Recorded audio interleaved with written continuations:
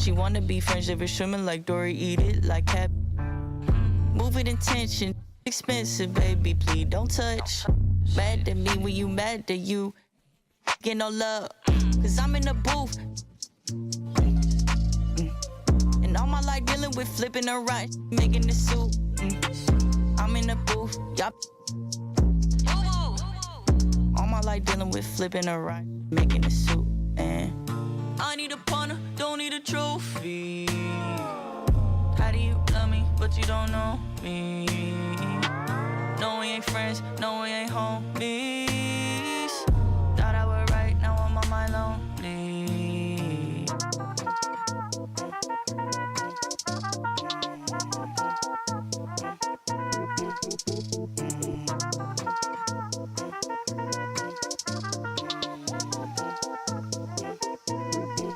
She parked the car near the ritual. I don't see too much, she don't feel enough. Drink her sugar milk, fuck a diet. Rub my face, too much time to kill. Said I fix me up, get me no repair. Told me for the heads, by my eyelids.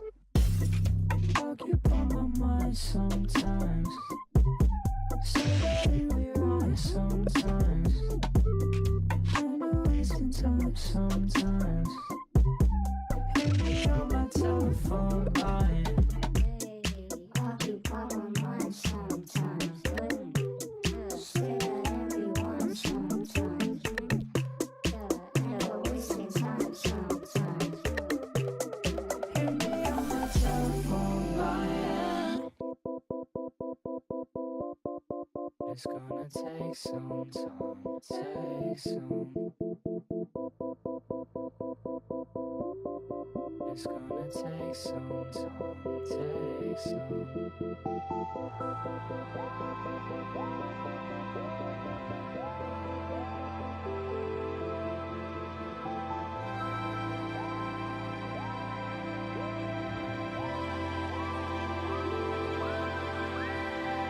I'll be your drop dead manic pixie dream thing. I'll be here to die for. Tell me what you're feeling.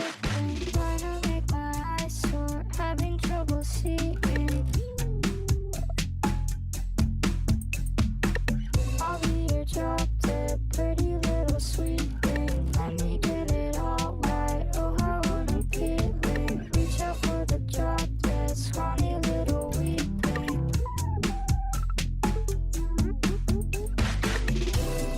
Occupy my mind sometimes.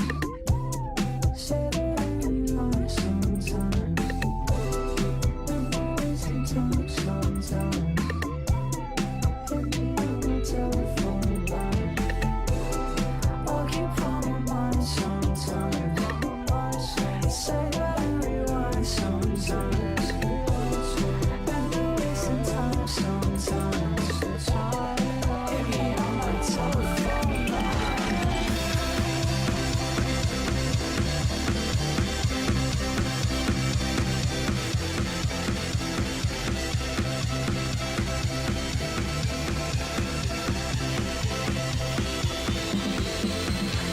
All I know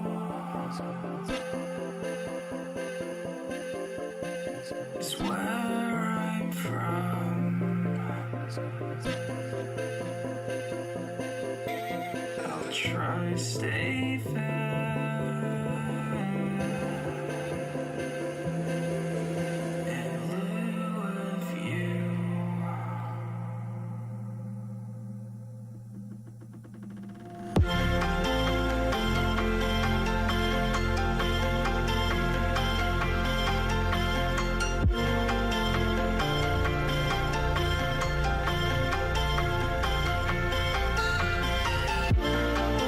I can never go back.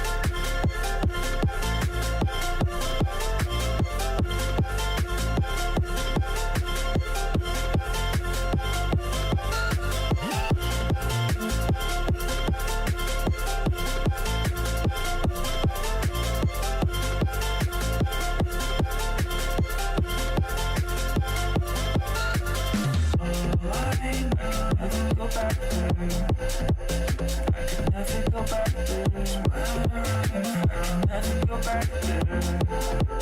I can never go back there. Try and save. I can never go back there. I can never go back there. I can never go back there. I can never go back there.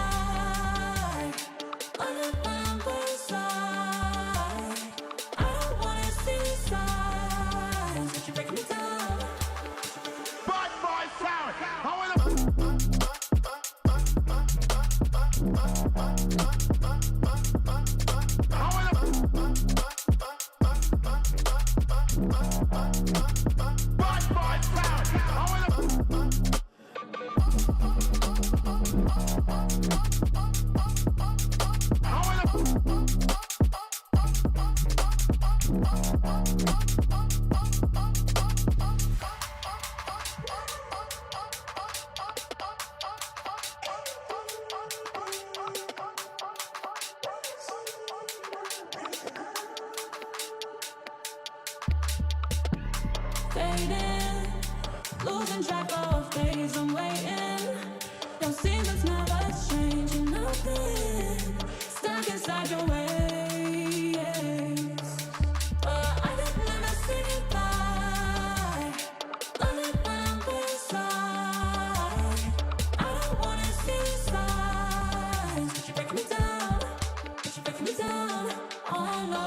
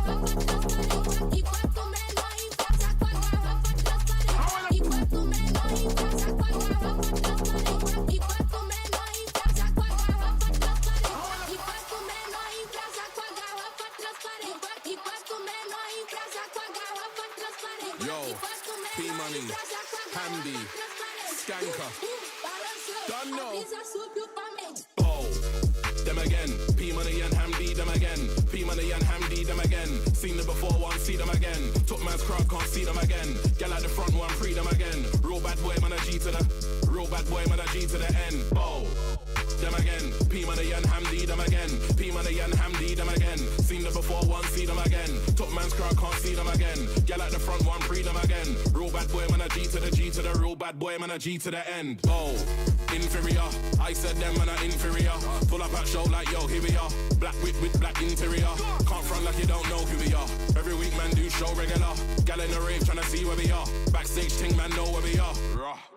Similar, not quite P, them man similar. Spot hates are like, yo, there they are. Educated, don't need seminar. Imina, real lyrics, not no P-nomina. Hour long set, ostrich stamina.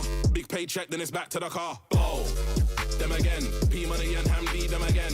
P-money and Hamdi, them again. Seen them before, one, see them again. Top man's crowd, can't see them again. Gal at the front, one, free them again. Real bad boy, man, a G to the. Real bad boy, man, a G to the end. Oh, them again. P-money and Hamdi, them again. P-money and Hamdi, them again. Seen them before, one, see them again. Top man's crowd, can't see them again. Gal at the front, one, free them again. Real bad boy, man, a G to the G to the. Real bad boy, man, a G to the end. Oh, enter, shut down raves, one with a enter. 10 guest list, gonna need extra.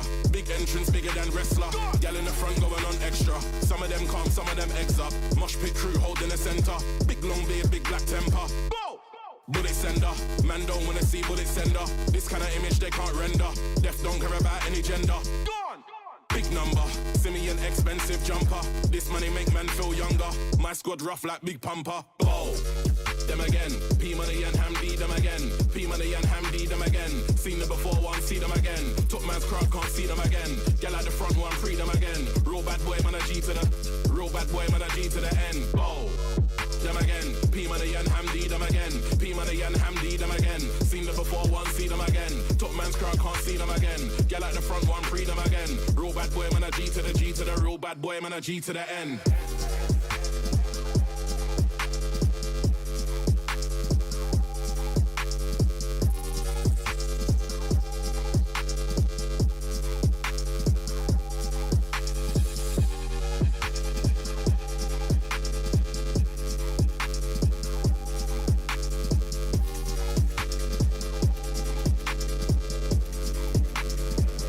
Boy, man, a G to the end. Say what you gon' do. The bad boy look is overdue. The cops are chasing down everyone. Nobody is safe. That's evident. That's helicopter. I do it proper. I go wherever that offer. That's down south. That's New York. That's LA. Slow. What they talk about now? Read the news. It's all about how they need the views. I look around, try to read the room, just thinking, what more can I do? Protest, don't let up. Stand information. Show what it's going to come. If they try to shut down.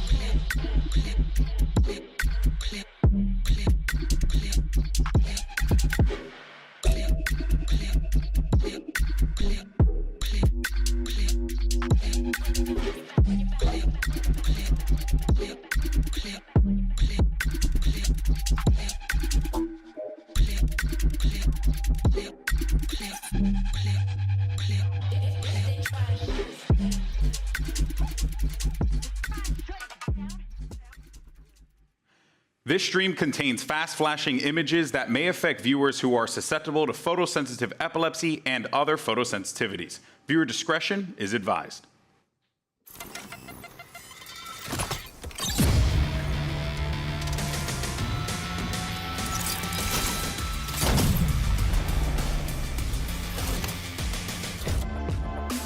The wait is finally over. 12 teams, 4 regions, 1 trophy, and it's time to kick off the second global event of the year. Hello, everyone, and welcome to day 1 of Masters Shanghai. We're coming at you live from the VCT studio for the kickoff of the Swiss stage. Of course, I'm Golden Boy, joined here by Kakuka. We also have Young Douglas here as well. Young Douglas. I'm an old fart. What are you on about? You're the youngest out of all of us. I don't think that's true. Let's let the not have this discussion. Who's the youngest? Let's do a poll, Mastercard fan poll. In any case, we thank you so much for joining us here today. But first, let's do a little housekeeping, if you will. All right. So we're going to be playing on patch 8.09. Now, for those of you who are Viper, Cypher, or like me, some Boomerstone mains, sadness. But for the game, exciting, because I'm curious to see what the heck is going to be coming out of this one. But Doug, I know you have strong emotions. I do. I could rant about this for a long time. I think the big takeaway for those of you who are not interested in a podcast of me ranting about what's changed, which should be all of you, by the way, is that Viper got nerfed into the ground. There are a number of considerable changes. I think the biggest difference here is her inability to pick up her orb again. really changes the way Vipers are going to be approaching the attack side when it comes to scaling up, when it comes to defaulting and things of that nature, particularly on big maps like Lotus, for example. I think that's a massive change. So that's the big one that is kind of standing out for me as we see how this tournament will play out. Yeah, exactly. I think that both of the agents also have some similarities. Cypher was getting too strong in some of the maps because of the trapwires now needed to be destroyed. So adding a little bit more time, even though it's just a second. It's definitely a positive change, but let's see if the teams, especially with the short amount of time that they've had to change things up, if we're going to see a decrease in the agents' pick rate. Yeah, of course. We'll see, of course, how this is going to play out. You know, it's going to be quite curious. These teams, I mean, look, they've been rolling with these agents for a while the way that they have been, and now you coming into this event, you know, it's so many variables coming into play. It'll be quite fascinating to see how it breaks down. Oh, and it's not like, again, these agents are small pieces in how the rounds are playing out. Again, particularly Viper is just so integral in how teams are approaching rounds on both sides that, I almost wonder if teams really have no choice but to stick with Viper, given the fact that, as you mentioned, Bea, there's not a ton of time to adjust, and there's really nobody else other than Harbor who doesn't do it as well. Nobody does what Viper did. And especially, we also need to think, we have some, teams that are not so used to being here to the international stage. We also have another teams, like for example, Fnatic, that are very used to having a lot to do in the year and having literally no stop. And we can see a little bit of the adaptation.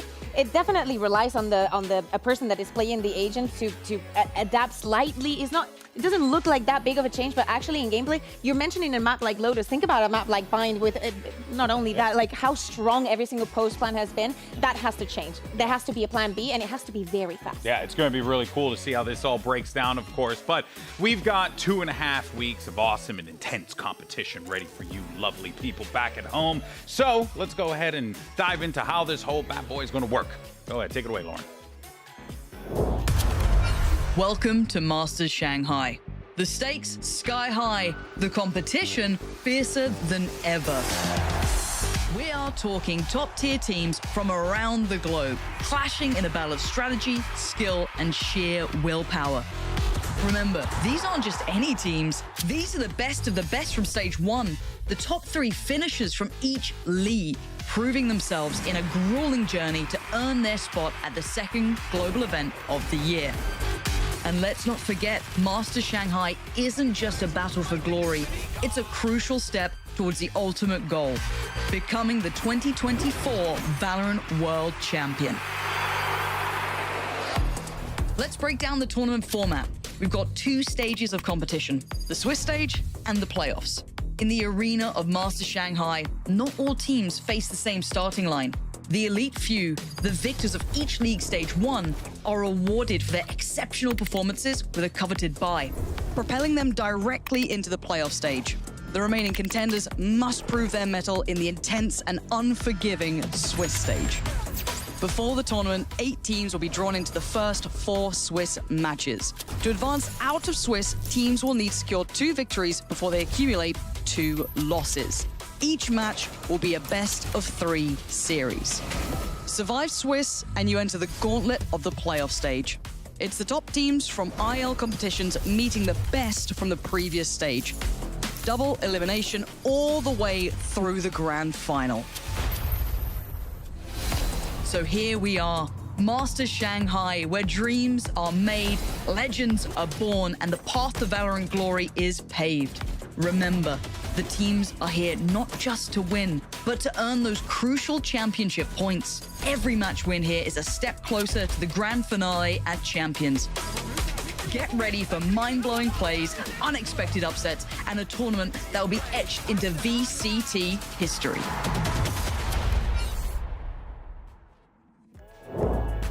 All right, so you got 8 of the 12 teams are going to be playing in the Swiss stage. And then, of course, you have the matchups that are going to be decided, in the draw show. So here it is as it breaks down here. Now, of course, you're going to get G2 versus T1, FPX versus FUT, Gen G going up against Leviathan, and then it'll be the Heretics facing off against DRG, Dragon Ranger Gaming, which has a fellow Green Ranger aficionado. That name is on. The bracket looks confusing, but it's not really that confusing. You only have to win 2 games and you're through. lose 2 games, you're out. Exactly. So I know my Power Rangers reference got you there. Yeah, no, it did. And we just breezed right by it, which was both like funny but also sad at the same time. I'm taking all the opportunities to make my jokes while I can. Yeah, Mimi's not here, and then this way I can do my business. You know what I'm saying? In any case, though, let's see what we're gonna be playing here today, because we got 2 great matches are gonna be ahead of you here. We start things off with a really fascinating one: G2 versus T1. I can't remember the last time we saw like a teammate from one team go over to a cross region, and now they're gonna be playing against each other. International event. Pretty cool there. And then we have FPX versus FUT to close out our day. Like I said, 2 fascinating matches because we're going to see what, one of the, I think FPX, second place out of the Chinese region. How do they fare against, a great team from EMEA? And then on the other side, where is G2 and T1 going to lie, Doug? It's going to be pretty cool. Yeah, I'm excited to see how G2 plays in particular. The last time we saw them on the stage, they looked bad. They got rinsed in the grand finals against 100 Thieves, but this is an entirely different stage. They've had a week and a half to rest. They aren't playing 5-6 days in a row with like a 7-hour best of 5 the night before. It's an entirely different setting for them, so I'm really excited to see how they come out. They better be ready, definitely. I'm looking forward to something that you mentioned. We're talking about FPX. We're here in China. We need to see how small that gap has gotten between them and EDG. So far in internationals, they've only won 1 singular map. So, any win is a win. We take it. Yeah, for sure. And of course, they have that home field advantage here as well. But before we begin our, the festivities for today, we have to get into some science. That's right. Big science guy. And test how accurately we could predict the future. Luckily for us, we got Douglas over here to guide us with another rendition of Swissology.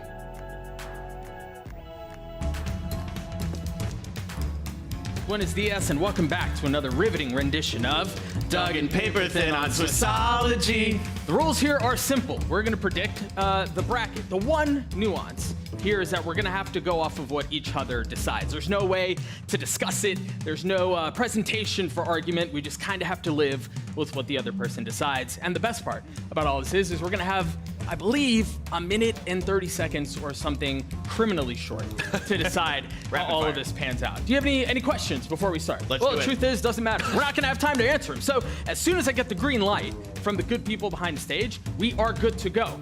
I'm gonna kick us off because I'm the host and I'm the all-powerful being on this, and I'm gonna make things really interesting and really simple for all of us.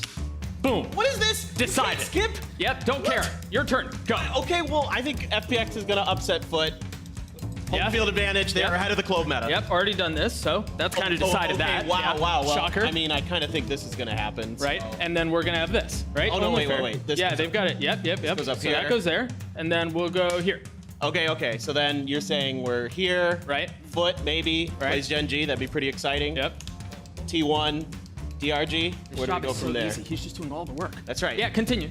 Okay. So after that, I mean, I gotta give my boys some love here. Gotta get that right I think there. Gen G. Boom. Yeah. Up and in. Gen G over FUT. Yeah. Do I agree with that? Yeah, I guess so. That's fine. And then I'll have T1. So that means oh gosh, I was supposed to use the other magnets. We're really kind of off. Yeah. the plot You've got some more over there. Yeah. Right. So Gen G and then Who do you got? right DRG's down here. Right. I think so. Tragic, and also inevitably what will happen. Right. And then who do you have here between Gen G and T1? Gen G, T1. So we've got. I will take G2. Right. Gen well, G. they advance up here. Oh wait, you already So it advanced doesn't them. really You matter. Yeah, cheated. that's what I'm saying. So it's Oh the my team god, that loses. you're such a cheater. Okay, so it has to be all right. FPX right. then. Right. And then Heretics here. Okay, got it. Yeah. Right. Okay. Yep. We have 10 seconds, Clinton. All right, I'm gonna pick one more. Right. Go on. Has to be these guys. Right. Has to be Gen G. Pacific Bias, Paper Facts, right there. That was terrible. Paper facts. Get us out of here. I think we're done. Goodbye. Paper facts. Yeah, I think there was a lot of like. Did There was you a lot of. no EMEA team making it out of Swiss? Did you miss the whole bias thing at the beginning? That was the whole theme of it. That was the Kakuka, theme- that was like the theme of the we're event. gonna be We're biased. gonna have a word later. That was the whole Douglas. idea. That was the whole thing. Well, good news is we did ask the broadcast team for their picks on who they thought was going to win it. So we could just show that and everyone can go ahead and argue this way. And feel free to go on the internet. Tell us how wrong we are. Not like you haven't done that already. They would never. This is interesting here. We got, of course, Paper Thin and Achilles. Favorite team. I love Talking about bias. Color me shocked. Wow. Gasp. Yeah. But yeah, I mean, predictions came through here, and Mimi went with FPX. I wish she was here to defend herself. I think that I think I'm gonna try and think like Mimi, and I'm gonna tell you that it's probably because both of the teams run very different and crazy compositions. Probably the momentum is going to be very important. And if she thinks that FPX, has got it, why not? I gotta say, Let's see this on another level. You're probably right on what Mimi was thinking there. I would just like to very quickly point out, after the verbal assault that took place for me not picking an EMEA team, yes, I picked FUT there. Just let the record show. There's proof. We know you're a FUT it's fan. there. We saw it happening. Yeah, he's a fun guy. Oh, lovely. Day one, by the way. I love being able to make I don't those know when you're jokes gonna be again. back on the best stock. I gotta use every opportunity. We're back. All right, well, like I said before, if you guys just want to go on the internet, tell us that we're wrong, share your opinions. You can also use the hashtag VCT as well as VALORANT Masters. All right, go nuts. Let us know all on the social medias. And of course, while you got your phone out, why don't you go ahead and there's a QR code that's going to be popping up here in a second. This will be somewhere around here. They've and then you made a can liar of participate in there it is, boom, in our Mastercard fan poll. It's a very easy one. And I'm sure everyone's going to approach this with a level mind. Which region is winning it all? Is it Americas, China, EMEA, or Pacific? We'll, of course, have the results in just a little bit. Did you vote? In the poll? I didn't. Well, I mean, I don't know how I can vote in the poll. I'm going to vote right now. Hosting the dang show right now. I voted earlier. Wait. You did? Yeah, I voted I earlier. voted too. I'm ahead of it. I'm ahead of the The plot. poll already went up? Oh, my brother, you're late. Damn, son. It's crazy out there. The streets are real, know what I mean? In any case, so let's go ahead and dive into our first matchup.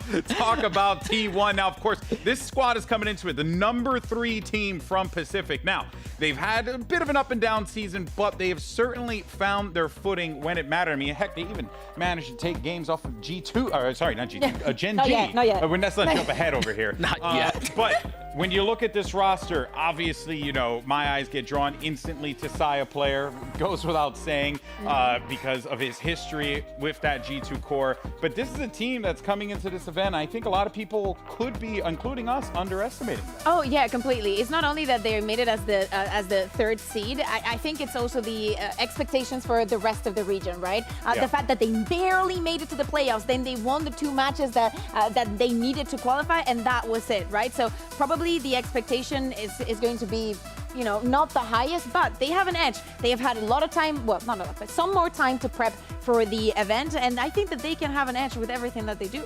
Yeah, I'm super excited to watch Izu play. We just saw some footage of him playing Yoru on Breeze. He's so creative with the way he plays. And honestly, if you're gonna execute Yoru at a very high level, you have to be dynamic. You have to be creative. And Izu just, it's like a treat watching him play. But you have to keep it up also for the international stage. Like even though he has been creative, people have already watched that, especially the team that's preparing against you. Exactly, and there's one thing we know about G2, they're an incredibly drilled team. They might be prepared for something like that, but that gives you that opportunity, though, for Izu to be a little bit more with the flourishes out there rather than, playing at bog standard. It's going to be awesome to see how this all breaks down, though, but for now, though, let's actually send it over to Yinsu, because she's going to get a quick word with Saya player.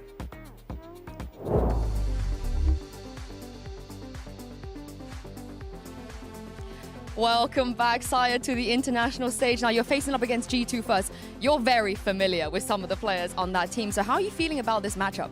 I'm feeling really excited to play against them. Also, I'm really happy for them because I miss them so much. Oh, I think they missed you as well, as did we. Good luck today with your match.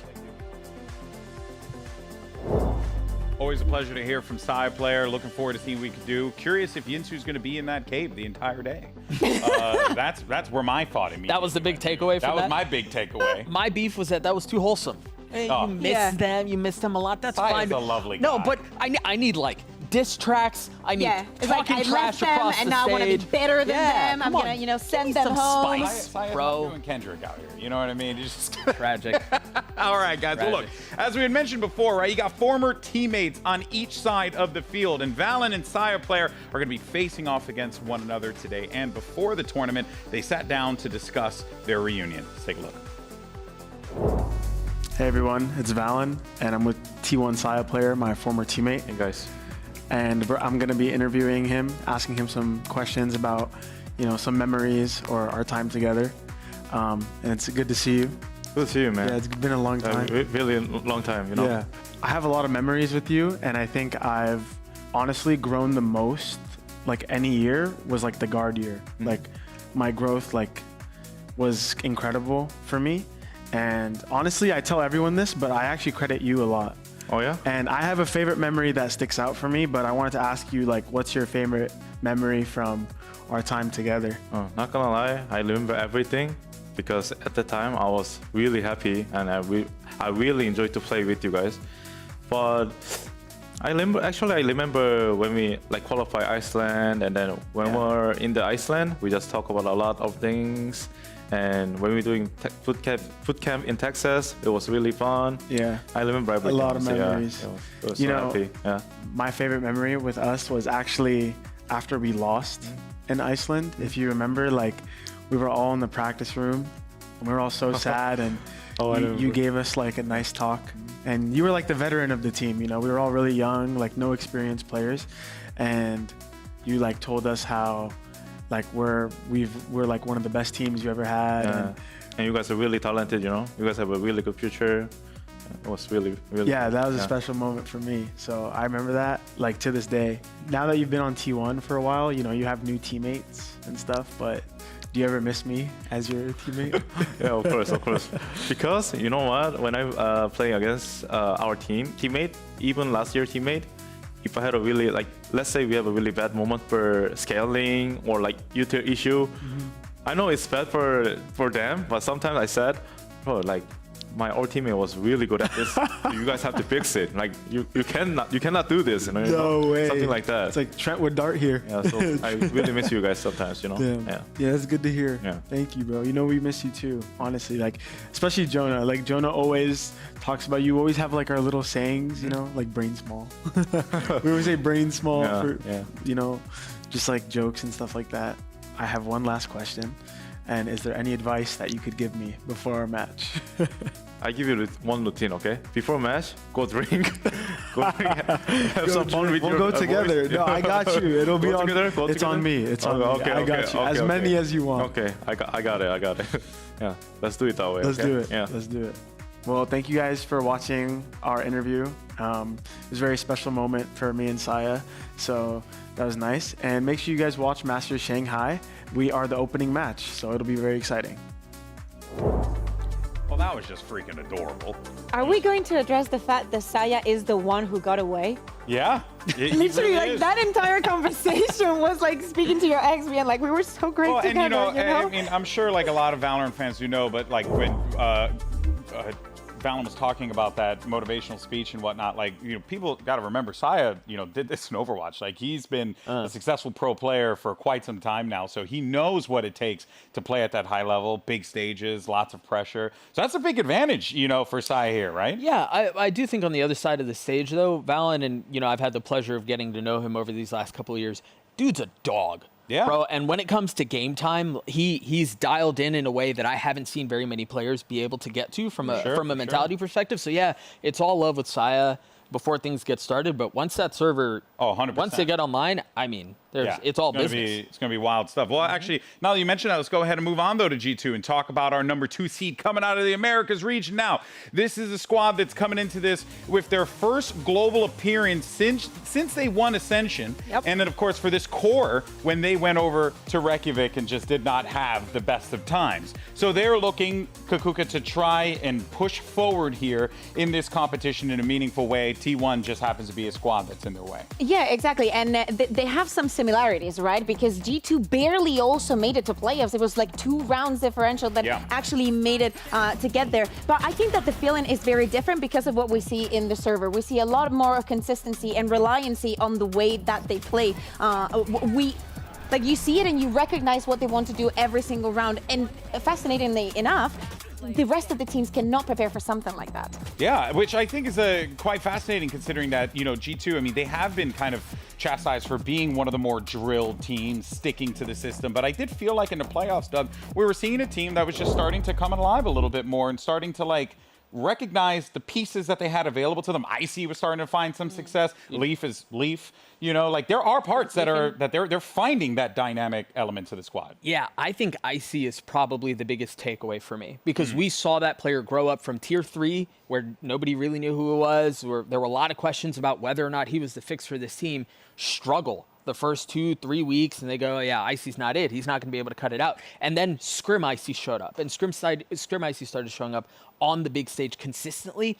That felt like a really big switch because all of a sudden, Valen doesn't have to be breaking kill records in order for them to be winning series. There's a little bit of that pressure that's alleviated, and when that comes alongside Trent doing his thing, Jonah P popping off, and Valen also obviously delivering, like, that's a G2 that feels a lot more loose and a lot more comfortable and has so much longer of a leash. And I think that feels like the big difference maker for me. We know how good Valen is. We know how good the rest of the roster is.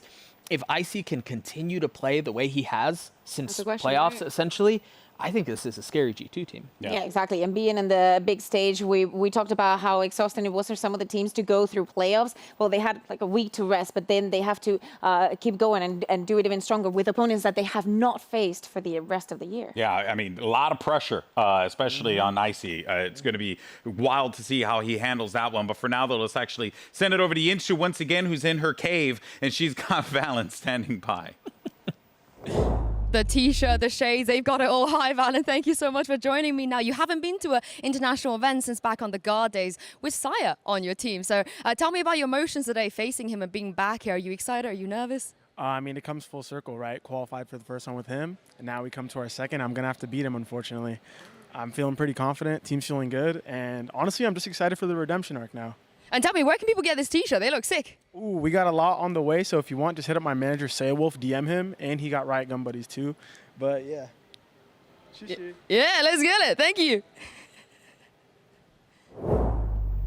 So I want that shirt. I don't know how, but I'm going to get it. How do we get one? I'm going to get it somehow, some way. Forget about playing in jerseys and like cool kits and whatnot. Like, that's it. We should make it a thing. Like for every event, each team has to come with their own t-shirt. I love it. I love it. Now, when we do talk about Valen, we talk about him being a phenomenal IGL, a fragging IGL. But look, this isn't an exaggeration here, folks. Like, this guy puts up wild numbers. He matches guys like Aspas in kills as an IGL Kukuka, which is so amazing. And if he's able to do that here, man, it's scary. The potential's wild for this team. Literally, in EMEA we had the joke that this was the meta of the fragging IGLs, but the guys then Valen, appeared. So and our IGLs were not that good at the end of the day. No, but it's amazing to see that he can go from managing the team to have this individual performance. This also plays along into what we've been talking about, being a very well-drilled team where everybody knows what they have to be doing. There's so much went into the plan that pressure is not on Valen anymore, and he can focus both giving the right calls and being that frag, and also the attitude. Like, look at the guy. It's impossible to not wanting to play with him. I think that's one of the most impressive thing for me about him is we know he can frag. We know he is an outrageous caller, but the maturity that I've seen out of that kid is just crazy. I mean, he's so young, but he handles himself like well beyond his age, well beyond how wise you would think he is, the way he leads his team, and then obviously all of the intangibles in the server make him a force to be reckoned with. Yeah, I remember when I met him for that first Challengers show that I did with him and Mimi, and it was like, is he also the one that got away for you? He's the one who got away. He was a great analyst, but I wanted him to be a pro. All right, well, before we get into today's first matchup, why don't we get some spice? Why don't we get a little spicy? China. Let's do some hot takes. I mean, the Chinese do know a thing or two about spice, so I figured we'd go ahead and have some fun with this one. Now, we're, of course, each going to make a statement, and then, that we're going to rate with our peppers how things go. Look at this. Look at the budget. All right, so hungry. Let's do this. Who's up first? Young Douglas, you're first. Yeah, so my hot take is Leviathan will finish top 3 in this tournament. That's a... Go on, put the peppers up, bro. I say it's a mild one for me. Top 3? I think Leviathan are fully capable of being able to finish top 3. This just goes to show that you're wise. That's all that is. Okay, I'm just saying, after the year that we've had, we're no strangers to having a lot of surprises. We never know what's going to happen. Our predictions are never right. So yeah, it could be. And so you're just playing the field. Sorry, you're in the middle. You're in the middle. You guys don't think this is a big take, given the rest of the field. Given that we've got all of the other teams Aspas here. is on that team, dog. I agree. I have full faith in my GOAT. But I'm just surprised that you guys are, All right, Bea, your turn. This is crazy. What's your take? What's your take? I'm loving this. So my take is that Fnatic are going to ram back Tokyo 2023, meaning that after, of course, they get to skip Swiss, they're going to win 4 matches and win the entire thing. That's spicy. Sorry, yeah. That's a spicy one. That's spicy. That's spicy. That's like Mongolian hot Hear pot me last out. night. Spicy, bro. Like, Do you want me to tell you why? yeah, No, you I got mean, because you It's also just unrealistic, said, but it is spicy. you also just said Lev were locked for top 3. So that just got really crowded. Well, Doug, it's a hot take. Explain. No, Show your work. Hear me out. Especially during playoffs, like to me, we've seen 2 Fnatics. The one that during the regular season was figuring out every single problem that they had, and the one that we saw in playoffs where they had already figured out the problem that they had and they're already fixing it. If they can keep escalating that and peaking at the right moment, being right after Swiss stage, with all the information that they're gonna have on the teams, making it out, Fnatic is the kind of team that can do that and will do so. Said it here first. You know, I actually chatted with Boaster yesterday, and I was like, yeah, a lot of people have been selling you guys short. And he was like, yeah, but all the teams here haven't. So it's very clear that, like, you know, the teams still fear Fnatic. So I will. So the teams will say this. The teams will say this. Yeah, the teams will say that. But the fans might say this. Yeah, I'm still I don't know. somewhere in between. Mine, I figured I'd make mine applicable to our first match of the day. It's wrestling, isn't it? You know, it's not a wrestling wrestling. It's reference. not wrestling. All right, never mind. Mine is that G2 will make top 4. You guys are okay. Top 4. Top 4? Yeah, I think G2 can do it. I think. Who else do you have? I mean, look, because again, it gets real crowded. brother, I got 2 Yeah. minutes on this segment, so honestly, I can't get into it right now. Right, so we just flash the peppers. Flash the peppers. Tell me I'm wrong. Top 4. Again, I'm gonna give you the same as I said. Yeah. Like I should have picked honestly, a Pacific take. Yeah. I was gonna say, like, you know, you should have said like FPX is gonna make it out of the Swiss. dude, honestly, I had to That believe. hot? I have to believe it. That's- And I couldn't believe that. I don't have enough red peppers for that. Oh, yeah. I mean, that's guess crazy. so. Yeah, it makes sense. All right. We Well, can hop up. that's mine. That's mine. We heard the rest of the field. All right. So you guys let us know how wrong or right we are once again on the internet. I'm sure it's going to be a lovely conversation. Speaking of, though, let's go ahead and check out the results for the Mastercard fan poll, because earlier we asked you beautiful people what region's going to win it all, and Pacific gets the nod at a whopping 57.6%. They're running. It's not wrong. I actually kind of agree with that. They're never wrong. Yeah. Twitter's And never also, wrong. they're running away with it too, because Yeah. the spread was a little bit tighter between Pacific and Americas earlier. Yeah. When I voted. Yeah. I'm not gonna say who I voted for. Yeah. But it was tighter, and now they're I don't think it makes running away with it. Yeah, they really are. I wonder if it's a time zone bias. Now they get to experience that. Yeah, they get to bully it a little bit. Yeah, after we've been doing it for so long. Uh-huh. All right, It's like well, 10 a.m. I've never seen anyone awake in Spain at 10 a.m. so that's very true. What time is it? Yeah, it's really early back home as well. I mean, this is it, guys. We're about to watch our first match of Shanghai. You guys excited? Really? My brother. My brother. I didn't fly to this end of the world to not be excited. This is a fair point. And to be completely honest with you, I had 20 seconds to fill. So that's why I asked the question. Okay, right here. All right, I'm trying to do my job. In any case, though, folks, this is it. So why don't we go ahead and get this group stage started, because we got T1 facing off against Gen G, FPX facing off against FUT Esports. Day 1 of Masters Shanghai starts right now.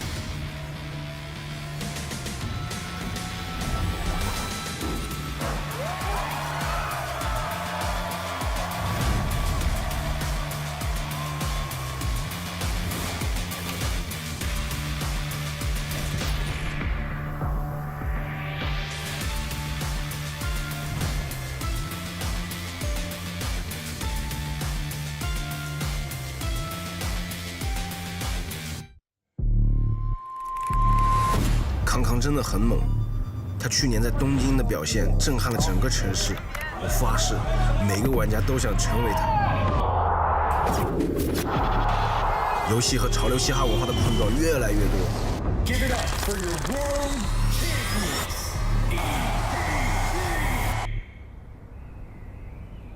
我无数次梦到这种场景，我的梦能在上海变成现实吗？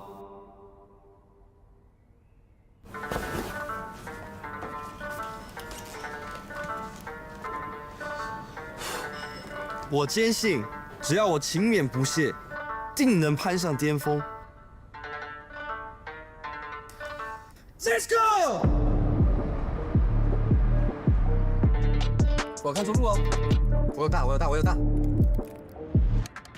音乐是我的使命，日复一日，我在不断打磨自己的技艺，时刻准备着，直到有一天，全世界都知道我的名字。我会为此拼到底。我穿他，等我。Nice， 哥，我们5点玩的可以啊，把对面团灭了。这么帅，你打吗？我不行，我得把编曲做完。好，你今晚要去参加 Cypher 吗？当然了，你来吗？必须的。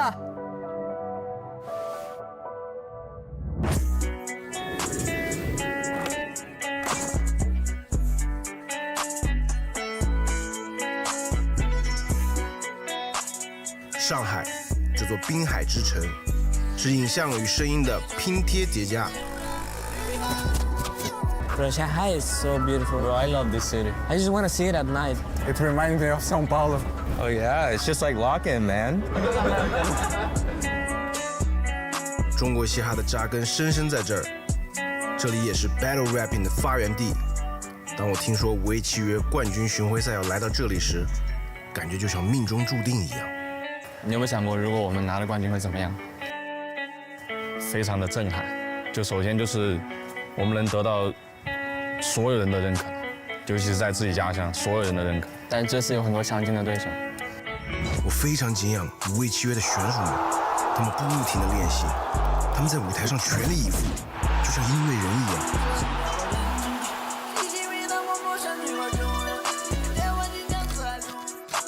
感受上海的节奏和律动，这里中国嘻哈的发源地。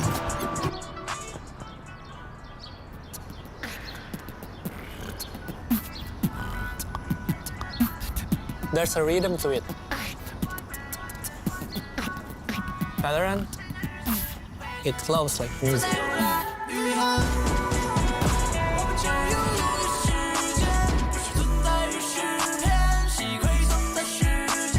We've come so many times. I have this feeling about Shanghai. This could be our time.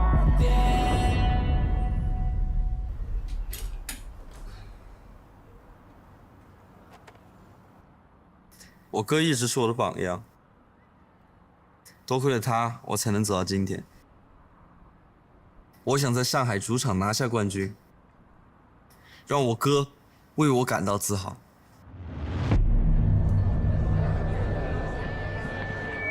你们感觉今晚如何？你们准备好了吗？让我们给 F 区里一点尖叫声！都知道 VCT 要来上海了，对吗？今天晚上很特别，掌声给到伊犁区！那没上班说好的对，张姐你 turn it on！Let's go。Yes ma yes 你的唱法确实麻，没得累，只能掏空办法没得累，感受哈，感受河南喝酒喝过辣，公会发财一口绝对能够送你得回家。来 action 唱法的快，你多 VIP 偷快，呼叫队友救上路路烟茶就相当，千万别皮个框，要装不如和我刚强，压力怪都不用再忽悠不练就有笑点，红包拿好，撑吧我有钱，要自主我有钱，大约20手指自己的经典，只叫嘎啦是重点，你会放胆的重点。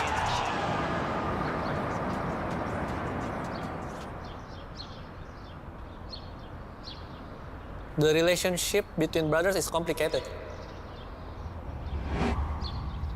It's funny.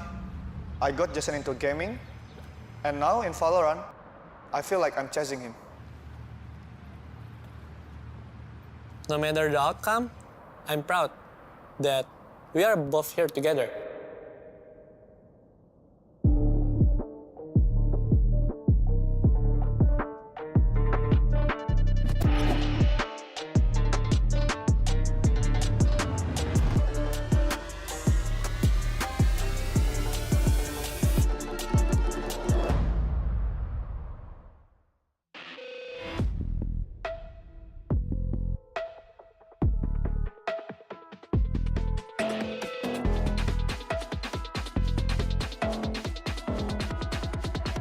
We gotta stay awake.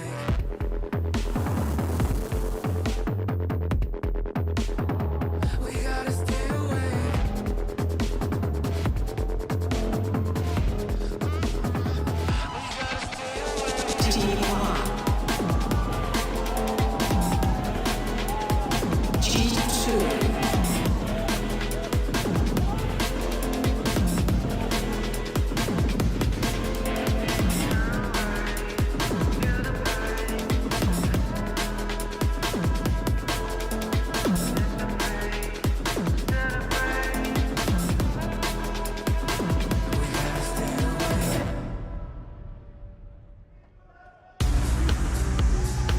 In a fascinating matchup here between two squads that shockingly might have some familiarity with one another, given that Saya player used to play with the core of this G2 lineup. And for G2 Esports, it's a massive opportunity for them to show that they belong at the international stage. But T1 and their former teammate stands in their way. You can see the maps as they're breaking down their series layout: Breeze, Icebox, and if necessary, we'll be taking a trip over to Lotus. Yeah, I'm very surprised, you know, because Icebox is a map that T1 have been banning throughout. Like, playoffs is a map that they do not feel very comfortable with, and they let it open for G2 to pick. We need to think if this is going to be a bait that they're just biting into, or if this is prepared. Breeze also makes a lot of sense for them. It's the map that they, you know, have the most experience and the better results, let's say. So I am, like, the thing most surprising to me, at least, is definitely the Icebox side. Yeah, I think so too. As I look at these maps, I want to go back to a point that I made earlier in the show. There's a lot of weight on Icy's shoulders here to deliver.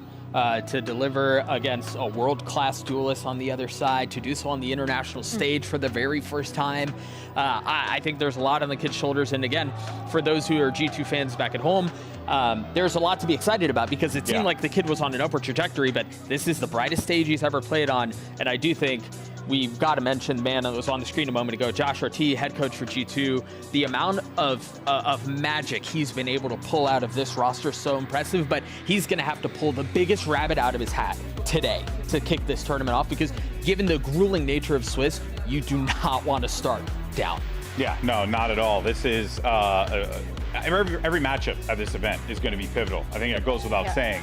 But for this one in particular, I think, you know, both teams really want to prove that they belong here. Oh, right? yeah, and especially for a player, for example, like Xcurate, right? We were seeing him in the video. He became a pro here in China, like going back to here to like his roots, being able to compete and to take things again to the next level. Everything has to start here. I think that both of the teams have been in doubt in different situations, though, because as we said, T1 only won a couple of matches, managed to squeeze themselves onto playoffs, but hey, they earned their spot to be here, same as G2.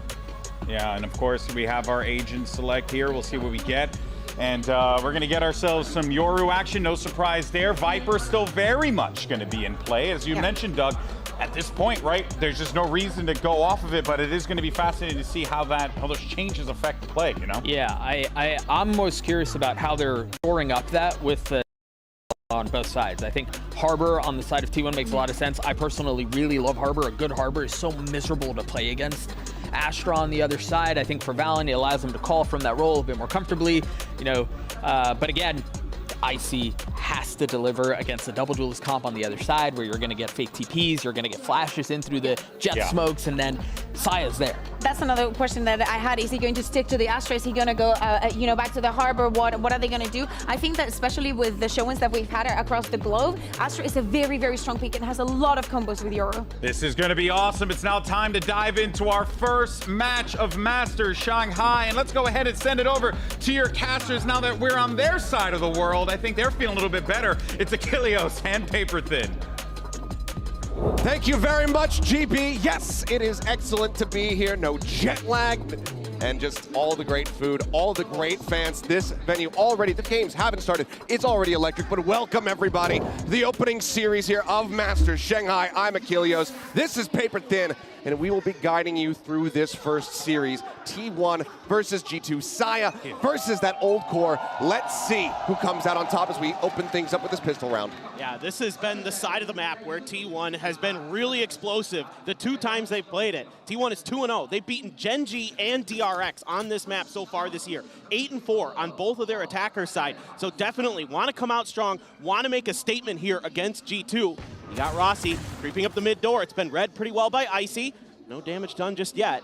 Also creeping forward, missing the timing there as Icy gets himself in behind Yellow, but manages to strike. Jonah gonna be taken down, but Icy quick to respond. Both Vipers now out of the equation. See how they fare as Recon darts gonna be exchanged on either side, but side player with another headshot puts Icy down. And Yoru, that duel is now taken out of the equation here for the side of G2. Good answering fire, they'll find Saya player. Carpe now gonna be eliminated as well. As it's just Excurate.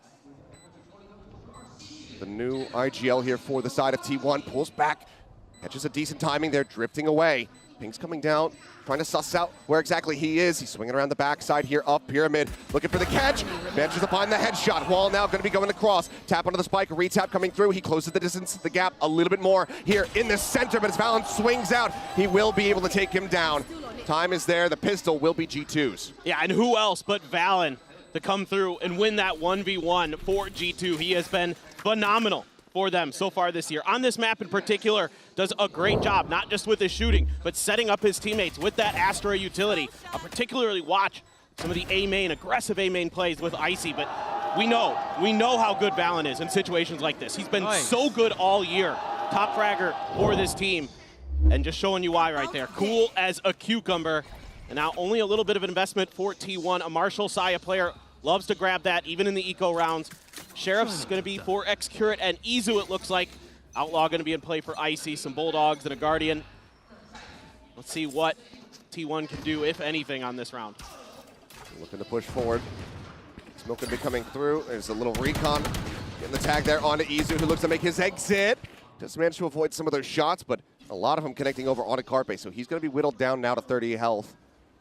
Not the most comfortable position to be in. As Trent is going to be sending out the drone here through those double doors, peeking in towards mid, but nothing spotted. Sai, in the meantime, has gotten himself on a fairly deep line, working his way all the way up hall.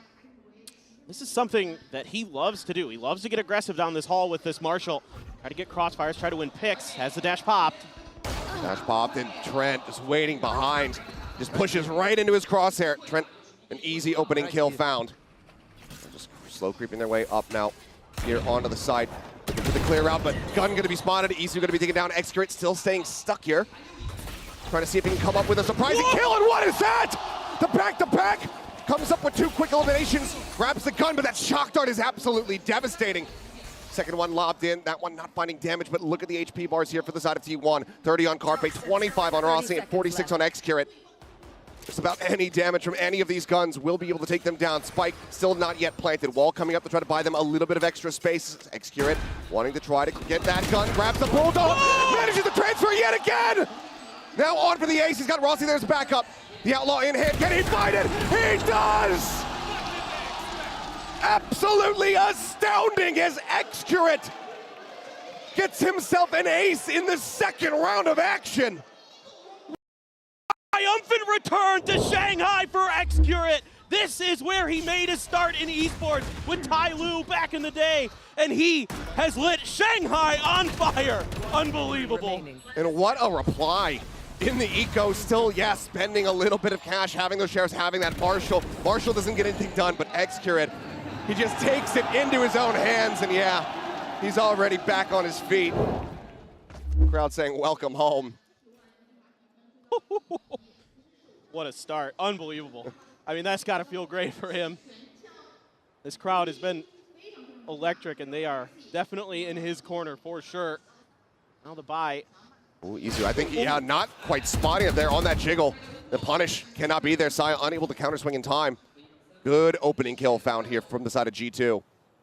Look at this. Xcurit's got that reckoning here. So both of these teams actually pretty quick to get plants down. They like to be fairly aggressive in nature on their attacker side. But for now, T1 spreading the map, trying to work through mid.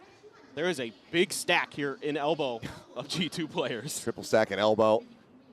As VALORANT just going to be waiting and see if they cross up, move their way over towards Nestor Tunnel. But instead, T1 are making the correct decision here as they work their way over. This site that has a lot less people occupying it. Wall going to be coming up as VALORANT is able to find one. Rossi getting taken down, but Trent picked off. Xcurit going to try to hold things over there in mid. Is Jonah just going to be tucked away? Gets a headshot. And now it's all on Saya player. This might just be back-to-back eco rounds coming through. Unreal. I mean, Saya was nuts on this map the last time they played it against Gen G, but he's going to have to come up huge here. Sheriff's abound for G2. Time dwindling. They hear him. They're starting to encroach. He's not sure if he's repositioned. Spots the Viper, but is going to have to stick this sooner or later. Gets that quick little headshot, but now he's got to get this one down on the ground. Now he tries the challenge. He tries to go the way of the fight, but he cannot find it. Leaf with 3 as G2 will get themselves a Mastercard thrifty to just go ahead and swing themselves right back into the lead. Unbelievable. I love this from G2. They're reading the map really well. They're reading the tendencies of T1 so efficiently. They're stacking in the places that T1 likes to maneuver early in the round. T1 really likes to take advantage of some of the open space in mid, in hall, things like that. And so far, G2 has been very, very aware of it. If it wasn't for that Xcurit hero ace, this would be firmly in G2's control, it feels like. So let's see what T1 can do. Let's see if they could change things up, but they're back on quite a bit of an eco themselves. Still have that reckoning to work with, but now you've got a couple outs. You've got the Cosmic Divide, you've got the Neural Theft for Leaf. Coming through is Icy, just goes storming his way into shop. Mows down 2 very swiftly, Saya able to find 1, but Jonah will go ahead and collect the other 3. A very fast shutdown on that push here from G2, reading the map well. They work their way forward. 1 pop flash, 5 bodies on the floor. Yeah, and this is something that G2 really likes to do here on this map is get aggressive into A main. Whether it be Valen, whether it be Icy, they can have a lot of different setups. That time even Jonah P getting involved with some of that Viper utility. Things like that are what make them really dangerous on their on this map. They're really confident to push out to, contest that orb, put some pressure down. Now let's see if everything's squared up economically. Finally, T1 can get some damage done. Here we go, Dimensional Drift in. 1 orb away here is Carpet for that Hunter's Fury. Does he scoop it up? Looks like so far, no. Doesn't have that to try to couple in with this, so for now it is just going to be a straight up scouting mission. 2 players going to be spotted here. The back yellow. Exits the portal, hit onto the door, tries to go for the flash. He actually eats that, as well as a bullet from Leaf. Izu taken down. A rough go of it here. Neural Theft now going to be invested. Saya at risk, has to try to reposition.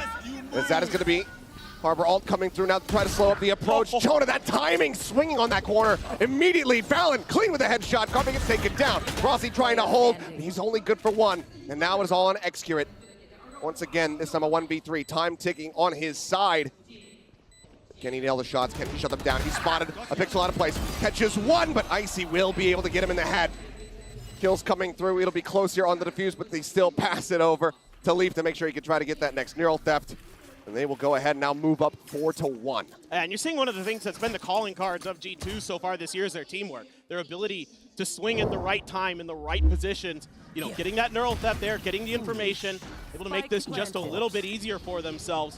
Around the corner, they know he's right there. They're able to get right on top of Saya after that second ping of the theft. And even with that Harbor Alt there, they're going to swing right past it. And immediately, timeout's going to have to come from T1. They're getting read pretty well here. The pace is going to be pretty quick in this match, something that I alluded to earlier, but actually when I was looking through the stats, I was even a bit surprised by this, that both of these teams on their attacker side, the majority of their plants come before 1 minute. So they really do push the pace when it comes to this side of the map. You know, T1, you can already feel it. They want to get there, they want to get that plant done, they want to get into post plants. And especially against G2, that's been something they've been weak at, actually, coming into this stages. Their post plants can be a little bit shaky when it comes to retakes, so definitely something you want to try to take advantage of, but so far they're getting cut down kind of in the process of getting to those positions. And one of the big things that allows you to get those plants in so quickly, to be able to take these sites and just cause chaos, is that Yoru. But right now we're not seeing that impact there from Izu. Ult comes out, he's able to spot 2 players around the back, but you know, the util, it's still a little bit off, gets that full flash on himself as he tries to swing the corner, gets taken down by the headshot from Leaf. So things a bit disjointed. Izu currently not on the board. See how that can change, because he's had his moments, he's had his up and downs throughout the Pacific stages. You don't want to be seeing that more downtrending Izu performance coming into Masters Shanghai because of how important these wins all are. If you can get those 2 here in Swiss, you're sitting pretty, but having that 1 loss, having only 1 more series, that blanket, it's not good, but now Knives out. Rush forward, Icy going to be taken down, but Saya player traded out. 1-for-1 in that exchange. Is Izu just going to be caught trying to take some presence up here in mid. Trent over at Nest manages to strike him down. So now the man advantage here for the side of G2. It looks like G2 just falling back, gonna give up a little bit of space. Try to cut off any rotates if they can see them with that Viper's Pit down in the front of A main. Posted up at the beginning of the round. They have a pretty good idea. This is gonna be B. They haven't felt any pressure through mid or anything like that. Damage gonna be done. Carpe, good for 1. Good a readjustment. Knows where Trent was at, but we'll see how he survives this. 15 HP. Carpe in a very committed position at the moment here. And Hunter's Fury would like to have that potentially for the post plant, but also you do have Jonah swooping his way around towards Beach, working his way up. We'll have a nice long sightline there in window, but now Excurate going to be taken down. Rossi, last one standing. A little bit whiffy there on the opening shot, unable to find the instant punish, and now it's taken down to 1 HP. They're just sending everything at him, running their way forward. They know that he's low. They know that he's just basically dead to rights. And that will be G2. Not allowing for T1 to get a victory after the timeout. They'll continue on their merry way, now up by 4 rounds. Yeah, and off the rip of this round, one of those trap plays from VALORANT and company that I love to see with the Astra, to try to use something like the Nebula to get in there, do some damage. VALORANT gonna hold back here. Again, I love the patience that we're seeing from G2. Give them a little bit of space and hit them as they try to get settled in for these post plants. Very nicely done. Saya only gets 1 with that Blade Storm. You're keeping him checked. That's going to be a huge part of this. But now Saya is going to be able to invest into that operator. This is one of the things that a lot of teams in Pacific talk to me about this T1 squad, is they are an op squad. If you can shut them down in that op-v-op battle, with Icy having it for the side of G2, that's where they really can struggle. And that's been part of the reason that consistency has been a problem for T1. Eventually teams started to kind of be able to isolate and knock down the operator players, whether it be Saya or Excurate. Much slower here from T1. The pacey plays haven't been working out for them, with an operator in the mix as well. Slowly inch forward, trying to get map control where possible. Trent spotting onto Izu there, but Dart not able to connect. Icy says, all right, he's gonna go ahead, put the mask on, go sprinting forward with the dimensional drift. I mean, he's just seeing so many players at the moment, but he's not playing close enough for them to get the sense that he's actually here on top of him now. Hunter's Fury opened up, Excurate taken down. Final shot, able to get the tag as well, and there's the finisher. A side player will fall. Leap coming up with that kill. Izu finally able to find a kill here. Knows that that's going to be the fake out. Pushing towards him, the dink in. Now can he get the 3rd? Sprays across, last bullet to find the headshot. Izu starting to come alive. Comes up with 3, and now Jonah going to be noted here. Izu does go for the challenge, does end up losing his life, but the impact there in that round absolutely felt. T1, they'll now get themselves a 2nd round win. Yeah, that's a huge win for T1, especially with both ults invested, with the op coming into play as well. That's a massive economic loss for G2. I love this play, though. The dimensional drift. Wait for them to get into the tube and then send the Hunter's Fury down through that choke point. That's a brilliant setup from G2. It's just finally Izu able to get some damage done with this Yoru. Push base towards Arches.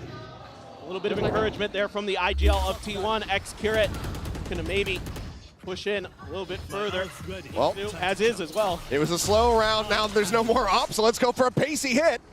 Dimensional drift here from Izu. Hunter's Fury still available here from Carpe. Staying sat back in shop, but no one being spotted. Everyone now widely drifting their way, getting ready to rotate across through spawn. Carpe maybe sussing this out. It's going to start hearing some of these footsteps, but can he hold the line? Catches the first one. The swing in from Jonah, shut down Carpe still suspecting a third and final player, now sees the shoulder. Valen held at bay as Carpe stops them from pulling off this flank. Trent now creeping his way up through double door. Rossi catching a glimpse. Trent, however, catching a headshot there onto Xcure. It does manage to find one. A 2v4 still very much stacked against him. They'll double faces. Carpe now looking to maybe give us a second ace. Icy gonna start drifting away as the audience starts chanting for it, but it doesn't seem like Icy's gonna really try to give him the opportunity, but they want this gun out of his hands and they will take it from him. Saya player to find the final one there. It's T1 clawing their way back a bit. Gap now cut in half. Yeah, this is good awareness here from T1. G2's really been spreading the map, but we haven't seen a lurk like this quite yet, especially a three-man lurk. G2 loves their lurks, though. That's something you absolutely have to be aware of. So credit to T1 that so far that card hadn't been shown from G2 thus yet, but they were very ready for it. And Carpe, fantastic with his aim. You know, he's been talking about it in some of his press interviews that even though he's not the IGL anymore, it's kind of a win-win for this team. You know, Xcure used to be an IGL in his days back with Ty Lue, and now it's opened him up to be a bit more of a fragger, a bit more focused on his aim as they're looking for an entry into the A side. Oh no. Oh, Icy catching the fake there as Junna will be flushed out. Izu able to get in on top of that Viper. It takes him down. Mystery across, otherwise not finding any other connections. With the walls raised, you can tell G2 no idea of what's really happening here in the side. Flash coming in, side player taking space. With that ping reveal, notes him, and that should about try to send them packing. Valen now last one alive. Leaf cut down as he tries to exit. Valen, does he try the challenge here? I mean, cash aplenty on the side of T1. Looks like he will just try to rotate out, and he can't quite reset that spray. Izu, another 3K for him, and another round win. T1 now, there's one round separating them here from G2. Yeah, it's a beautiful execute here from T1. You know, they are able to get past the player that's hiding in the corner. Carpe gets the spot. Got the TP in behind the toxic screen with the Hunter's Fury to set this up as well. Some good flashes, some good util from Carpe to allow Izu and Saya player to really push space. And that's something that this T1 squad needs to be doing with this double duelist setup. They need to be getting into the back lines of G2 and causing chaos. Again, Izu just going to be gathering up these orbs.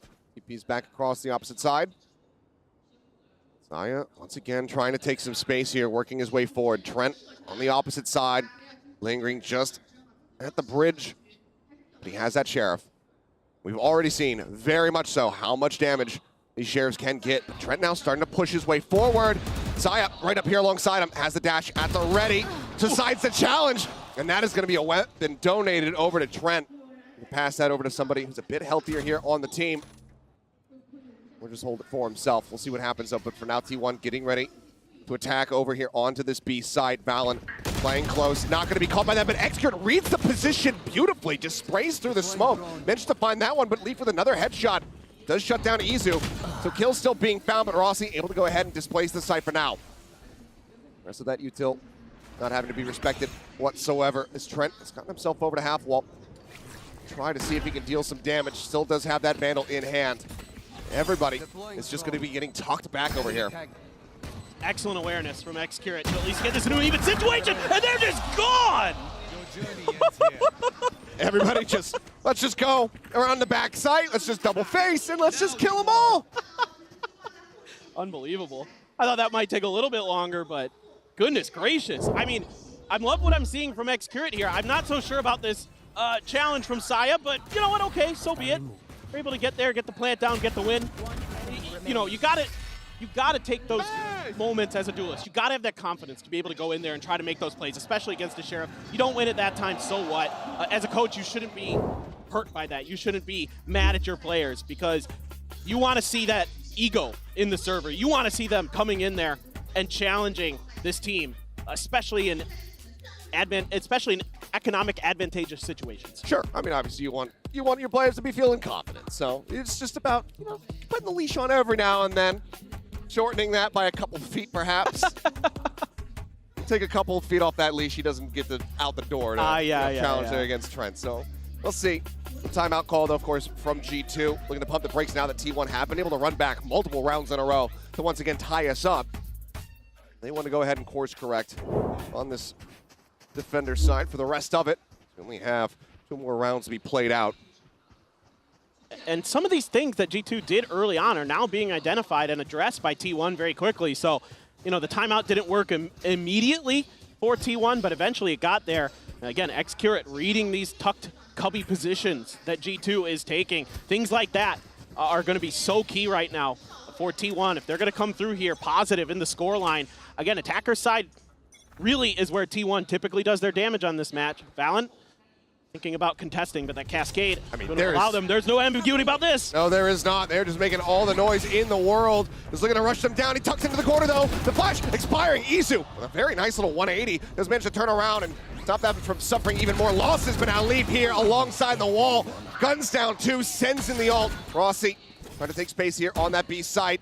Does note Leaf over in Nest. Now 2v3 to try to close this out. Just get themselves situated. The plant now able to come in. Shock Dart just to go ahead and clear the camera. He knows it's somewhere over there. I don't have time to try to fish for it with my bullets. In that general vicinity. Throw now over the top. See if he can spot anybody playing close, but G2 hanging back far enough that they don't give anything over to Carpe. Still does have the recon, but so too does Trent, as well as double shock darts to try to clear some angles. Fight comes down. He tries to play this out quietly. Rossi just shoots through, managing to find that, but Trent with a little bit of a fadeaway shot comes up with that one. Carpe swinging out a bit too early, didn't have the gun ready, and he does eventually fall. The timeout for G2 works a treat, as they will get themselves now up to 6. Yeah, and this time G2's like, okay, we're going to set up not just one trap in a ratty position, we're going to do 2. Good luck guessing that we're going to do that twice in a row. Leaf with just a brilliant position, playing the anti-flash nicely, and then gets that neural theft. Makes it a lot more comfortable here on this retake, able to come from a couple different angles. And Rossi with a good prediction there, has a snake bite, hits the headshot, reads the timing of G2 very nicely. It's just they get the info off the back of the Sova utility, and then they can just swarm in, take care of Carpe. Well, nicely done. Izu does have that dimensional drift.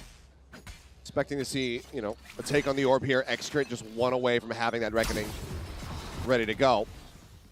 If Silver will go ahead and grab that, but does he just send it off the rip? Hunter's Fury to try to open things here as Trent sat back in Pyramids looking for the kill, and now that reckoning, it doesn't matter! Xcurate dead, Carpe out of there!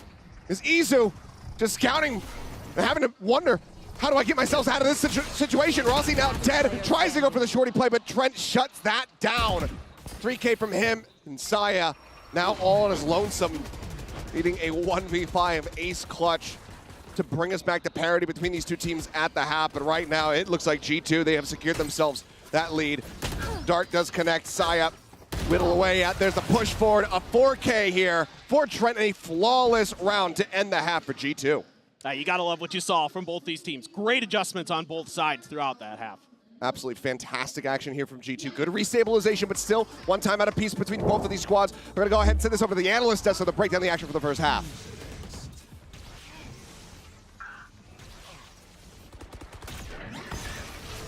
One enemy remaining.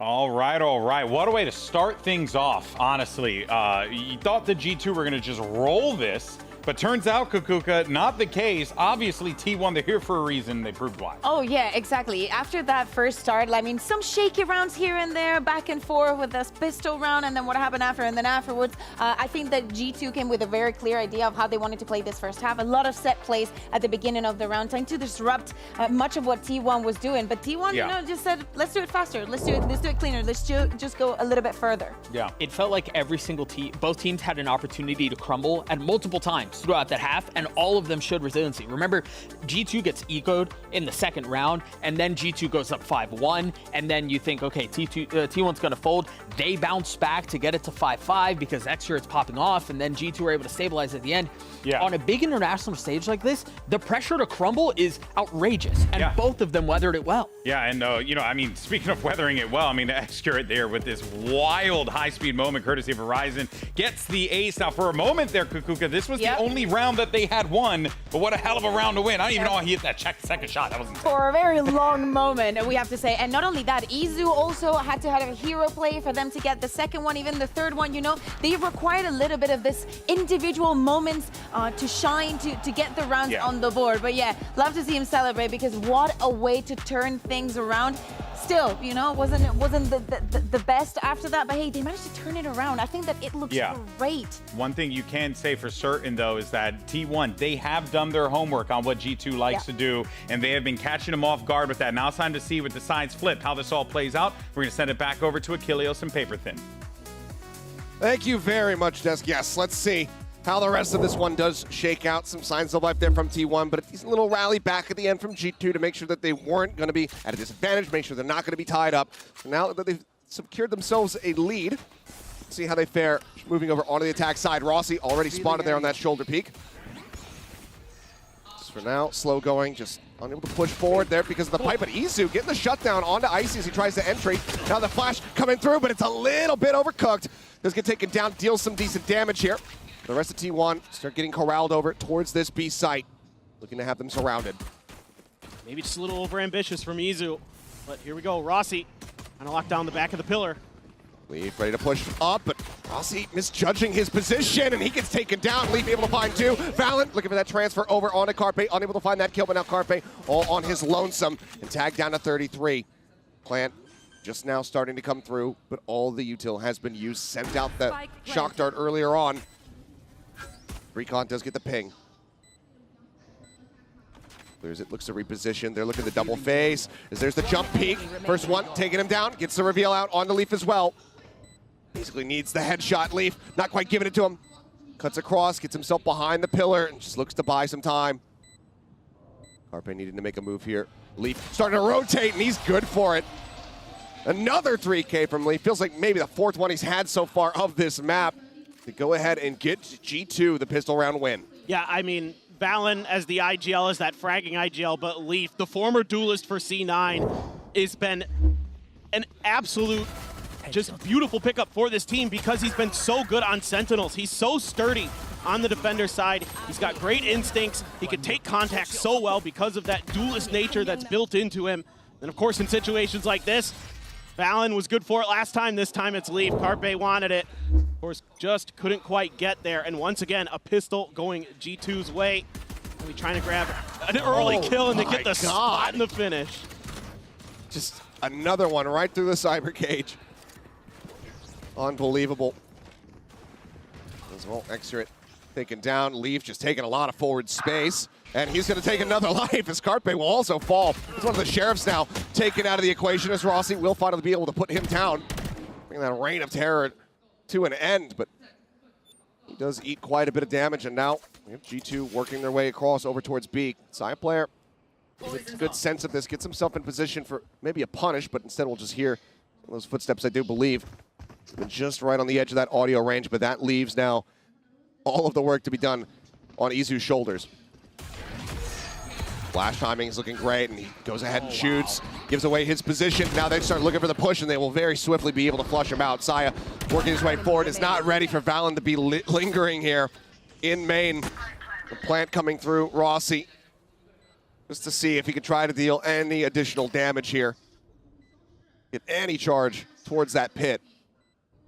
G2 are looking very well poised to just go ahead and move up 9-5. Yeah, I mean, the teamwork is so good from G2 so far today. They're really trading off of each other well. They're playing their positions perfectly. The util combos are looking great there. The flash into the recon to make sure they get the spot onto the player on site here on B.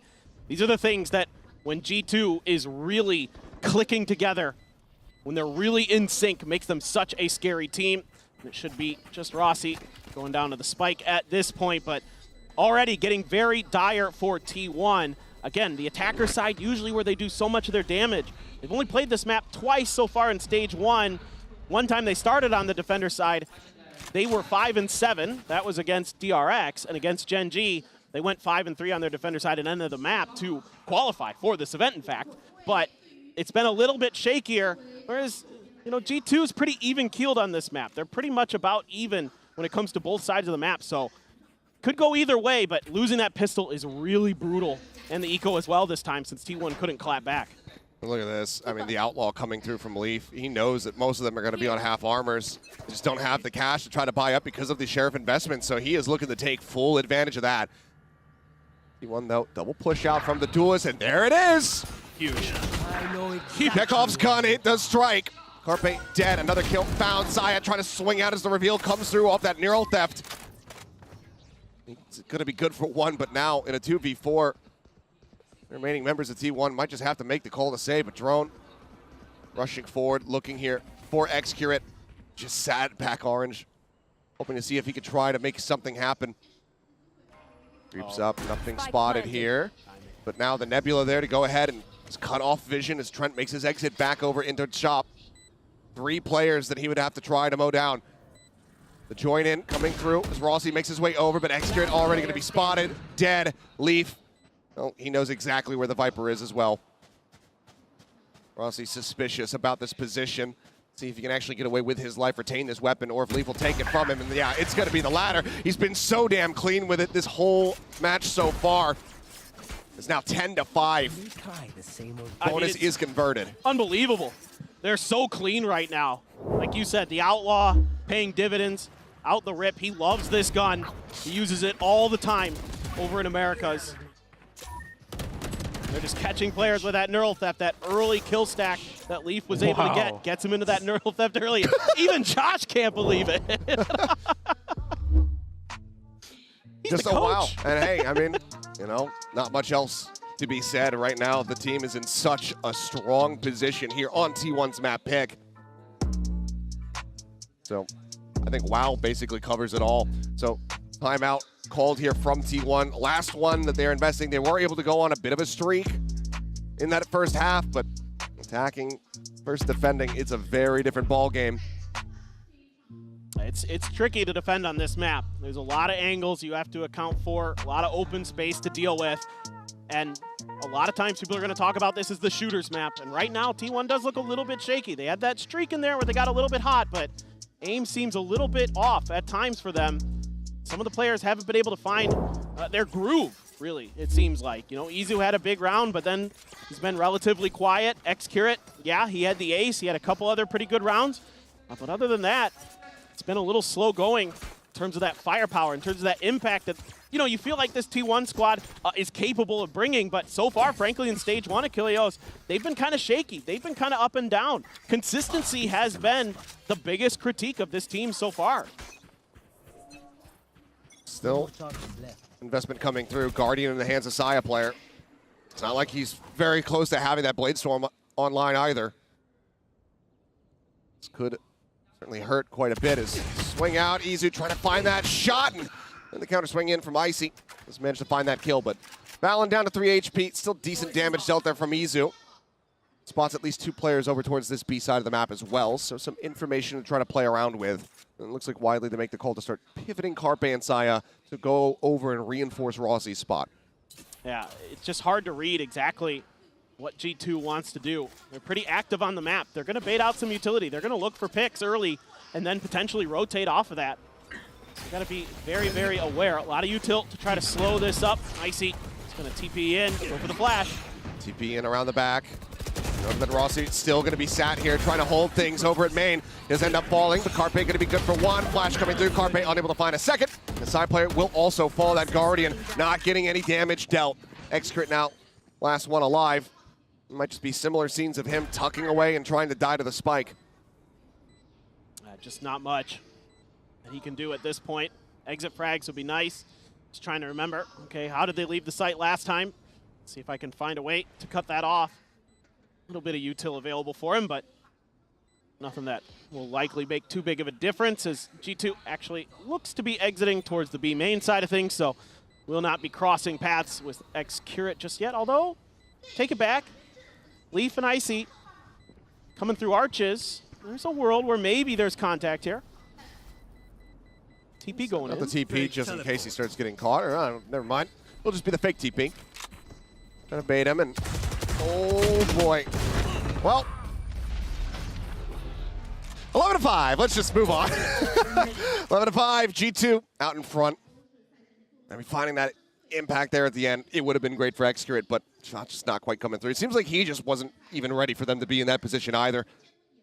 Yeah, it feels like maybe he had kind of just expected them to fully leave and not give him even the attempt at any of those exit frags. But instead, they go for it and they get it. So you got to like what G2 is doing. Confidence has to be flowing right now. 20-7 is Leaf. He is having just an unbelievable map, having so much impact with his guns. Those neural thefts have been huge for them to set up some big plays. That's a spot. Spot was there, but TP was taken out, so he's not in position to get caught, but now with the Dimensional Drift in play, Icy checking out the entire site. Hasn't quite spotted Rossi just yet, I do believe. Rossi trying to inch forward there. Sit on that bite a little bit, trying to get some damage. They catch onto them, managing to find one, but Leaf turns back, finds himself a second elimination. Carpe tries to slow things up. Hunter's Fury going across. So a little bit of damage dealt. They managed to slow them down here, prevent the plant for the time being, but still retaking this site is going to prove to be incredibly difficult for T1. A lot of their utility burned. Excurate still has all of theirs, but now there's a pit in play. This is going to be so difficult. You still have a recon dart. You could try to clear this pit, but it's going to be challenging. The wall comes up, but everybody is just still playing here within the site itself. Aside from Trent, who gets himself tucked back, playing on that long angle. Spray coming through, nice double reveal off the recon. Knows that they're going to be here, tries to go the flash timing, but Excurate gets caught by it. Saya able to find one, Carpe the other. Jonah at 72, pit still raised, shock dart now getting lobbed in. Jonah taken down by Carpe's. The pit has now fallen, and Trent has to try to hold this, but he cannot. The Fuse coming in, they do pass this over to Saya player to go ahead and get the knives online, so he does have that Blade Storm, but ooh, a nail biter round win here for T1. Themselves their first in the second half. And it's Carpe's utility that really does this for them. That recon that spots the two in the corner, and then the shock dart to clear the Viper. That's the round right there. And then they have a great advantage against Valen over at Window in a 2v1. This is just fantastic stuff from him. I mean, he's had a couple great moments, some good utility, and that more than ever, T1 needed it right there, right now, because this map was looking like it was done and dusted. It's still a very long road to try to run this back, and there is so much money available to G2. Pop flash out of the smoke. Instant headshot, Icy. Shutting down Izu. Drone now leading its way forward through double doors. Quite at the ready to try to flush Rossi out of that back pyramid spot. Recon up over the top. Not going to be catching anyone, though. I think that snake bite might have clipped the lip of the door. Good shot from Saya. Good shot, good damage found, but now multiple players out in mid, so he has to back away. Doesn't overcommit, doesn't overheat. Manages to pull back, keep himself nice and healthy. As Leaf just looks to continue inching his way forward. But it looks like T1 aware that somebody might have slipped the net, that they might have gotten into a deeper position, so they're worried about this push through halls. They're worried about this position over a nest. And there it is. Jonah able to find one, but Rossi quick to reply. Shuts it down, keeps them now at a 3v3, but the A site has been completely evacuated by T1, so it's there for the taking for G2. Well, I like what T1 does here. They're making sure that there isn't going to be any players that are lurking, that they have to account for, hopefully. And a great shot from Saya. Oh, my. Big one to give them now the advantage, and already a lot of damage had been dealt, but Trent able to find one. Worried about that dash forward, so Excurate just comes in behind. His attention fully paid over towards doors by that jet. Valen now fragging IGL. Can he find two in him? As there's the Cove, breaks it, reveals his position, tries to cut back around to the front of the pyramid, but it's just being stuck. Swings in, tries to clear him off, but Saya will be able to take him down. The defuse comes through. And T1 now get themselves up to 7. Oh, it's huge now. Saya's starting to come up with some snappy shots against his former teammates.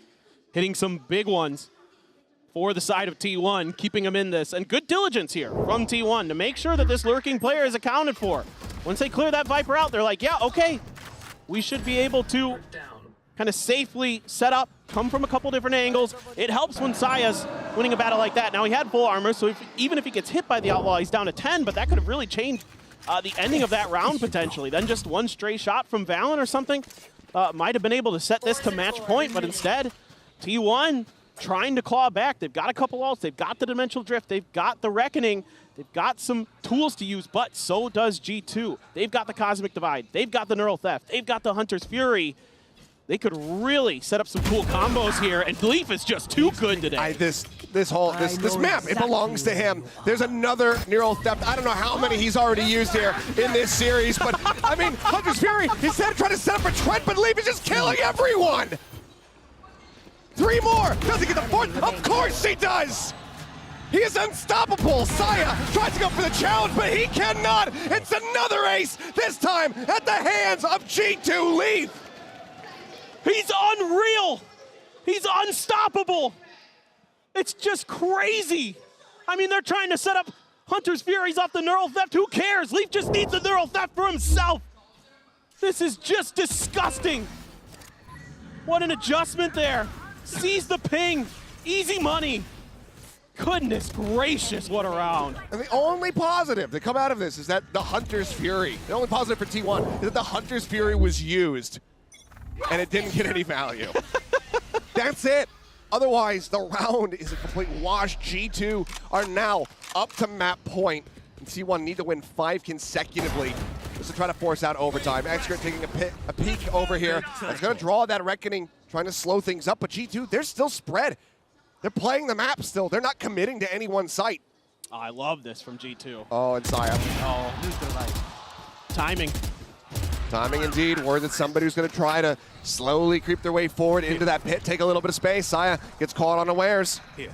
Dimensional Drift here from Izu, just looking to try to spot out a couple players, but he's running the clock down low, and he's going to have to try to back away. So does get himself over towards window. Xcrit with a nice timing. Creeps out and does find Leaf. With the Cypher gone, maybe T1 can actually win the round. Well, they've got him pretty well trapped in mid. There's a pretty good surround here for the side of T1. Just are they going to be able to win some of these crucial 1v1s? Somehow Xcure does. I mean, that's a huge one, but he himself takes so much damage. He's down to 1 HP. So is barely still in this round. Carpe with a deep peek out, though. Checks over, doesn't see anything, so they can start to really suspect that this is going to be that B-side hit, but getting over towards that site there for them, it's going to take a while. Right here. Recon at the ready. Izu playing close. It needs to be huge. Turns on the flashes, able to pick the right one. Finds Icy. Xcure, even with 1 HP, is going to be good to find that kill. With Valen falling at the end. It's a good shutdown. 3 players staying alive. Weapon not quite being able to be recovered there for Rossi, so he's going to be carrying over Stinger and will have to reinvest. But a much-needed round win as they hold on by a thread. Yeah, just a little bit of shakiness from Team 1 and kind of anticipating the timings of when G2 could rotate back off of that Reckoning. You know, it was popped really early there by Xcure, and Saya just kind of didn't anticipate that they would just not really push it at all and kind of fall back, and he got caught in a position where he didn't really anticipate fast enough that they'd be coming from their spawn, but it is what it is. Leaf just working his way forward.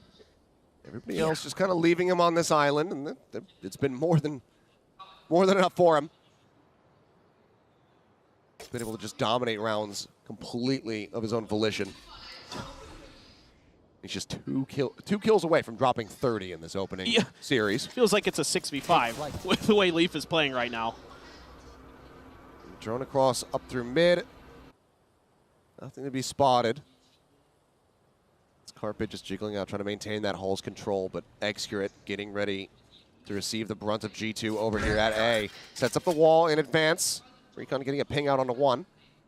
Just going to be drifting back. Look at them maybe join in with the rest of the team over at shop. Should have a pretty good idea that mid is clear, so... Ooh, that concuss. It does manage to connect, but he does avoid the grab well. But looking for the flash through. Should have been spotted. He pulls back, takes a little bit of damage here, does Xcure. Viper wall goes down. He looks for the challenge. Manages to come away with 1 and somehow gets out with his life. Can he win the second? No, he does not. Follow-up not going to be found. Icy taken down. So far, just a 1-for-1. Going to be now lurking so far forward here into halls. I'm not sure if they're going to be prepared for this, and now the Cosmic Divide is also in play. Carpe just here alongside the wall, tries to go in off that ping, but they're using it like bait. Jonah now makes his presence known. He strikes. Rossi caught off guard, and there's the finisher. Val will put him down and say, we'll let you get close, but not close enough for that overtime. G2 come away with the opening map victory here at Masters Shanghai, taking down T1's Breeze.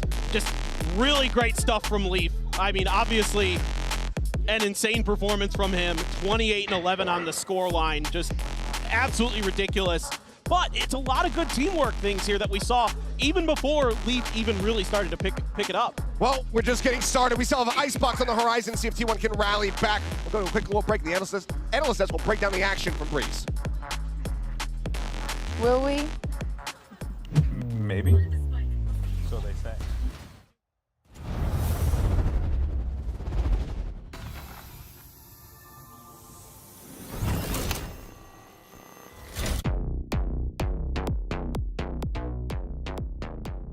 Not sure what sensitivity you perform best with? Are you constantly changing your sensitivity because you're missing? Introducing the Universal Sensitivity Finder in AIM Labs. Get real-time sensitivity recommendations. Keep track of the sensitivities you perform best with, then bring it into your next ranked game and dominate. Now available in AIM Labs Plus.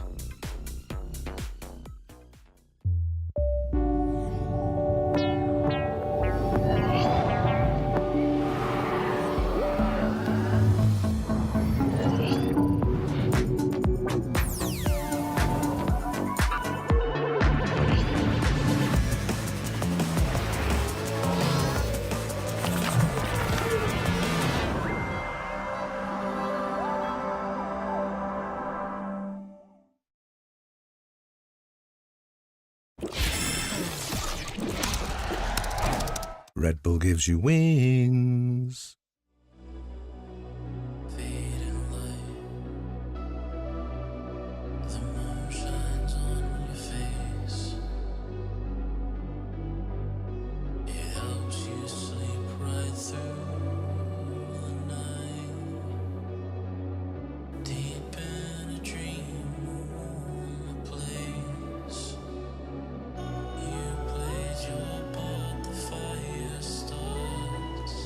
Of a night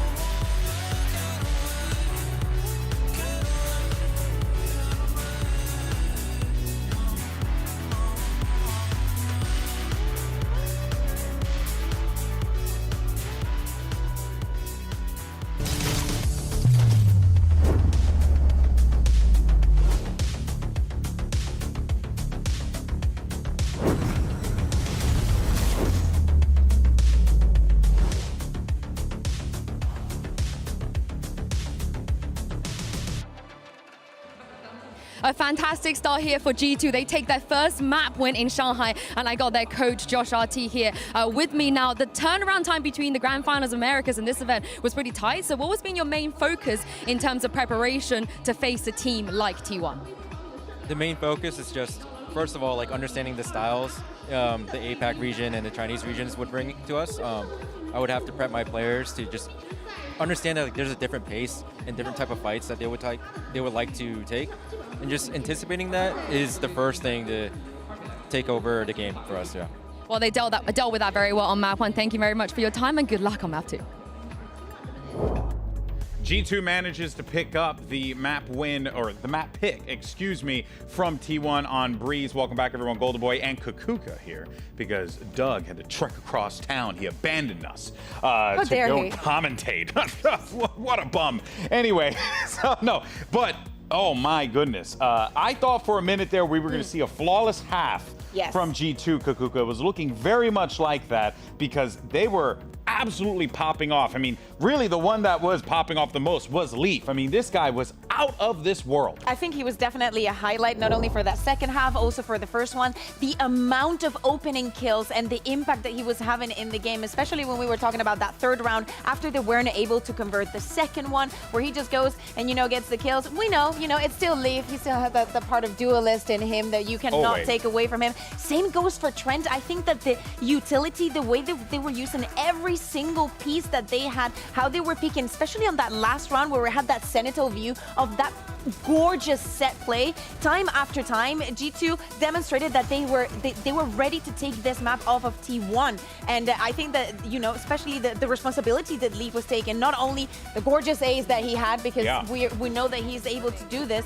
is that he was always very calm about the entire situation. Oh yeah, he always is. He always is. That's the thing about Leaf that makes him so dangerous as a player. 342 ACS. This guy was popping off in that game. And the thing is that, you know, when Leaf was on Cloud9 before, right, one of the things that we praised him for was that proactivity on the jet. He was always in the face of his opponent, really not letting them breathe. And I think on the Cypher role, that more lurker type of role, he has shined even more so because he just has that natural ability to read when he needs to make those plays. And it's the versatility as well. You know, like I can be the Cypher. I think that the way that he's playing with the utility, it suits him very well. Like he's very aware of every single thing that he's doing. But again, I think that it's very surprising to see this. This is the first time T1 has lost Breeze this entire year. In fact, this iteration of the roster had not lost this map. And obviously that was one of the reasons why they decided to go for this map as their opening map for Masters Shanghai. But the way that G2 turned things around, as you said, we thought that we were going to see that flawless second half. Yes, Saya player and Exterior especially had a very Exterior the first half, Saya player the second one. He was the one taking things closer. But there were a couple of situations where we saw things off time, and we do not know if that is for the pressure of being on the stage. You seeing that this is the map that you probably had the most prepared, and you've been read. And you have no response. Yeah, the Izu play I think came to mind, right? Like had he hit the dimensional rift, you know, just a little bit earlier, might have been able to get the timing a bit better, right? You could definitely tell that there was a coordination issue with their timings. They were really struggling to find air, and that is honestly a credit to Valen and Josh RT on the preparation here, right? Because very prep heavy team. The way that they are implementing the Astra, like this composition is so strong. Like again, if you want to see a sum up of this map, watch the last round. Like the Astra ult with the cages, the wall, like everything that goes on, like the way they segment the map is so beautiful and it's so strong that it's very hard to react to. Yeah, no, most definitely. And you know, one thing that you had noted before though was that Saya was starting to come online a little bit more, and I just realized our buddy's turned the other way. Oh my word, he's got to address the camera. He's the fourth analyst here. And in case, also my brain couldn't handle it. But the thing is, okay. You'd be surprised at the things I do in here when I get OCD. My brain was like, he's turning around the other way. Is this can aligned? Got the can aligned. But yeah, I mean, honestly, you're really seeing these teams, or at the very least, you're seeing G2 with some excellent reads. But now we're going to find out what's going on over in the T1 camp. We have, of course, the coach of T1 standing by with Yinsu to get some thoughts. Yinsu, what's going on?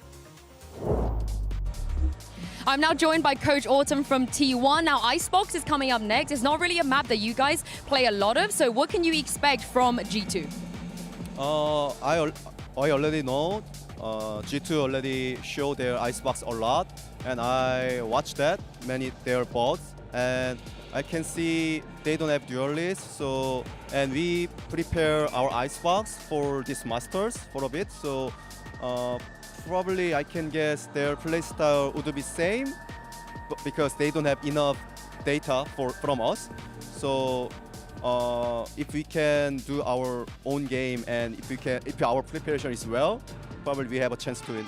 Fantastic. I look forward to seeing it. Let's see if T1 indeed can bring it back on map 2.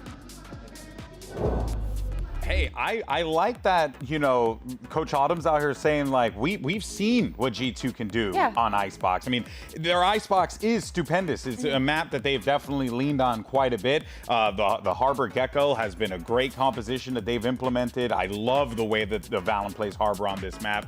So, yeah, I mean, but at the same time, though, there is a lot of film on this map for them, right? And I love the fact that he was so honest. Like, we know exactly how they're going to play it. We know that if they still play without the duelists, if they keep that composition, we know that the turnaround time between the playoffs and Masters Shanghai hasn't been that big, so we can expect it. But on the other side, what is T1 going to do? Is that composition that we saw with the Chamber, with the Reina, going to come back into play? Because again, this is a map that we've only seen once from them, I believe, this entire year. They first banned it in multiple occasions, and there has to be a reason for them not to choose to ban it against a team like G2. Okay, well, they're gonna stick with the Chamber. Reina's coming back to play. We got the Sage.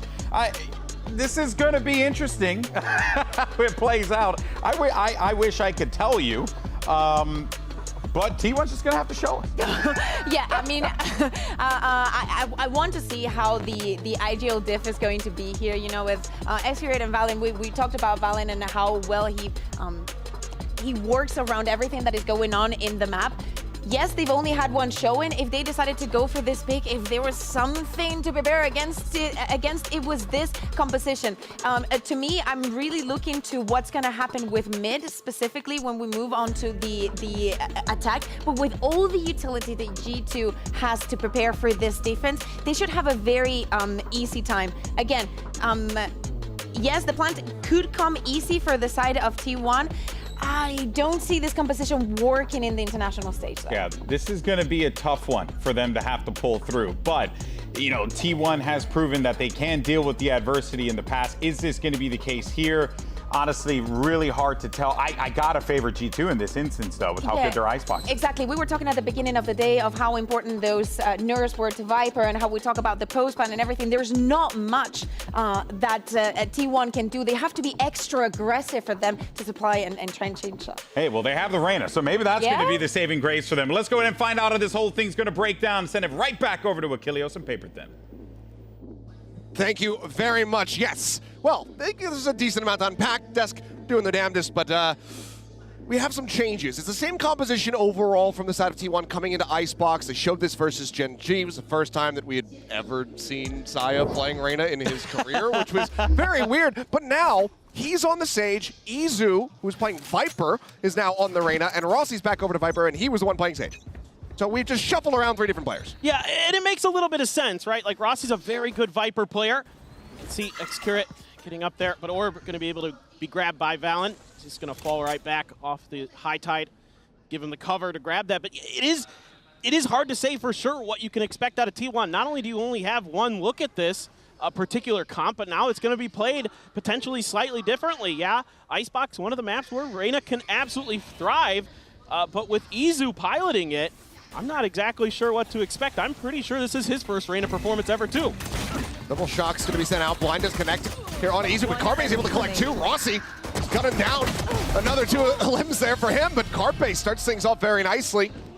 As all of a sudden the Leers come out, the util gets dumped. And T1 very quickly are able to find these eliminations, so pistol round victory is going to be theirs. Well, you can already see some of the ideas here, and Autumn was just talking about it during the interview, where you don't have to worry about some of those explosive hits because there is no duelist for the side of G2. So you can give them a little bit of space and just punch them as they're trying to make their executes, make their plants. And you can see Josh RT a little bit frustrated with that one, but just a good patience play here from T1, reminiscent a bit of what G2 actually likes to do on their defender side against those A hits. They'll kind of hang out by the ramp over in mid as well, and then kind of swarm you as you're trying to get comfortable on those pistol rounds. Let's see what they can do here on this follow-up. I mean, there's no ambiguity. That recon, it pinged everyone on T1. So you get the push behind here from Jonah. Says, yeah, they're not rotating out. He does have that trademark to try to work around or at least clear out for now. Toxin screen down. He'll get as close as he possibly can. Tries to cut his way up over top, but eventually does have to go ahead and take that one down. So Walt coming up, interrupting some of these kills is Mosh in over the top. To force them off that plant, and so far it does. So an interrupt coming through. A couple knives there onto the wall to try to break through. Saya will be able to get this plant down. Izu at 47, would love to get a kill, would love to try to get that Devour coming in. Well, just will be the Lear, just spray across. Jonah able to come up with one as Rossi will fall, but otherwise 4 players from T1 do stand tall. Vandal scooped up there by X-Grid as well, making sure they carry that ever-important rifle over into this now bonus round. Yeah, and you're already kind of conditioning G2 here that it's going to be a lot of a lot of A hits. Yeah, I see it already. This is something that they like to do. Them and HyperX love to grab these early ops in round 3 if they can establish a big enough lead. And certainly, the way things have been going, it's a good opportunity here to get X-Curate into his comfort zone. A phenomenal opper, and it's going to have to be really stalwart for T1. Good start, a good recovery. And use the Poison Orb to cover mid. Of course, not able to be recovered anymore in the newest patch. And just a little bit of info being gathered. Going to catch 2 around that corner. They didn't see anything else. Valen is scooting over towards the other side of the site. Good shock dart does a little bit of damage. Oh, as he swings out to try to clear the drone, Icy is watching for it. Fantastic headshot to go ahead and open things up on this defense for G2. Still having the players try to make their way across, but Izu able to find one, so now 4v4. Gun here. Op is on a very forward deep line for X-Curate. Very easy to lose that weapon here as the chaos gets ready to ensue. Toward the wall, back up, off shot, not going to connect, but Saya player able to find that covering fire, catches one, restabilizes his aim, finds a second. Carpe will take down Trent. Now it is all on Leaf. He's been a menace, but X-Curate will go ahead and get himself on the board. That final shot coming through, and T1, they will start off this map 3-0. Just 3 players working in unison so well here for T1. X-Curate covering with the op, and then immediately Saya player realizes there's contact from the rafters, swings in. Carpe as well getting involved, and then X-Curate just going to be able to watch the screen's angle, get that final kill. The crowd echoing his cheers. But already, you see a pump of the brakes. 3-0 beginning, not what G2 were likely anticipating coming into this one. Because while T1, you know, they did play close to Gen G on that icebox. They managed to make it a 13-11 in the loss. The comp was still looking disjointed. A lot of that came down to just pure aim, you know, some util combos, but for the most part, it was just a lot of good shooting. So having T1 come out the gate and be able to start things off with a 3-0, that is not what G2's looking for. So timeout, going to be burned nice and early here, wanting to just go ahead and course correct, not let this get out of hand. And you could make the argument that G2 might have an idea how to play against the Reyna comp because they have. Crew does run Reyna on this map. They did play it earlier in the playoffs in Americas, but it's a very different comp that Crew runs. They run the double initiator. They run the Gecko and the KO, whereas this is, you know, wildly different. You got essentially, you know, 2 Sentinels with the Sage and the Chamber, so it's a very different look that T1's going to bring you on the back of that Reyna. Yeah, there's still kind of the dismisses and the other things that Reyna can do, but the follow-up behind it is going to be a lot more playing for trades, a lot more looking for some long angle fights with that Chamber, things like that that we're already seeing come into play. And it's already just been overall very clean. I mean, Rossi's the only one who's died on T1. He's died in every single round. So cash being banked up by the rest of these players. Leaf, they deep, work forward, but as they continue to poke and prod, Icy gets taken down. Leaf is going to be good for 1, does take out X-Curate. That operator going to have to be carried over into the next round. Unless the rest of G2 can try to clutch this one up. Clear up over the top, did get the blind there on the Trent. The drop in, a side player playing this aggressively. And he's starting to do it disrespectfully as well. Couple shots there. Onto the corpses. Jonah P trying to see if he can get anything done here with that Marshall. Slow orb to stave him off. Izu around the back, finds it. Doesn't even need to use the dismiss, but he's like, man, I got money. Goes ahead and pops it, and that is going to be T1 still looking good. But this is the round that we expect that timeout is going to be preparing for. And see how things look with some more rifles back into the hands of G2. Well, you can see that I think G2 already trying to get in the heads of T1 a little bit by getting aggressive, getting ahead of these plants, because this is something that you can't do against this comp as easily, especially because of the Sage Wall. Give them that extra space where they can kind of set up, and Saya's just been an absolute menace around that plant site. He is just mowing people down as they try to come from rafters and back site, and you got to find ways to deal with that. You got to get util in their faces, but a little bit of a change of pace here for the side of T1. I'm really curious how quickly Jonah P is going to start rotating as well. Has this been all A all the time for T1? They haven't shown you any different looks yet. Not at all. Doing the team secret strat. Just go A over and over again. But now we have this about to be basically quad push coming down through mid with a join in from Jonah over at green. Izu eating a bit of damage there as the nanoswarms are going to be popped, and now we're also going to be investing that Viper's Pit. Valen, the rest of the team now arriving. They have managed to avoid that trademark. 3 coming from the flank though, so a lot of pressure here for Saya. The trademark actually put in shallowly, so they're able to just push their way forward and not have to alert that at all. Saya, I don't think he's going to be ready for this at all. He's got a couple players just above him, but they're also not checking for him. Finds the one, but it's not going to be able to find a follow-up. Valen does strike him down. 3v4, X-Curate, pop in hand, good for one. Tries to pivot, tries to look over to the right-hand side, but he ends up falling, and now it's just Rossi here in the pit. He's bought a decent amount of time. He still has these bites. He's trying to counter-rotate back around here from the front. Finds the first, finds the second! And that is going to be the Red Bull clutch as Rossi gets himself 3 and T1 get up to 5. Sublime timing here from Rossi. Just gets ahead of Jonah P as he tries to enter that Viper's Pit. Wraps around, lets him start defusing, completely catches him off guard. Phenomenal play here. Got to that ult pretty quickly.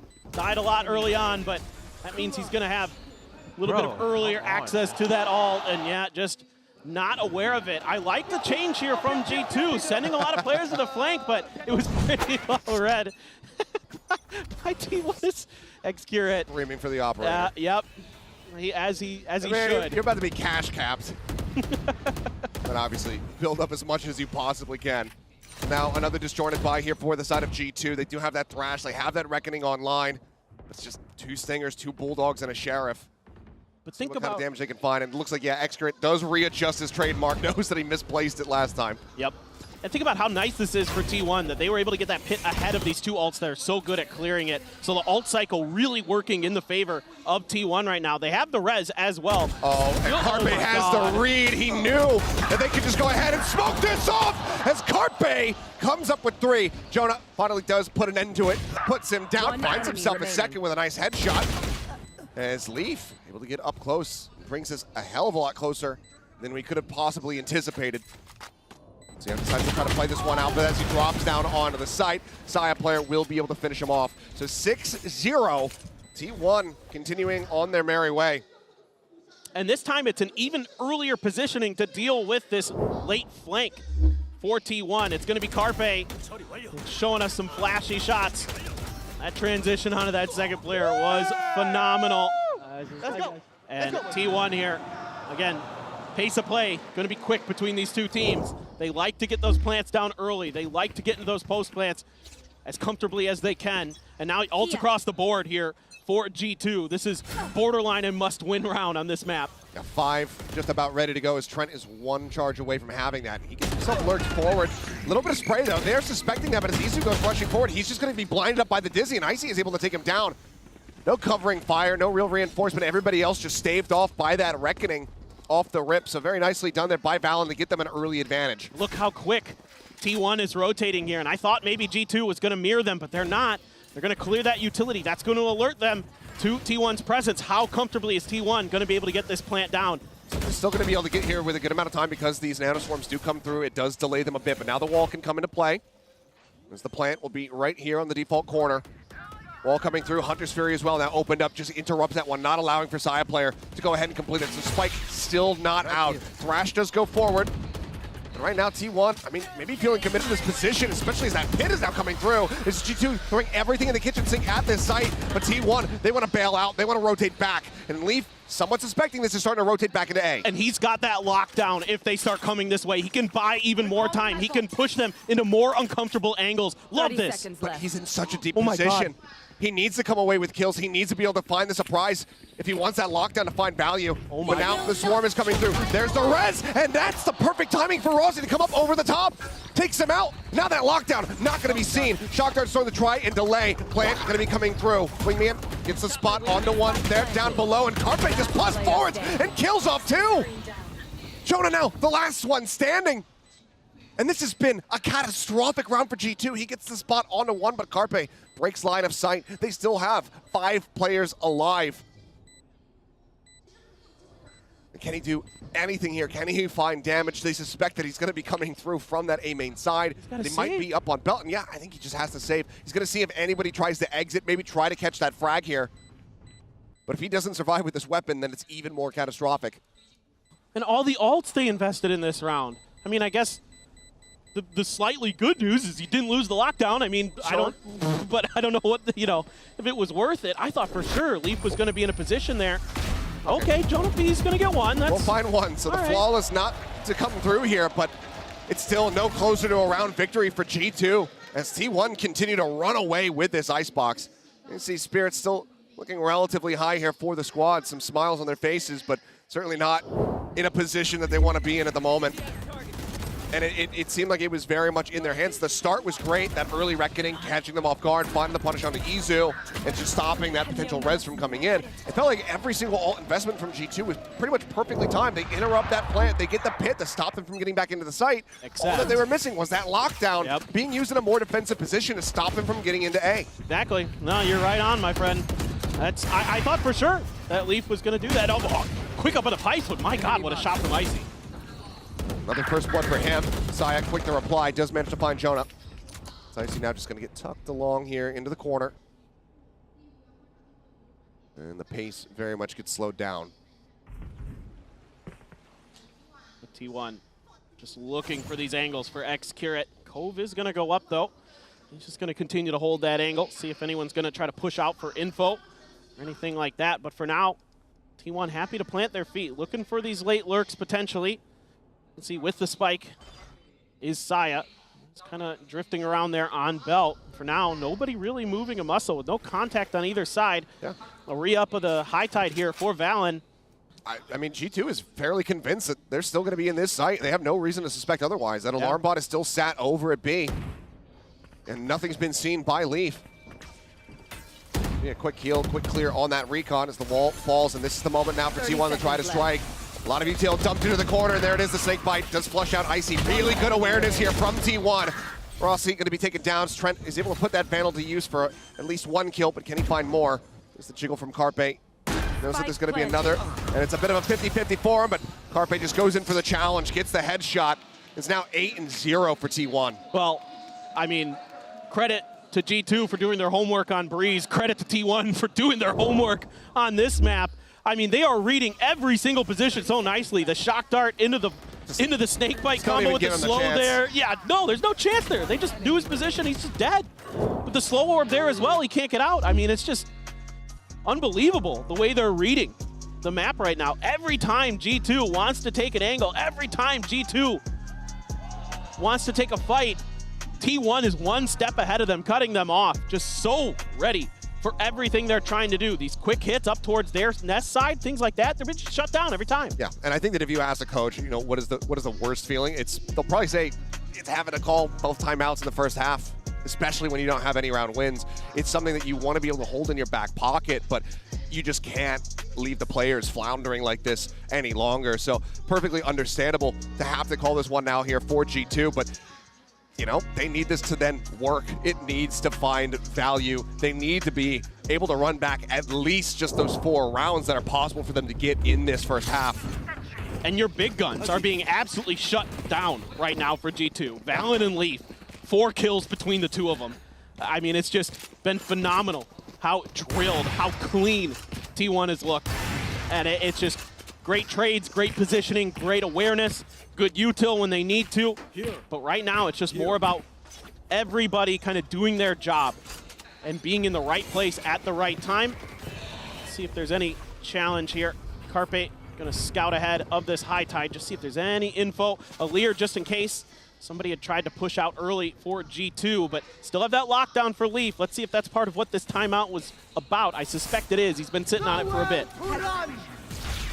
Hunter's Fury on the open. Carpe looking to see if he can catch anybody here, and just barely splits the difference there, so unable to find the tag on the Trent. Lockdown now as well, trying to buy some space. Saya, can he get out of it in time? Yes, he does. So the detain, not going to be found playing that one. On a razor's edge is T1, but Extra now going to be taken down. Leaf starting to come up a little bit. That's the operator now dealt with. Izu trying to find a pacey timing, goes up, gets the dismiss out, sees a couple other players, but now Leaf comes away with a second. Saya going to be taken down, but Izu as well, equalizing, gets that kill. Off shot taken now into Carpe's hands, unable to find the value there. Recon cleared, nothing spotted, sees the legs of Icy, but cannot find the kill, and Rossi cannot get the clutch. G2 will at long last get themselves on the board. And even though that's read pretty well there by T1, that was a conscious decision to invest that Hunter's Fury before the lockdown came down, because they knew they had the timing to get Saya player back out after he puts the plant down. I mean, a lot of teams aren't going to get aggressive off the back of their lockdowns these days. They're going to wait it out, because you can never count other teams out of getting aggressive towards you, trying to clear potentially that lockdown or get a free pick and leave. So they have to play back. T1 tries to take advantage of it, but it gives G2 enough comfort to get their angles, to get their shooting under control. A couple just off the mark shots from Xcurate hurts there as well for T1. Usually pretty steady with that op. This time around, just a little bit off the mark. However, the money obviously very, very good. A little bit of congestion though at the front of the orb is still T1 continuing their march forward towards A, and G2 is going to opt to play a little bit further back, giving up that front part of the site, just like they did on the pistol round. Drone for drone, but I mean, right now, Trent, he is spotting out everything. No ambiguity once again here for T1. Shock dart lobbed in, not going to get the connection there. T1 hasn't needed the ambiguity, though. They haven't really needed to have much. Another wall set up. There's the reveal of the TP out. Decent timing there from Extra to keep himself safe. They're also kind of hoping that this is maybe faked, that somebody else, is in that forward position. Isu stays tucked, and he's able to find the headshot. Dismisses forward, just checking for more info. Cuts back, Lear now going to be sent out, and spots out two. Quick little dismiss there as he goes up on top of the wall, and Leaf does manage to shut that down.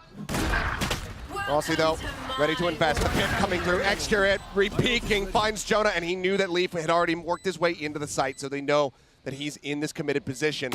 That a bit wanting from Xcurate, though, given how low he was. Ends up going down. But can Leaf find more? There's the headshot. As he gets himself 3. It would be an ace clutch for him to get G2 a second round win. We've already seen him get an ace on that Breeze map. All on his lonesome. Jumps across to the opposite side. They hear this. They should roughly kind of know where he's going to be positioned. But as he pushes up into the smoke, Carpe with a shorty will be able to put him down. Not giving him any more wiggle room. They shut it out. That's T1 now, 9-1. Yeah, loving the way that Izu's been playing this Reyna in the last couple of rounds. Gets the kill, uses the dismiss to get information. Immediately the Lear follow-up. Goes on top of the wall, Leaf's ready for it, but now Xcurate finding value with that op. Something missing out of the previous round, something that is hitting in this round for T1. That is a difference maker for sure, because you can't let Leaf get hot, as we saw on Breeze. He could start taking over maps. At this point, though, 9-1 for T1. Pretty in control.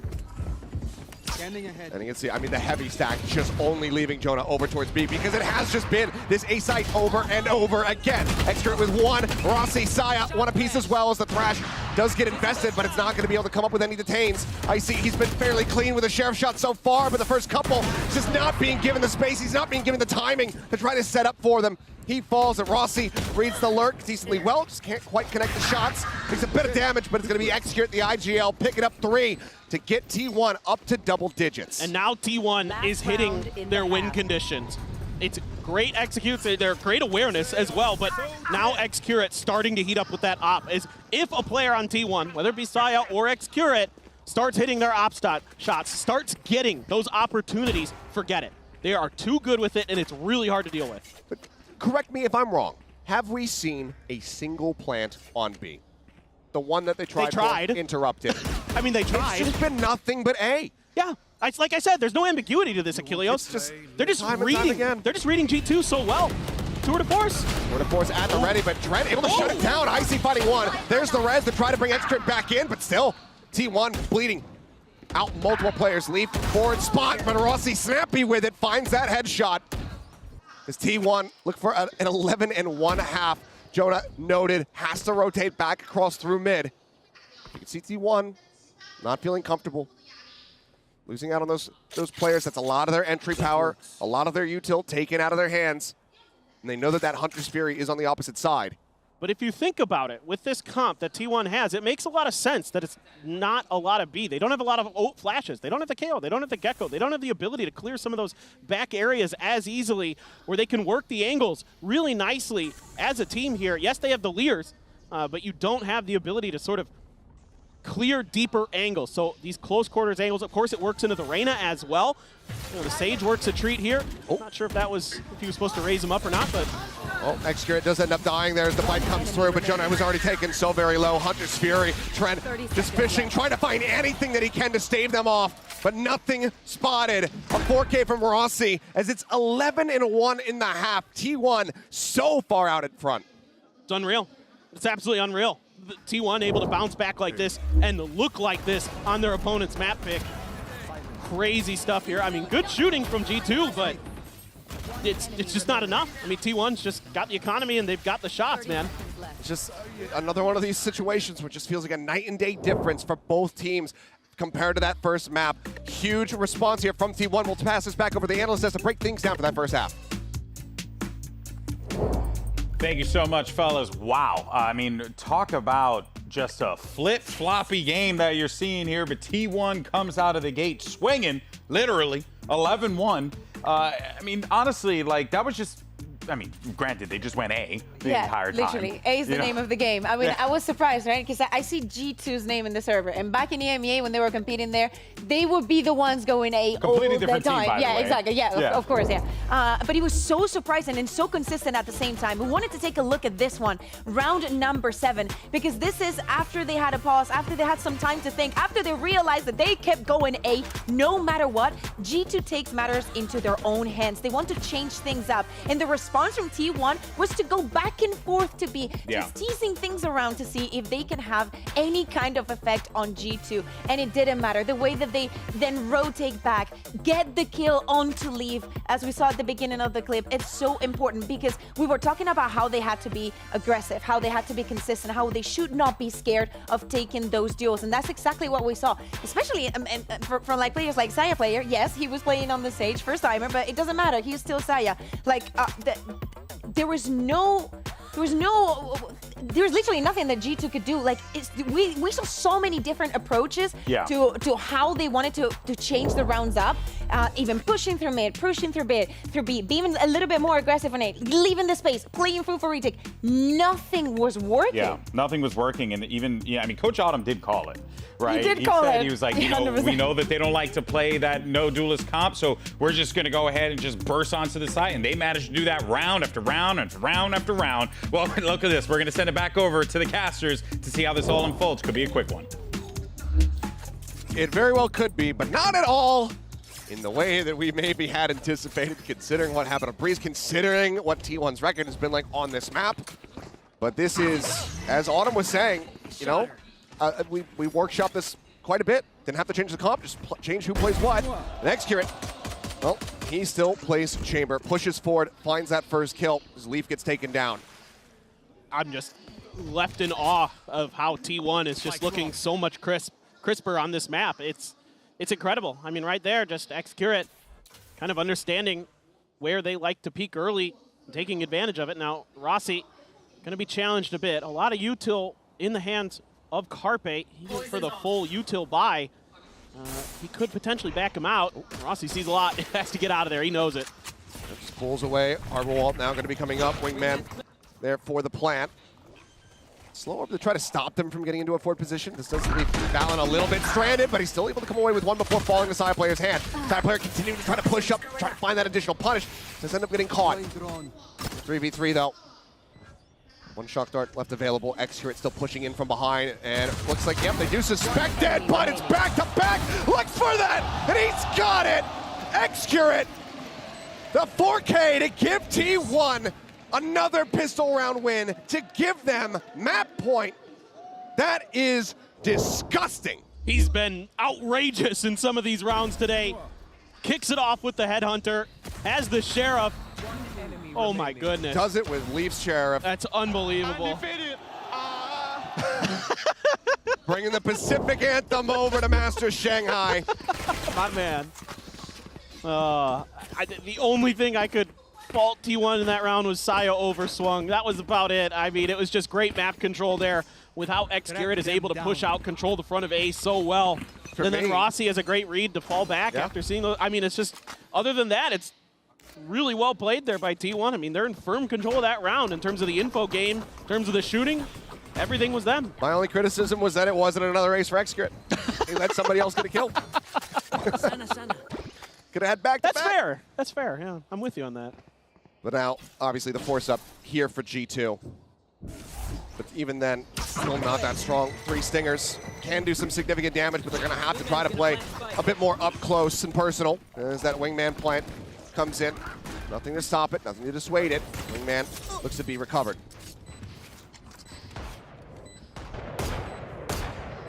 Saya player just inching his way out, just taking pot shots, trying to see if he can find any kind of straight connection, do some damage before they really start with this retake. Really just that Gecko utility left. Shock Dart keeps players at bleed temporarily, but they got all the info. Run for the spot, easy to try to lead the charge. He does end up falling down. Aggressive push forward, and that's Xcurate with a no-scope outlaw headshot. What a snappy reaction from him. Either way, they continue to storm their way forward, and as Valen, he was the last one standing. He does fall. T1 damn near perfection on Icebox as they close this out 13-1. They are not going quite quietly into the night. They are fighting back in a major way, and they are extending this series to a third and final map. I mean, a map that they had been afraid to play until the lower finals, the very last match they played in Pacific, and they come into this and they say, no, we've got it. We figured it out, and it certainly looks like it. Unbelievable performance from T1. Absolutely insane, but we still have a Lotus to see who is going to be walking away victorious. And that action will continue in just a few, so don't go anywhere.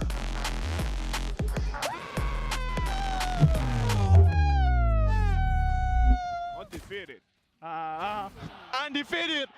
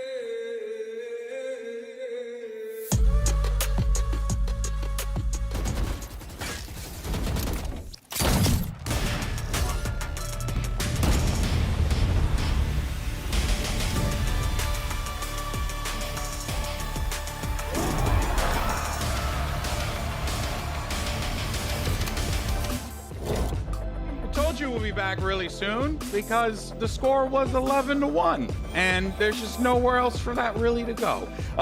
Man, I mean, look, I'm gonna just be honest. I can't recall the last time I saw G2 get pooed on like that, but that was literally just a dumpster fire for them, honestly. Well, that is probably because this iteration of the roster has never lost us hard. A 13-1 in your map pick. Yeah. We were talking about maybe biting into some bait, but this was on a different level. Yes, we had players playing some agents for the first time, but it didn't matter because the cohesion was there. Everybody was being extra aggressive. We weren't even seeing on the replays how they were feeling every single moment. Yeah, and Saya player was having a field day out there. Yeah. You know, something that we didn't get to talk about because honestly, it happened and we were kind of like perplexed. We're like, oh, they're using the same composition that they were using before. Oh, wait, they swap players around, and I think they found the combination that works for them I now. would love to know why. Like, I need to know, like, you already had the comp, you already had to play it. What made you, like, is it just the fact that you lost and everybody was like, oh, no worries, next time I will be playing the Sage? Because I think that we just saw it in that replay, right? Even though Saya is the Sage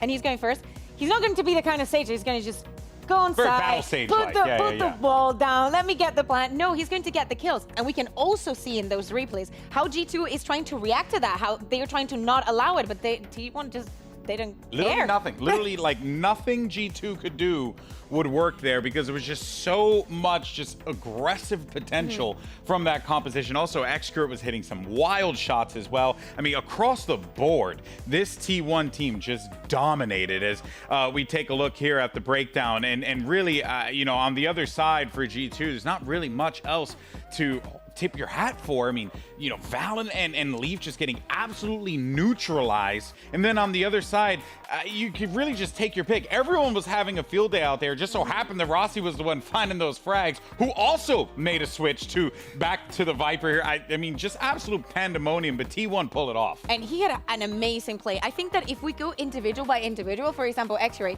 he gets the operator in what, round 3? Yeah. Rossi also as well, the play that he had in the Viper spit, like how he moves and how he interprets everything. I think that every single one of the players, no matter what agent they were playing, had their moment into making this such a dominant win. Yeah, and really, I think G2, you get to a There was point always another where layer. it snowballs so much that you really can dig yourself not only out of, you know, the score pit that you find yourself in, but the mental prison that you're in. Oh, I mean, they certainly did. They certainly did. They had to. They had no other choice. Obviously, just a very well executed game there by T1. You saw on the other side how prep G2 was for T1's Breeze. T1 obviously did the homework on their Icebox. Now this takes us to Lotus here. But before we do that, though, we have our HyperX reflex moment. We got to give it to Xcurt there for that awesome 3K that he was able to pull off. I mean, really, you could have just pick and choose any round, but this was just, again, another one of those just wacky shots with the Sheriff they're receiving from Xcurt, just doing the business. It's poetic, right? Like, he gets the first one with the Handhunter, then he gets the Sheriff and gets onto 3 more kills to secure the pistol round. Didn't even need it. No. They could have given away some rounds, put some makeup onto that score so Saya it could didn't have look just been so like, yo, dominant. let's throw my boys a bone. Let's get them a few more. Nah, not gonna happen. They just shut it down. Beautifully done, though, honestly, by T1. But now, though, Bea, that takes us to Lotus, and I'm curious what we're gonna end up seeing here, because we did see some changes from T1 last time they played this. They busted out the neon on this and the composition.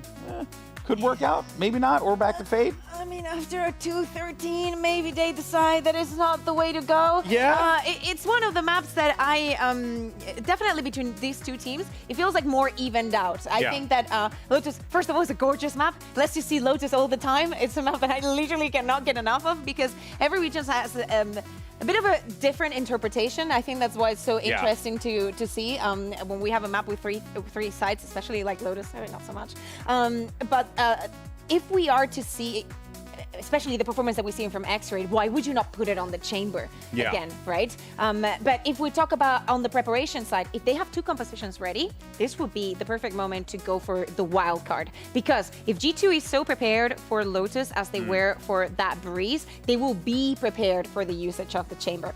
Also, something to mention, remember that we're in the patch where Viper has been nerfed, and I think that in that icebox we could see it, because Jonapi did not have that much versatility to counter what was going on. If he uses one snake, it's gone. Yeah, the agent's very limited. Gone. Like whatever you use is committed, and I think that that was a very small showing, and we're going to see even more on Lotus. Yeah, that was, you could see how the agent is now been really restricted from before, just being able to do so many things and contribute so much to the team. Yeah, exactly. Now it's just not going to be the case here. And I think if you're T1 coming into this Lotus, you know, despite the fact that G2, you know, they have a pretty decent Lotus as well, I think T1's riding all this momentum. It's really going to be up to, you know, the gentlemen you see on the screen there, the coaches, to get this team ready and in sorts as they get ready for this particular map. Because T1 now, they're riding this high, and momentum, as we've seen in Valorant, can really play a role. It plays a massive role in these series, especially at these global events. Because you have to think in the back of your mind, if you're Valen and this, you know, that guard core, you're like, oh boy, it's happening again. You know, things are starting to crumble, and we're struggling here. They need to figure it out here and now. I'm just scared that Seth and Clint are going to be right about the predictions, and it's going to be the composition without the Neon. They're going back to the Raze, the Omen, the Fade, X-Curat's on the chamber. You called it. You said you wanted to see him on that chamber. He's having a field day. Might as well. Hear me out. Again, it comes to preparation. It also comes to something that we were talking about before. Mentally now for G2. Scrap water just happened, okay? Yes, Icebox, it didn't happen. Let's just focus on the Lotus. Again, it's a map that we're going to be seeing a lot. And now they're starting on the attack. They need to make it worthwhile round after round. Yeah, well, this is going to be a challenging one for G2, and T1's riding that high. Are they going to be able to lock this one down and get that first win? Let's send it back over to your casters. You got Achilleos and Paper Thin on the call. Thank you very much, GB and Kukuka. Here we go, a map 3 in our opening series of the event. What more could we ask for? X-Curat as well back over onto the chamber. Let's see how this looks. This has been, calling it a crutch map does seem a little bit harsh for T1, but this has been where they like to play. This has been their bread and butter throughout the entirety of Stage 1, even back into kickoff. But there's plenty of tape to have been studied. And I was so hoping we get to see this map between these two teams, because G2 has been absolutely phenomenal so far this year, or this stage on Lotus. They beat C9, they beat Leviathan in the run back in the lower finals, they beat Furia, they beat EG. A little bit of contention here outside of A main, as G2 gonna start on the attacker's side this time. Looking for those angles, gets a spot. Carpe though, takes a little bit of damage, just gonna opt to fall back. Some rotations coming through. Saya sliding over for T1, but G2, typical G2 fashion, didn't really like what they saw. Smoke coming up, and gonna use that opportunity to rotate around. Maybe think about a B pivot or a C pivot. Let's see what they want to go for. X-Curat was tucked into that A corner, so something gave it away a little bit there for G2. That could be the more challenging part of the map. However, Rossi sliding over. Isu ready with that paranoia. A lot of util dumped here by G2 for essentially nothing. And Valen just goes in and sees nothing, and he's like, don't like it. We're not getting any contact. And there's some contact. And there's deja vu is what it is. X-Curat finding the headshot with a headhunter there onto Leaf. Tap on the door. Here's all these footsteps. He knows that there's plenty more players. But still T1 not full sending the rotations. But he coming in, can't quite stabilize. Those follow-up shots. Paint shells going in a little bit deep, and shot through. As Trent able to find one, but Carpe arrives. Cleans up two. Icy Trent now dead. A 4v2. As G2 look to try to get this pistol. Take some big moments from him, but now Jonah taken down. Saya finds a headshot.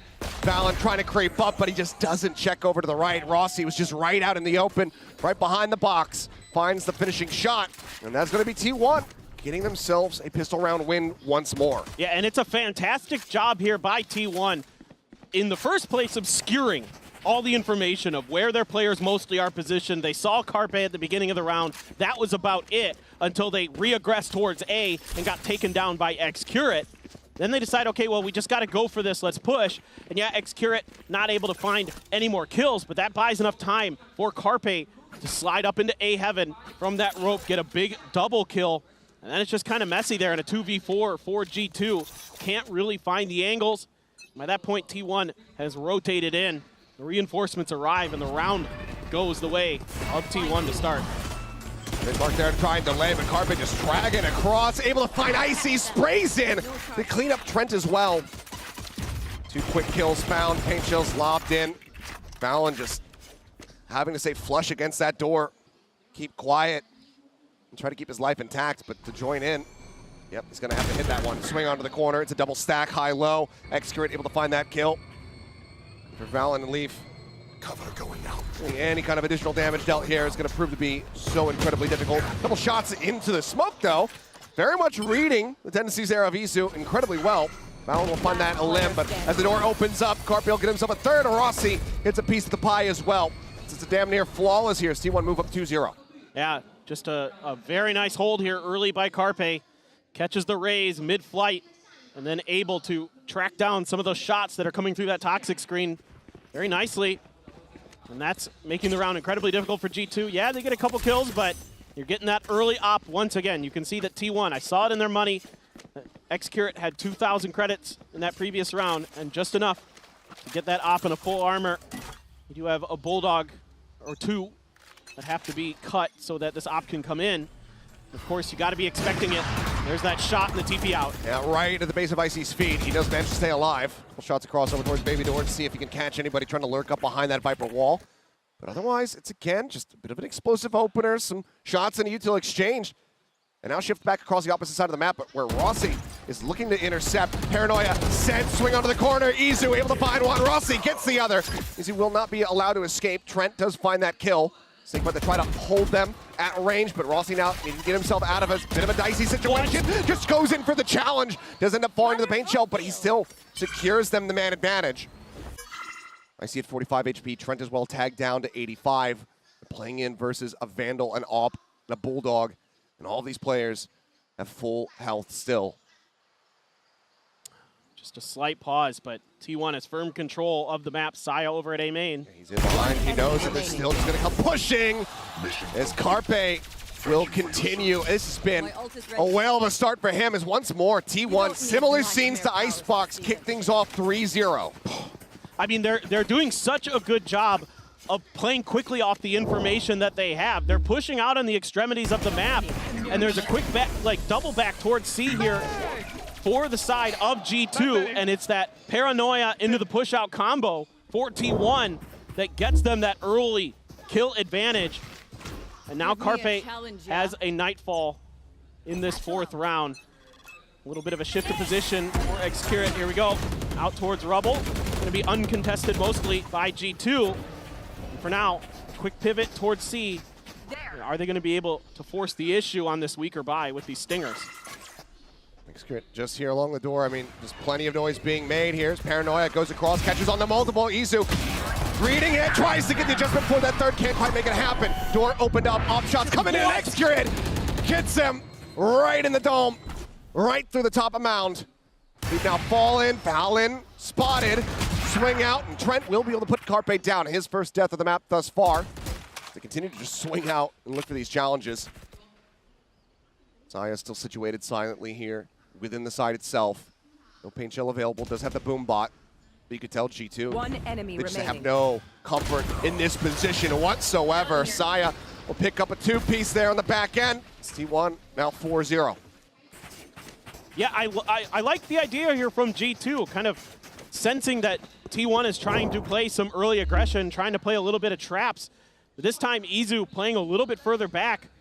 As soon as that Prowler comes out, his Paranoia follows up, gets a bunch of them, sees the player blast packing in towards that box, I believe, reads the positioning nicely, only able to get 2, but still, really nice hold from Izu to at least get 2 out of that position. Yeah. And that shot from Excurate, he is feeling it now, that's for sure. Nasty one. 4-0 start once again. Pressure now going to start mounting here for G2. I mean, the desk was talking about it, how momentum, how important that can be. But we also saw, because of that icebox, how quickly momentum can come and go. T1, they're not looking to release it, though. They don't want to relinquish the control that they have. Well, when you're in that flow state, yeah, the longer you can stay in it, the better for sure. And T1 is definitely definitely found it. Do have a Nightfall for Trent coming into this next round here for G2. So let's see, if they can make Xcurate uncomfortable, that's something that can cause T1 some problems. We've seen it in Pacific, where if you can keep that chamber off balance, that's when things start to get a little bit dicey for T1, when they start to crumble somewhat. And that's something I'm looking for here. You know, you saw it with teams getting, you know, deep smokes, deep flashes to cover off some of those anticipated angles that Xcurate likes to hold. Now you got to look for those opportunities, because so far they haven't found them. Smoke, Paranoia, going to be sent in. Icy able to find that forward player. Rossi going to be taken down. Showstopper, he's blinded up, can't quite get that rocket in deep enough. And Izu able to keep himself very healthy as he tucks back just on that left-hand side over at C. So now, not finding anything else, G2 will start to back away. Xcurate in a very far forward position as his TP set up, but now has to be reclaimed. He knows that they're into that B site, and if he does take that TP, he's going to be dead to rights, just out in the open. So Plant now coming through. G2 with a man advantage. Can they close this out? Rush forward out of the smoke. Icy finding himself a third, shuts it down. Notes Carpe on the opposite side of the door. Now it's just he and Xcurate to try and see if we can somehow claw this one back. Boombot cleared, paint shells lobbed in to try to cut them off. Xcurate able to find one. That's going to be the lurker. Now dead. But still, so many angles to try to clear out. Headhunter in play there from him as Carpe going to be struck down from behind. Icy now on for an ace. He moves forward, wants to try to catch that one, but Xcurate says no. Finds that kill. Now things start getting a little bit more risky for them because they still need to hold on to these weapons. So Xcurate will just go ahead, save the operator, pulls back away. It's G2. Drift across the opposite sides of the map, maintaining their weapons, and they get themselves on the board at long last. Yeah, and this is a good read here from G2, kind of identifying some of the open space that T1 is giving up. You don't have some of that Killjoy utility that can often be kind of difficult to deal with on the B site for teams on Lotus. So you can bypass that and just make quick hits. This time around, we're able to sneak past the defenses, the opening trade as well, but still, Josh not super happy with it. It is a round, it is a win. The op still remains in Xcurate's hands. Still have the Nightfall as well, so all things considered for G2, you're in a pretty good position now. It's more costly than he wanted it to be. Icy now trying to work his way forward over by the tree. Paint shells lobbed out, but Saya not caught by them. Jeez. Just a minute amount of damage taken here, but B-site completely open. Prowler will go ahead and check forward. Trademark to try to slow things up on the approach. Showstopper as well. Side player looking to shove them back, but kill found. Easy with a nice backstab. Comes away with one, but he's not ready for Leaf out wide. And Trent does manage to find the kill. Then eventually going to be held. Carpe coming out with two. And all of a sudden, it's right back into T1's hands. Spike now dropped here on the smoke. Leaf able to find the one. Gets the taps. Absolutely gorgeous rifling from him to keep G2 in this round. Swinging out, finds one. Now the 1v1. They know Leaf's position was right there in the spawn. He's inching, he's looking for it! And Saya will have it. The Red Bull clutches his. Damn close, Leaf doing everything that he could. But Saya just barely gets away with it and stops G2 from finding that second round win. I mean, it's so interesting how fast this map is. And part of it's because T1's pushing the pace, and this time around G2 reads it pretty well, but that's just insane from Carpe. Completely changed the destiny, and you're like, okay, Leaf's turn. He's hitting some banger shots. And then it's Saya's turn. He's gonna step in and just barely. One more shot, he would have lost that battle. Pop off. You get a 2K, you get a 2K. Sharing this is Xcurate trying to go for the same timing shot. Not quite ready for the reveal on the haunt there, as Orb's gonna be snatched up by Icy, just 2 away from that next showstopper. Xcurate just dropping back here. Up on top of dropping as the smokes continue to fly through. He has to reposition, but Rossi, the first Bastion defense, ends up falling, and that's going to be a weapon now handed over here to Trent. Sees in play, Xcurate still wanting to peek off the back of this, expecting somebody to push their way over in towards tree, but no one giving him a sightline whatsoever. The Nightfall just having to be eaten, now fully deafened up. Knows that there's going to be no flank coming in, but Trent's actually going to be the one taken down. Saya comes away with that kill. Pinch to clean it up. Icy now dead. Izu doing God's work somewhere. Finds two. They go ahead. They double push the smoke. They flush them out. And the defuse is there. T1 with 3 players left standing can go ahead, pick up the operator once again.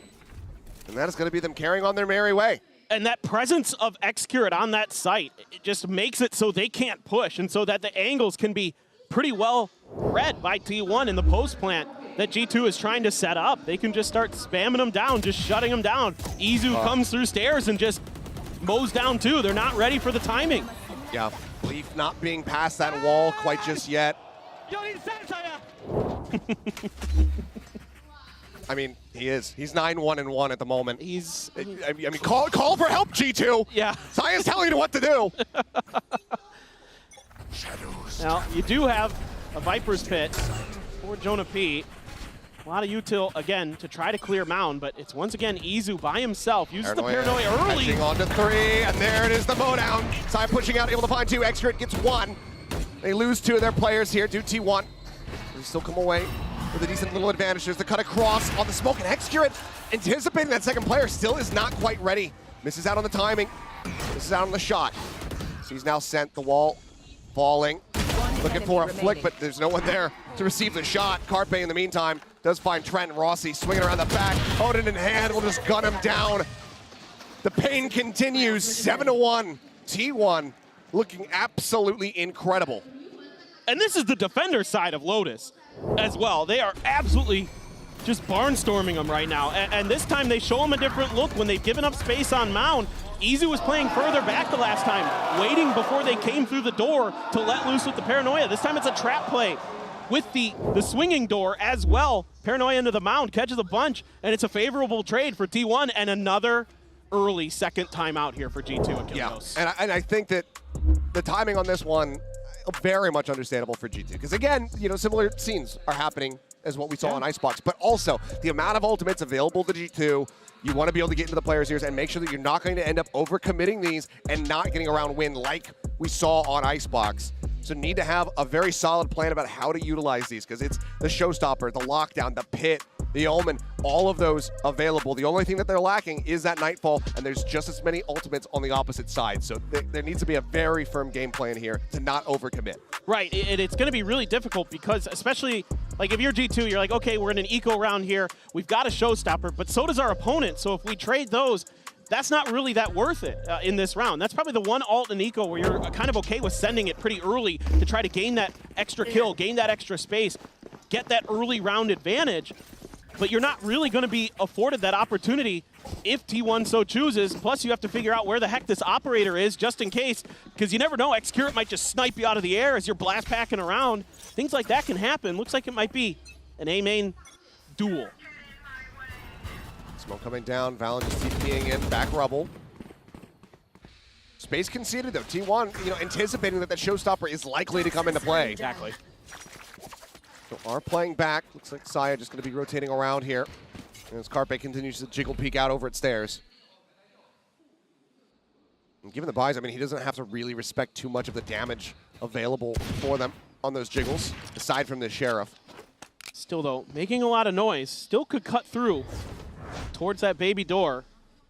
But for now, looks like A is going to be the initial thought here for G2. And all this space given up. Here goes that showstopper. Showstopper sent. He's likely going to have to just kind of gamble for it. As he works his way up the rope. Izu just around the corner. He finally turns back. Showstopper still does connect on the side player, so it's just going to be the raises traded out. Now the pit invested, looking to make this have an approach completely unassailable. Jonah, however, only able to find Xcurate before falling. Now the pit dropped. Izu, however, going to be taken down. Carpe arriving. That lockdown is in play. Maybe just a small little cut before him to play with to try to keep himself safe. No, he ends up getting detained. Now he's just trying to break line of sight, keep himself protected. He is able to do so. He will be able to regain his weaponry, but he's at 1 HP. A lot of this pressure is going to be on Rossi. Trent not going to be caught by the Nightfall. The Seize does not get the grab. Font at the ready, time ticking. Needing to try to stick onto this one. Rossi able to mow them down, but is the time going to be there? It's so very close that he can't quite make it happen. It's a Mastercard thrifty here. The hands of G2 as they find themselves a second round win. Well, for what it's worth, they get the win, but it took everything in the kitchen sink for G2 to find that round. It took the showstopper, it took the lockdown, it took the Viper's Pit, and still T1 wipes them all out. And it was only 0.32 seconds they had to spare. Rossi been great with that Odin. Xcurate tried to push into that Viper's pit early, couldn't quite do so. It's so close.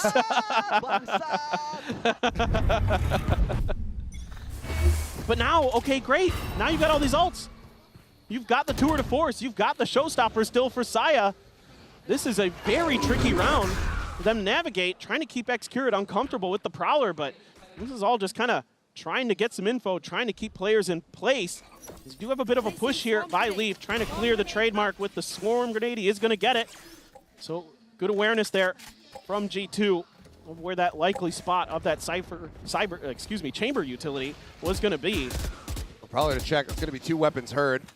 And because of that trademark clear out, he does have to turn his sights back over in towards me, make sure that there's not going to be this pinch coming through. So for now, it's Carpe to try to really hold things off. This continues to jiggle peek.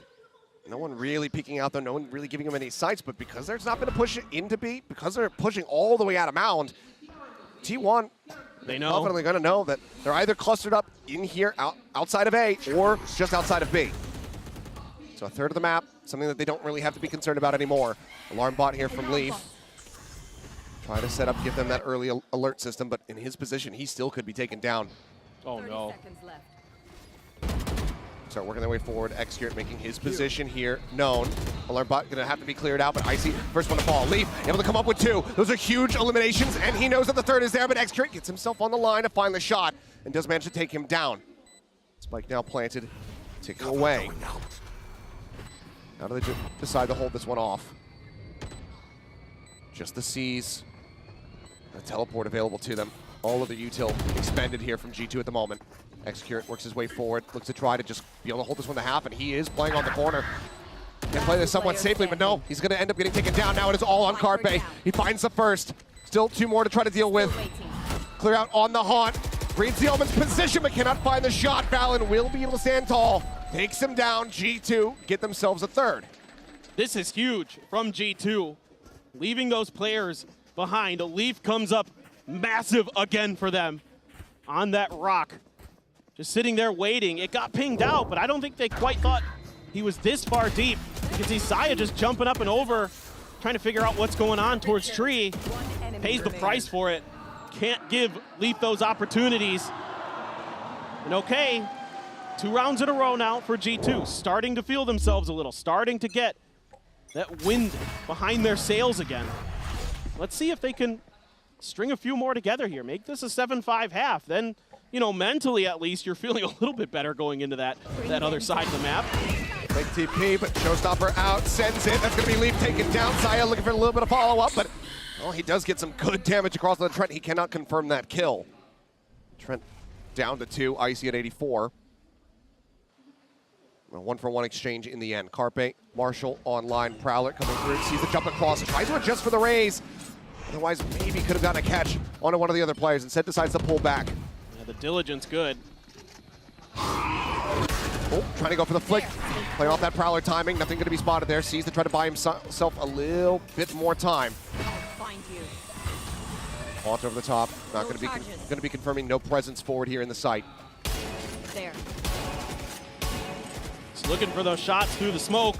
Might have gotten a tag there on a Jonah P. Yeah, a little bit of damage dealt. Yeah, they have to retreat though. Don't like what they're seeing with all this utility.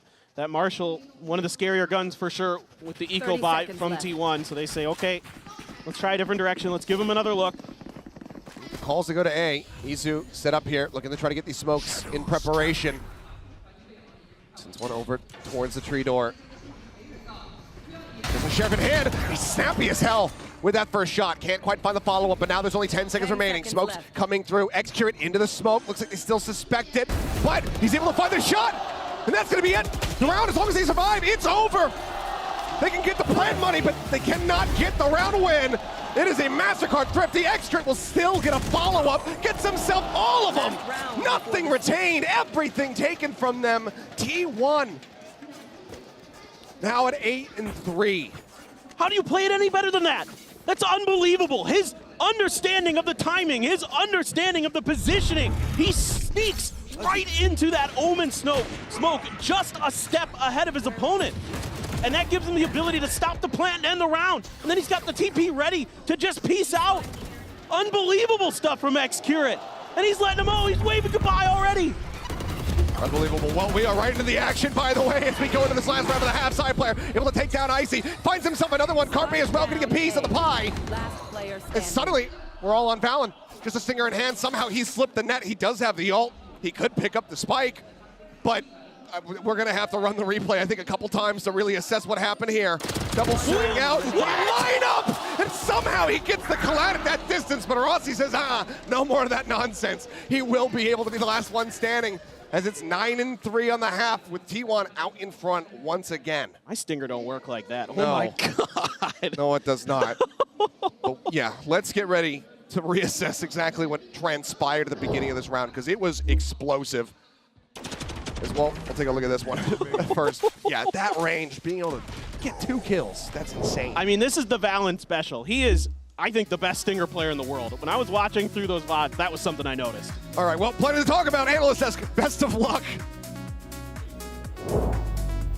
Thank you so much, Achilleos. Surely setting us up for success. No, but seriously, I mean, if you're talking about setting up for success, I mean, it's just T1 all the way. They're utterly unstoppable at this point. Am I pissed that they're going to be right in their predictions? Probably, but I am very happy to see, you know, that once again, we're wrong, right? And I love it, because I like the being face wrong. that we're seeing, how they're so happy to just fight every single part of the map. How even when G2 gets a response, if they do something in one round, they adapt immediately onto the early round of the next one, keeping the pressure constant all the time. Yeah. The T1 that we're seeing him probably is not the one that we expected, but what does that tell us about G2, right? Like, yeah, I think it's telling us that G2 right now, that loss that they incurred on map 2, that I think it just rattled them so much at this point, and really it motivated T1, if anything, because you're starting to see T1 just go for it. And you know, one thing that we wanted to point out was this battle here between Saya and Icy, and honestly, Icy was a guy that we were really complimenting coming out of the first stage, because he was starting to find his footing, really starting to find his voice within the team as well.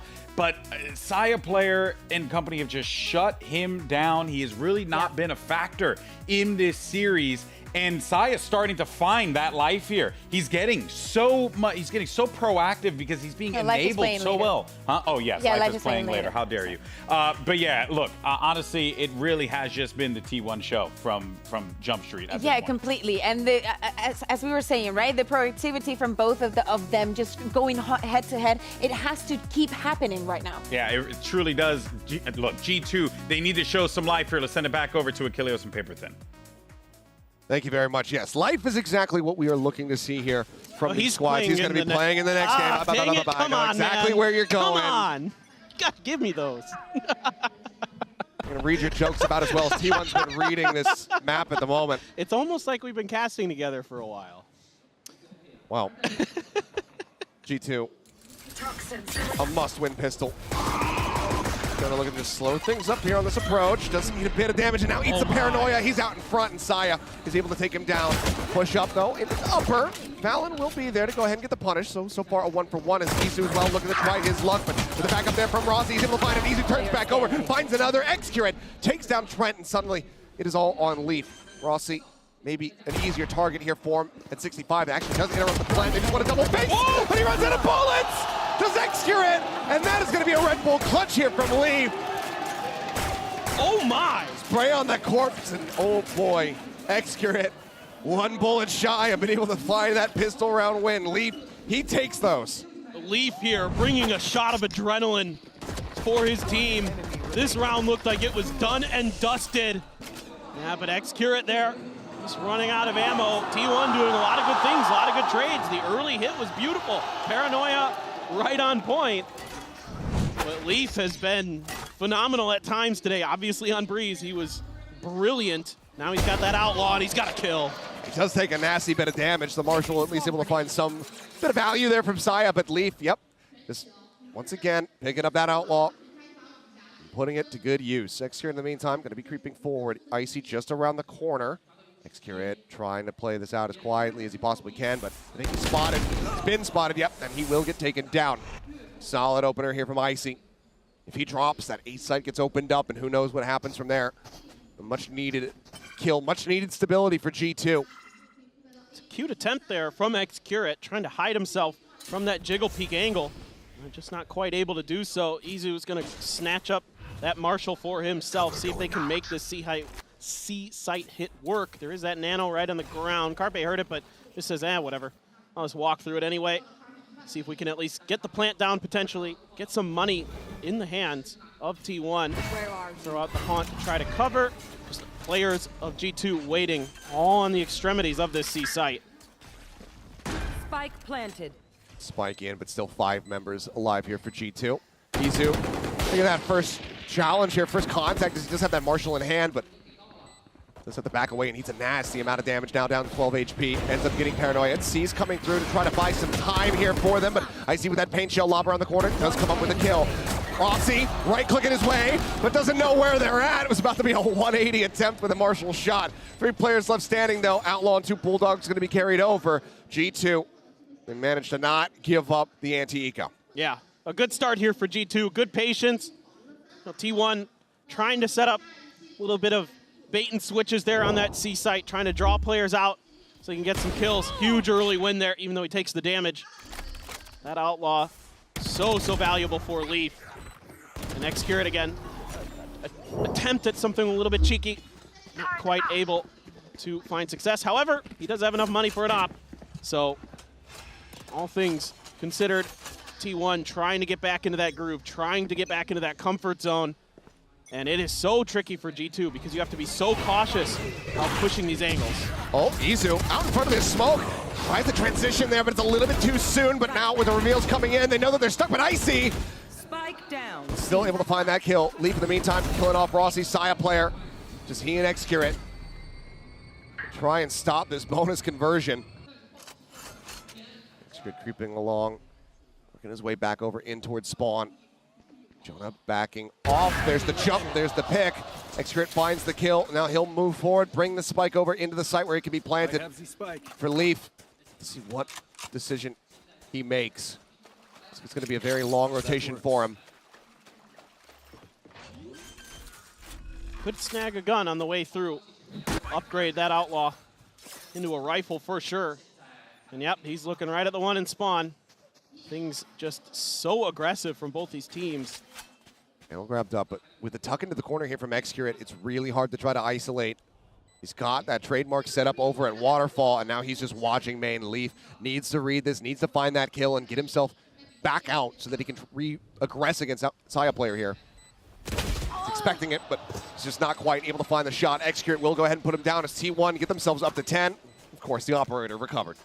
Yeah, no, it's just a crazy start to this round. Izu TP's just to the side of Mound here, using this smoke to cover his angle. A great paranoia as well to set him up.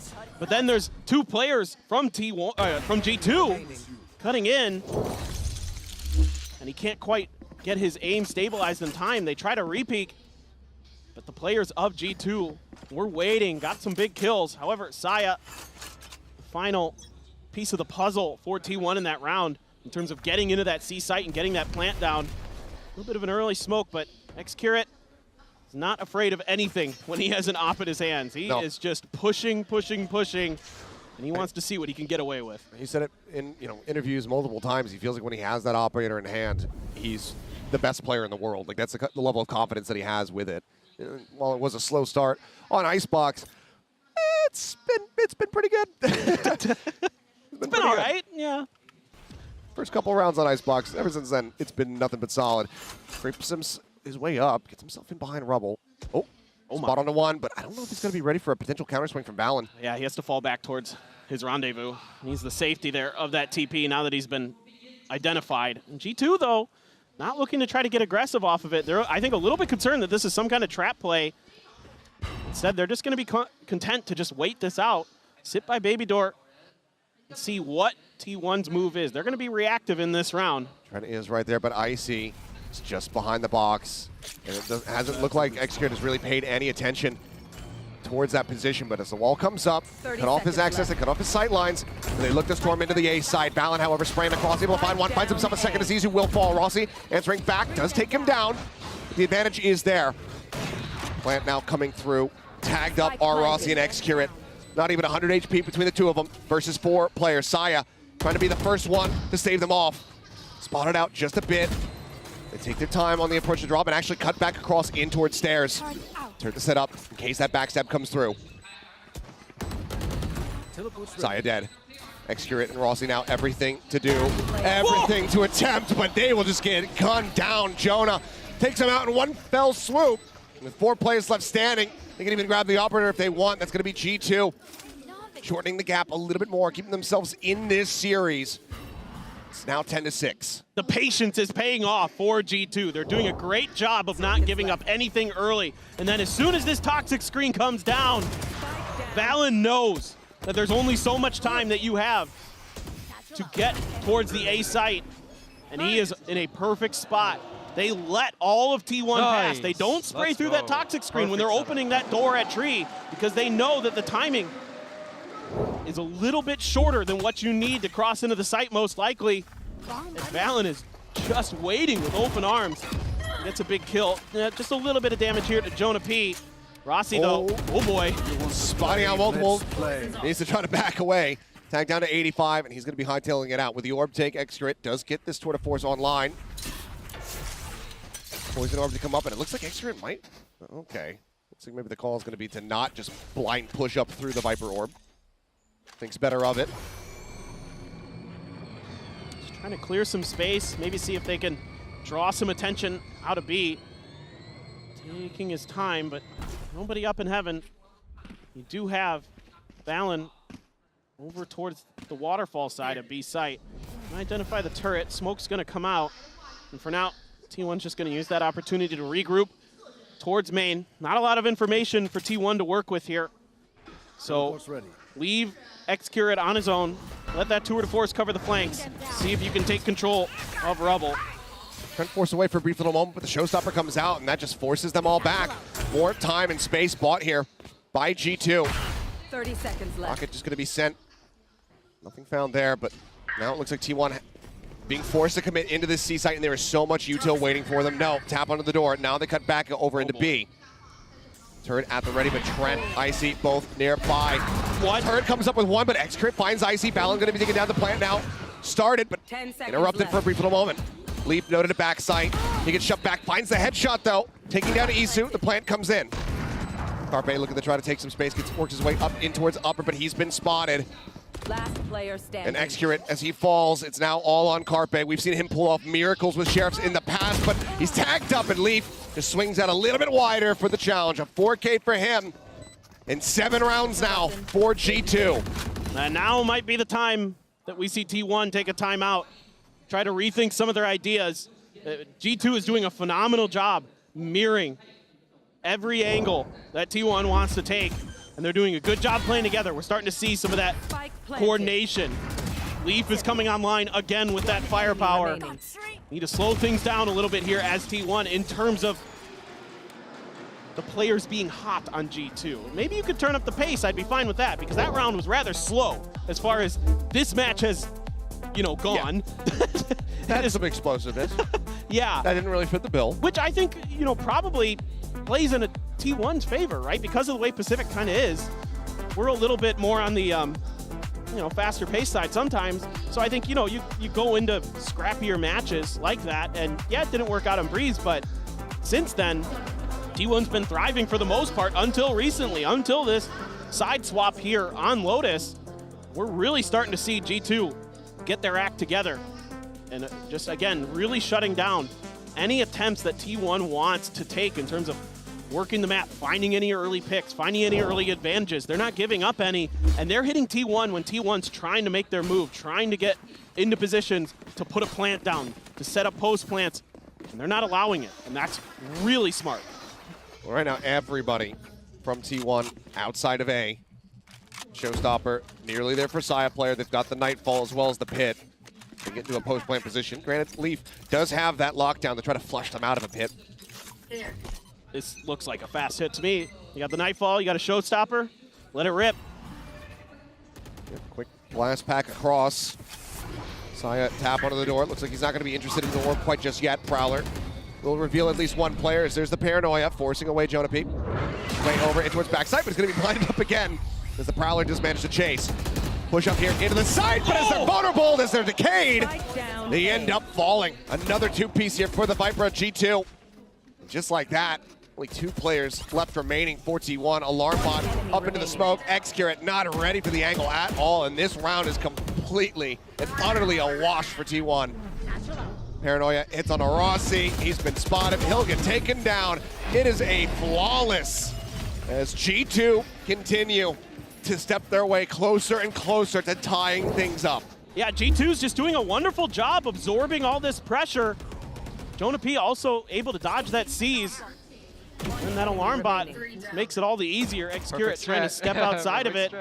Yeah, just play back. Give him a little bit of space. I'm a little bit surprised here that T1 didn't pull the trigger on the Nightfall potentially after they took tree control. Thought that might be a good opportunity to at least guarantee yourself that site, guarantee yourself that plant, get into the Viper's pit, and then go from there. But instead, they tried to just brute force their way through with their guns, and G2's been really good in those situations here as we've gone over to their defender side of Lotus.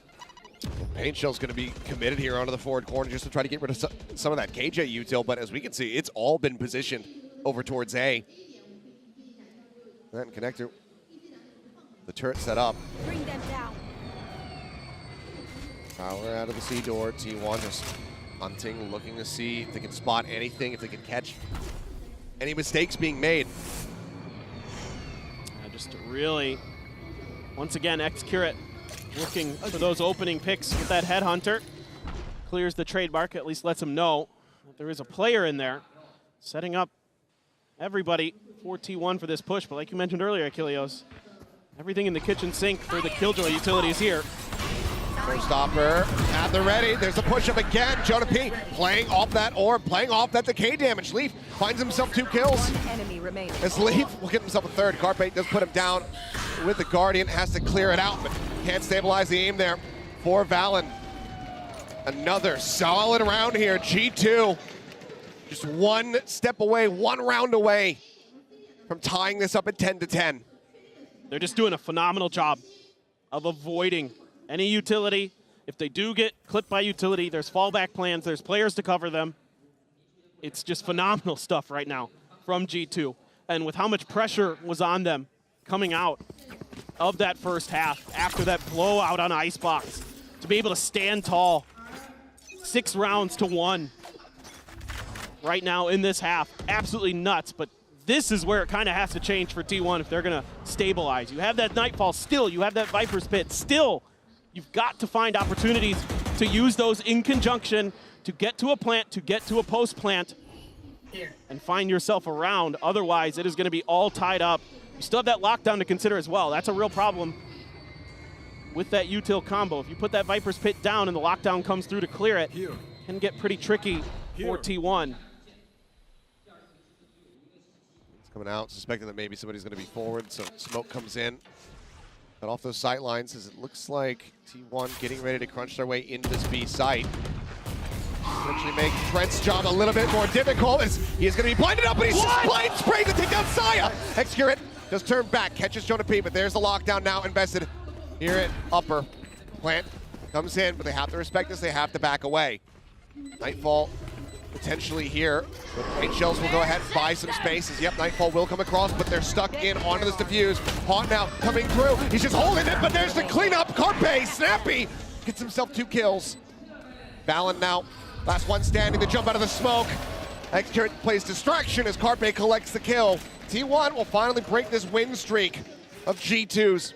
They separate themselves just a little bit more, but still, if nothing else, we have seen the perseverance from G2 on this map. T1, they are far from out of the woods. No doubt about it.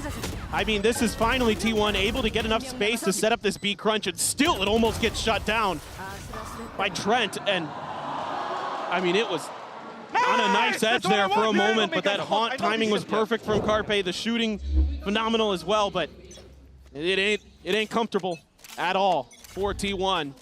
Yeah, you still have that Viper's Pit because Rossi got taken down pretty early in the round, but pace of the game is slowed up, and I think that's working in G2's favor a little bit. They're just being so cagey, and Xcurate can't win his battle out on the edge. Only a smattering of damage found there on that spray from Carpe, but now looking for the take here onto B. Paint Shells to try to create some space of that C-Link. OMEN TP around the back. Izu. Leaf is reading this absolutely flawlessly, but it's going to be Leaf who starts eating some damage. Sai going to be taken down in the meantime. Trent able to find Rossi. Izu finds that kill, but now he has so much more work to do. 2 players left, just he and Carpe versus 4. The pit.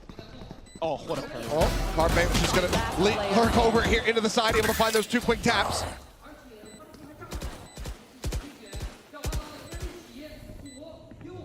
Izu, can he make it happen? Some shots there, into the shoulder, stabilizes, but he needs a headshot, he needs a 1-tap, and he's not gonna find it. Jonah will be the last one standing here for G2. Oh, okay. Jonah how he really feels as he goes back over to the defuse. Once again, 1 round separating. 11-10, T1 still in a decent position as they are gonna be calling their second timeout. And this is a really interesting decision from the side of T1 in terms of, throwing down the Viper's pit, sending Izu with that TP into the back of C, but it doesn't really pay off. It's read extremely well, even though Izu somehow almost wins it, trying to keep him pinned, but Izu's able to find just enough timing to sneak around the corner back towards the spike. Still can't quite get it done. But, it's just phenomenal defense here from G2. Again, they're just doing such a good job of making sure that they're not giving up anything for free. They're holding the angles that they need to. They're dodging the utility. And it's taken extreme effort from T1 to get these rounds. Get these 2 rounds in this half. Just need 2 more, but it's looking right now like they need to dig a little bit deeper. They need to get a little bit crazier. Carpe, 1 away from a nightfall. 2 for Trent, couple for Icy for that showstopper. Let's see if that's going to be part of the game plan here for both teams. It's kind of keeping eyes on those orbs to keep Carpe away from that big ult. I mean, he's been lighting up the scoreboard as Carpe, but here in the second half hasn't been translating to round wins.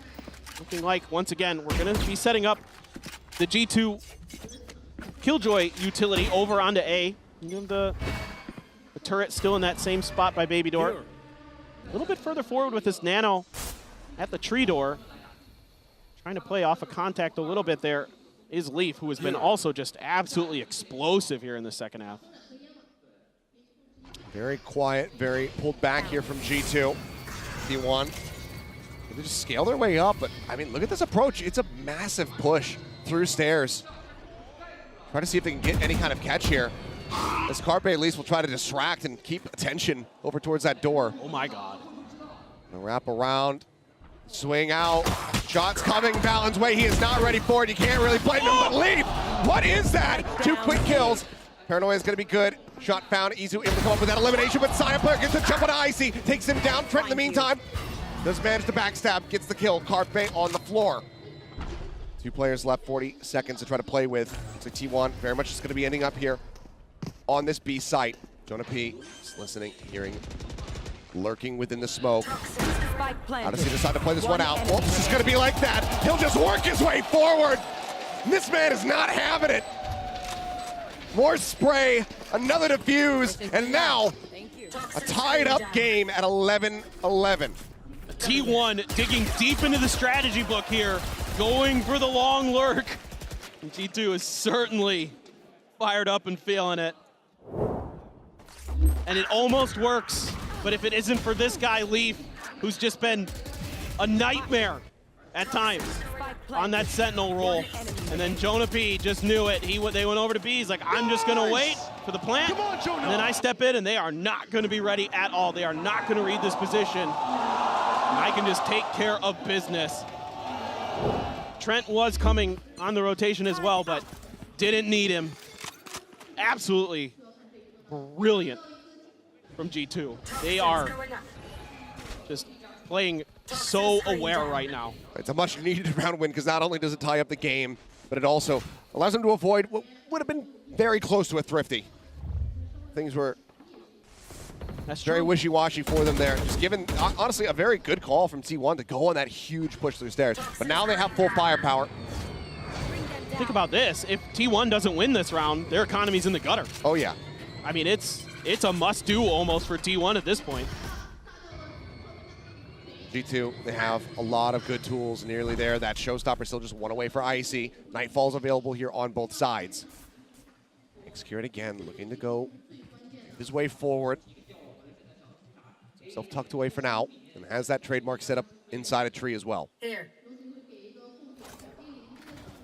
Once again, try this A hit, it looks like, but it's been tricky for them to even get a plant down over here because of how good G2's positioning and gunplay is. There's that earlier Nightfall. I like that to clear the space. Only catching a couple players from G2, but they're pivoting over towards B. Space taken. Here's that bot. Saya knowing that Leaf is going to be somewhere nearby. Want to just go ahead and check close as Carpe goes in for the plant. But that answering Nightfall, as you said, Trent, he was able to hold on to it. Has that for the retake. See when he decides to send that. As it now goes crashing across. Several players going to be caught by that one. Icy on the entry, able to find Saya, but then gets taken down. Carpe finding two. Looks for a little bit more. Can't quite make it happen, but it's going to be Isu. Mowing down the last few.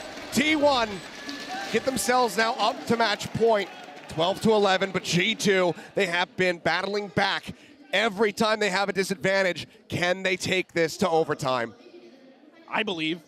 I definitely believe with the way they've been playing in this half, but what I like here is the minor adjustment from T1 with that Nightfall in play.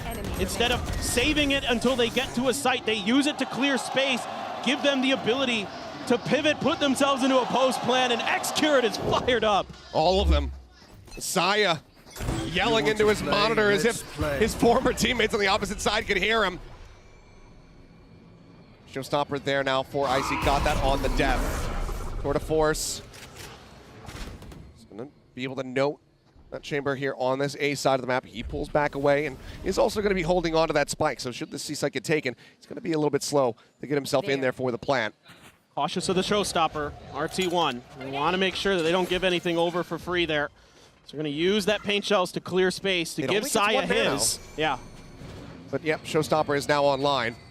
But the alarm bot, that other nano, still standing there on C. Trent, for now, left alone here on A in a very committed position. See this staggered pullback from G2 where they're so cautious of utility. They see it, they fall back. They're trying to get info. They're trying to give themselves the best opportunity to rotate when they want to dictate the pace of this game in their favor.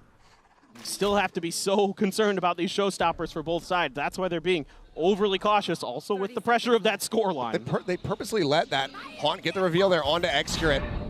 Because he has been lingering, he has been lurking. X-Curate now pushing forward, gets the opening shot. Trent going to be taken down. Showstopper not able to find anything, but the plant's going to be coming through. The man advantage is there for T1. This 5v4 post-plant. Icy, that Showstopper, it needs to deliver. Valiant drop. Boom about to try. The spot, he drops down, and he turns back around. He is able to find it. He ends up falling on the back end as Rossi finds that kill. Shots across Leaf, down to 3 HP. Swing out from Rossi, he ends up falling. And now it is all on Carpe, and he cannot make it happen. Ladies and gentlemen, welcome to Masters Shanghai, and welcome to overtime. This is exactly what we wanted to see from these two teams. Both have been so good at Lotus. It has been such a favored map for them throughout this stage. We wouldn't have it any other way. We go right into overtime. A little bit of an overswing, I think, from Rossi. I think got a little bit overconfident there. Went for an angle that was a little bit tough after doing so much damage. Tried to see if he could catch him a little bit off guard after he lit up Leaf towards rope. But G2 so aware, so ready for it, and with both teams so good on their defender side. Who is going to be able to get that attacker side win first? Will that be that deciding factor, considering they were both 9 and 3 on their defenders? Glass cannon here for X-Curate. Operator back in hand, gets himself boosted up here on top of the box. Very short TP over to the left for him. The Haunt does get cleared.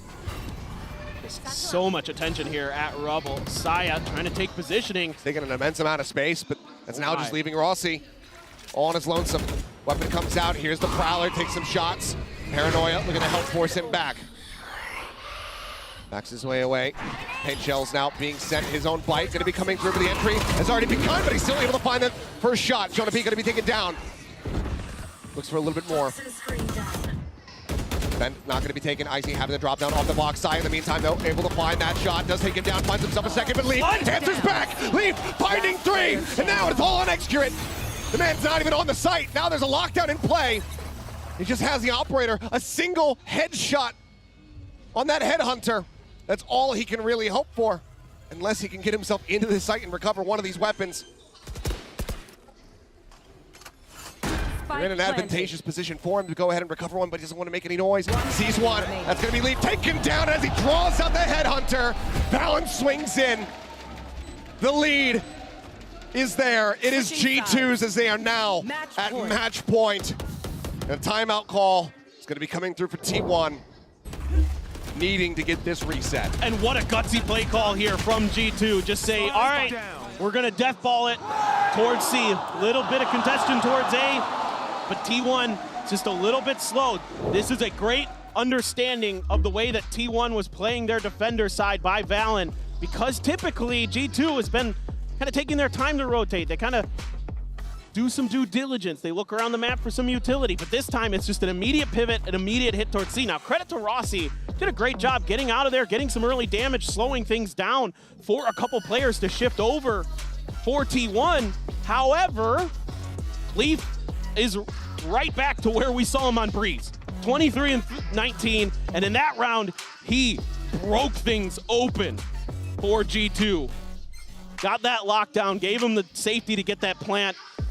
Unbelievable stuff that we've seen from him here today. It's just every single time it looks like T1 is in an advantage early on in these rounds. Leaf just says, no. Nope. Nope. We're done. I'm still alive. That means you die. Can't forget about Leaf. Everything to play for here for T1 if they want that reset. G2 just looking to try to end it right here, right now. Get that 14-12. No riskiness from them, no glass cannon, no operator. Just looking to play a very straight up round. Looking to take their time a little bit. Another early push out towards the rock from Excurate. They're gonna get the ping, the identification of Valen's position. They use that orb early to cross, take rubble control. But this is all just trying to set up and try to show that they're going for more of an A hit. Really clear the turret. Carpe just taking a scrape of damage on the way out. Backs away, Leaf wanted to get that punish there. Trying to get rid of that util, but Icy, again, lurking behind this box. Hasn't really gone scouted as he's played this time and time again. He gets the catch, that's now the IGL. Dead on the side of T1. A 45 conversion necessary for them to reset, to extend this overtime. That is a very solid first step for G2 to close things out. I don't know if they're going to be thinking that T1 is this far pushed up. Allen just looking to jiggle on the angle. Considering if he wants to TP back with the rest of his team, and he does so. Paranoia at the ready, sends that, and that's going to force them packing, but no, he's overstayed. Icy, he's cleaned up 3! And just in the blink of an eye, they will all get mowed down. The flood of G2 washes them away. 14-12. Damn close, but what a run back from down 3-9 at the half to a 14-12 victory. G2 win their opening series here at Masters Shanghai. Just tremendous tenacity from G2. I loved the way that they never gave up. They always stuck to their game plan on that defender's side. They said, we're gonna give them a little bit of space. We're gonna let them make the mistakes. We're never gonna give them opportunities to find those early picks. We're not gonna give Excurate the openings to find those kills. And yes, a valiant effort from T1 here today. The Icebox looked brilliant. Sure. The first half of Lotus looked brilliant, but Breeze just wasn't good enough. Their map pick, and then they're gonna fall in overtime on Lotus. What an excellent series that these two teams just gave us. A wry smile from that man there, Jonah P. He's having fun. He was venting some frustrations perhaps on stage. But even on Icebox, credit to the team. Even though they were getting beaten and battered, we still were seeing smiles. We still were seeing these players vibing out on stage.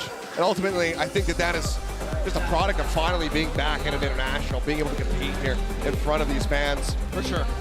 For sure. They have managed to go ahead and get that opening victory as well, so can breathe a little minor sigh of relief, because obviously Swiss stage, it's going to be a long one, but they don't find themselves with that opening loss. They don't find themselves on the verge of being eliminated from the tournament. So for G2, very solid, but with how swingy this map was, it was just absolutely enthralling to watch. Yeah, and I mean, this is credit to G2, and they're now kind of more experienced squad. Yes, they had to come up through Ascension, but they had to play a lot of LAN there. Now they're playing in Americas on a LAN. Like, they talked about this in their pre-match interview where they went into Reykjavik as the guard with 0 LAN experience, literally 0, and they were shaky.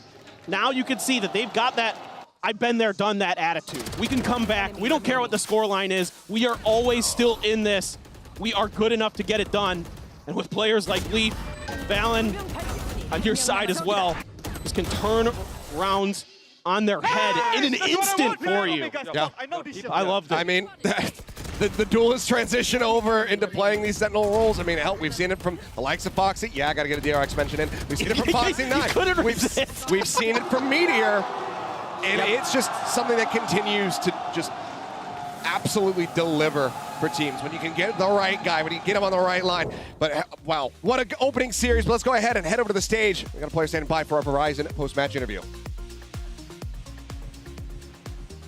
What an exciting start to our day. That was G2 take a victory over T1. I'm now joined by Jonah P here on stage for an interview, and Luna is going to do some translation. Now, first of all, after that icebox and the 9-3 half, it felt like you needed maybe a miracle to pull it back and pull off the comeback. How did you guys do it? 那其实，在 Icebox 在森寒东港当中的失利之后，再加上上半局当中9比3的开局，你觉得你们做了些什么才能做到这样绝地反击的回馈呢？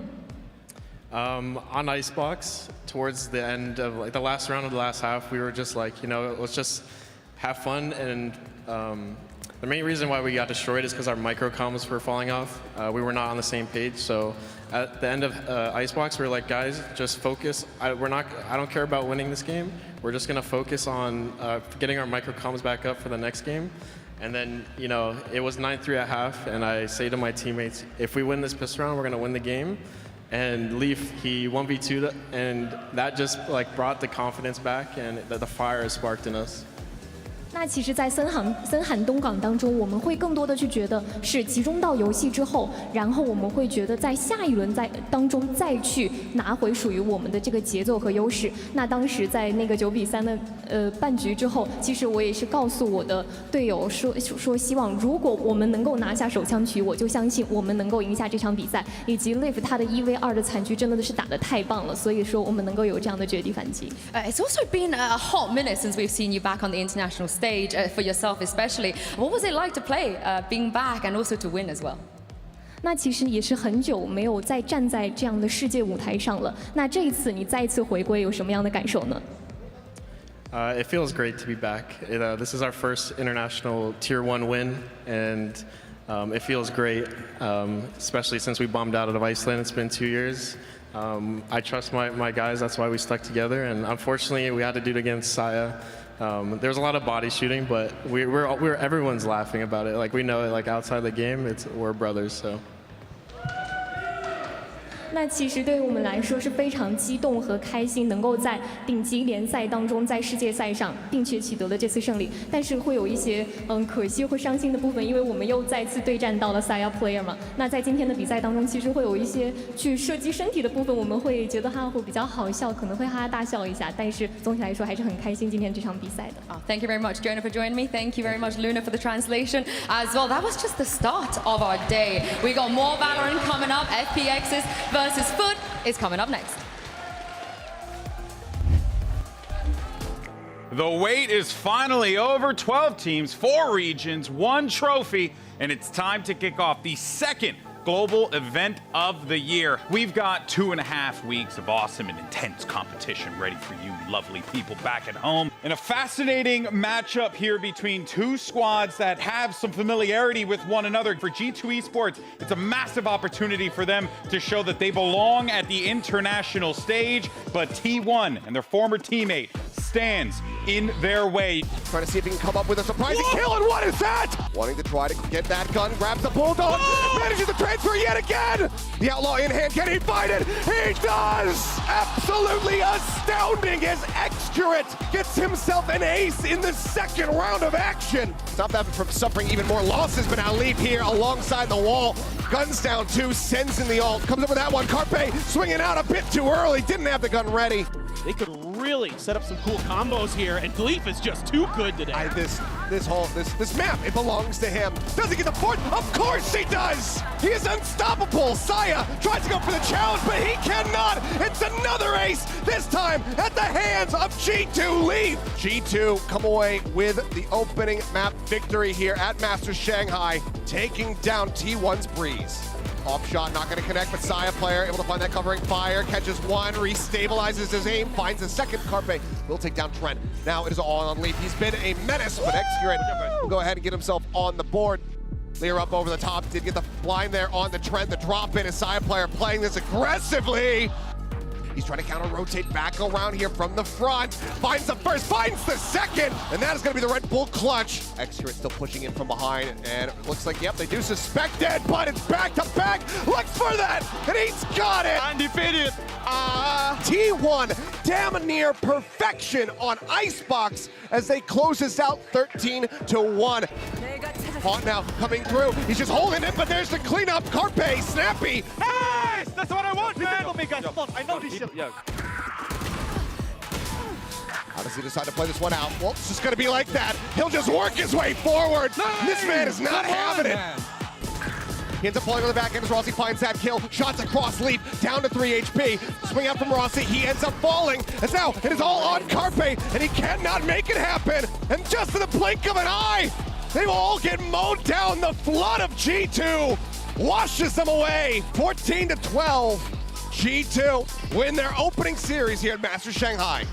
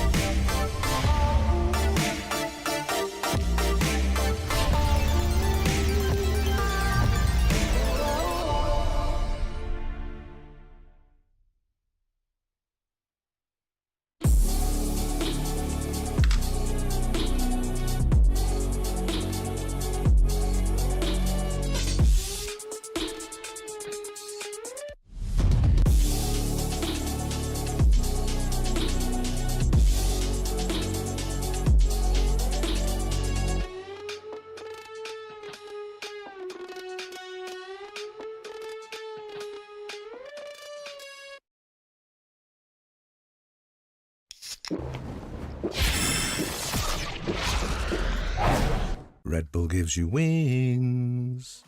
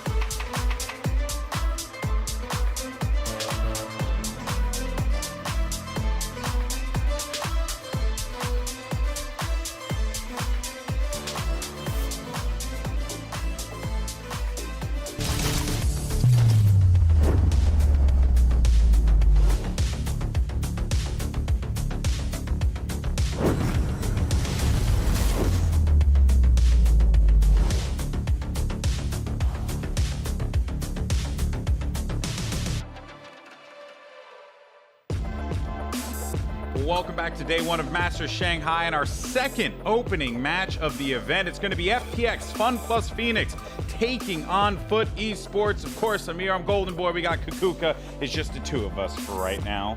It's enough for me.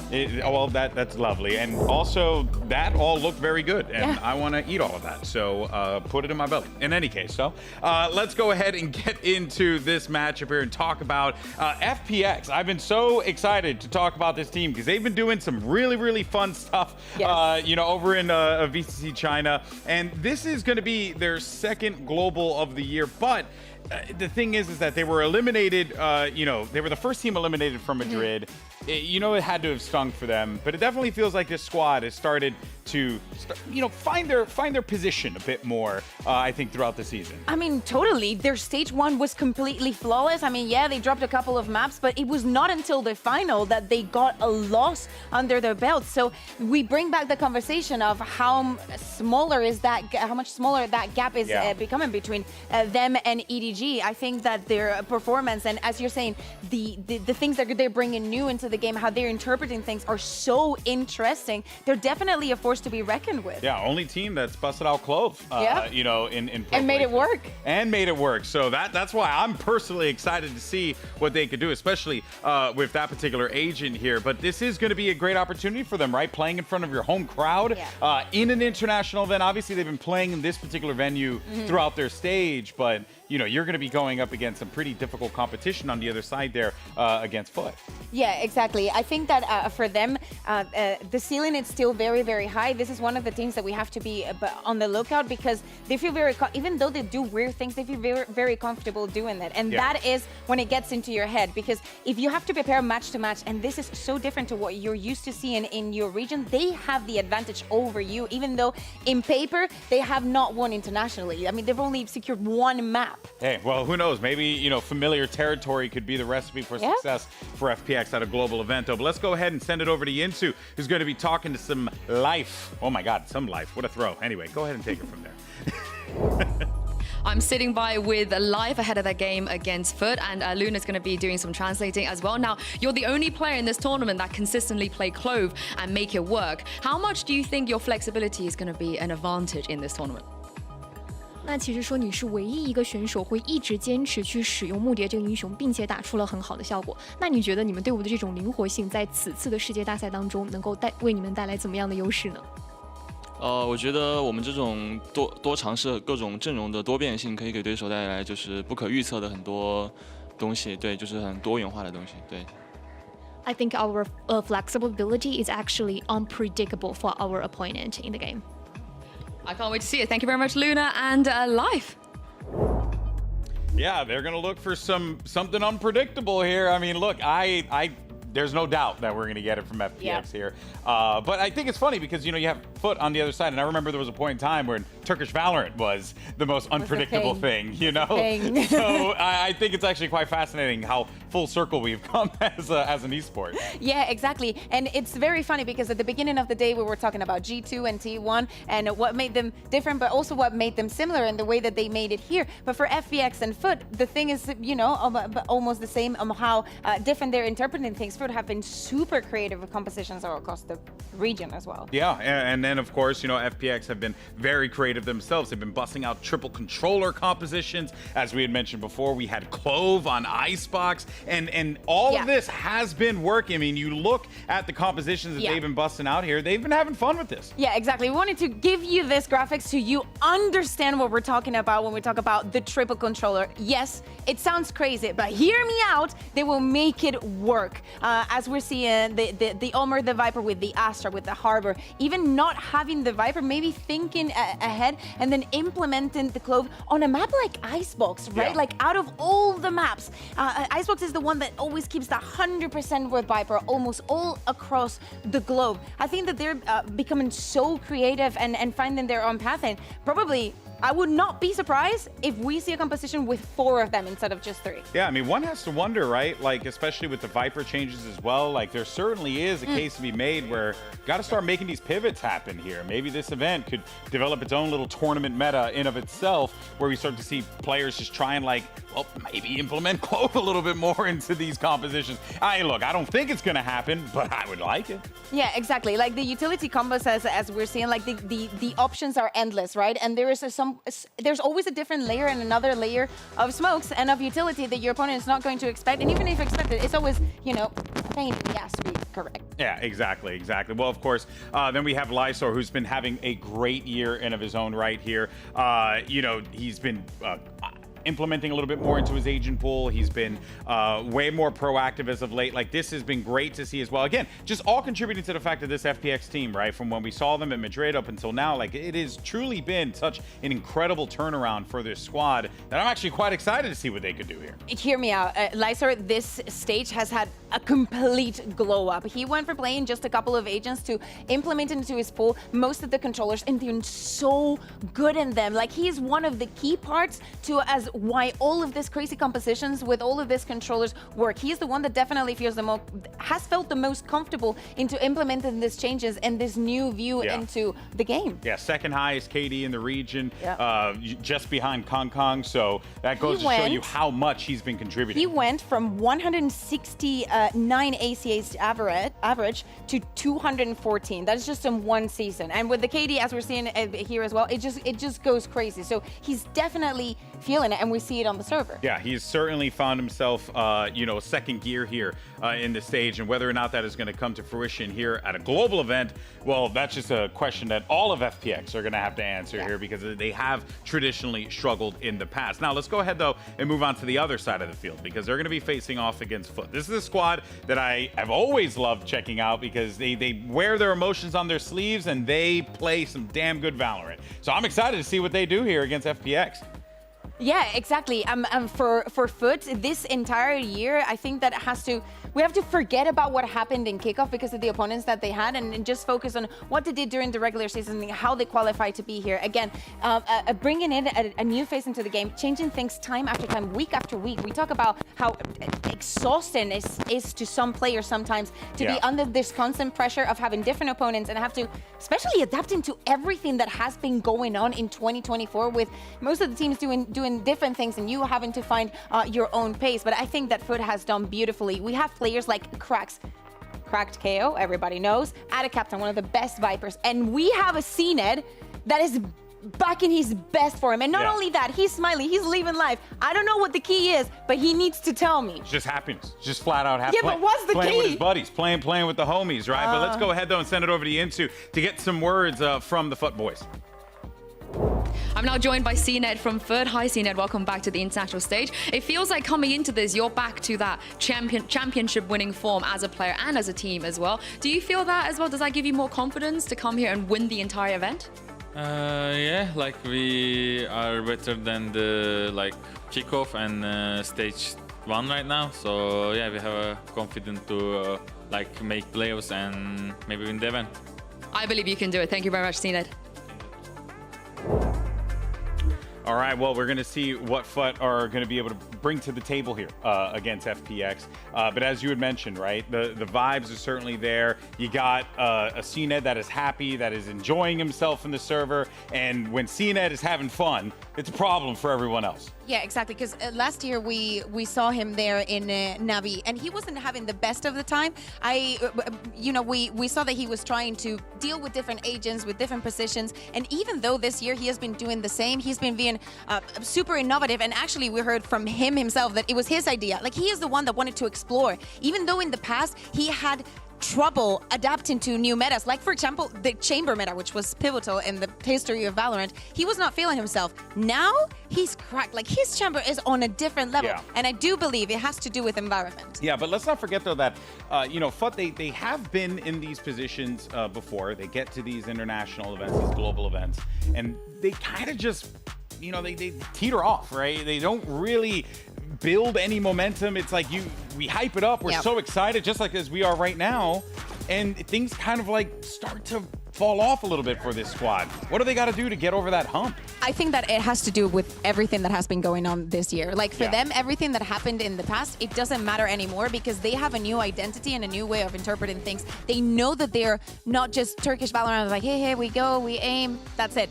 It's there. Yeah. You will see it in the eco rounds. You will see it when they have the sheriffs. You will see it in every single round how the aim is there. But if we take a look at how their schedule has been this year, we think about the kickoff, right? They lost against Team Heretics and K-Corp, which were both the teams that we sent from EMEA. But then when we look at the regular season, 2 against Liquid, against Fnatic, against BBL, that were playing top of their game during the entirety of the year. And the way that they did it, even though they were lost, it was a 1-2. It's not like they went down without a fight. What FUT were able to do regionally was crazy because they were trying out some crazy comms. They gave us the Lotus with no initiator. First time, of course, because who would have thought of that? Well, FUT did, right? The deadlock on Sunset on different maps, like they just wanted to innovate. Didn't work? Okay, no, it doesn't matter. We'll change it for next week. Yeah.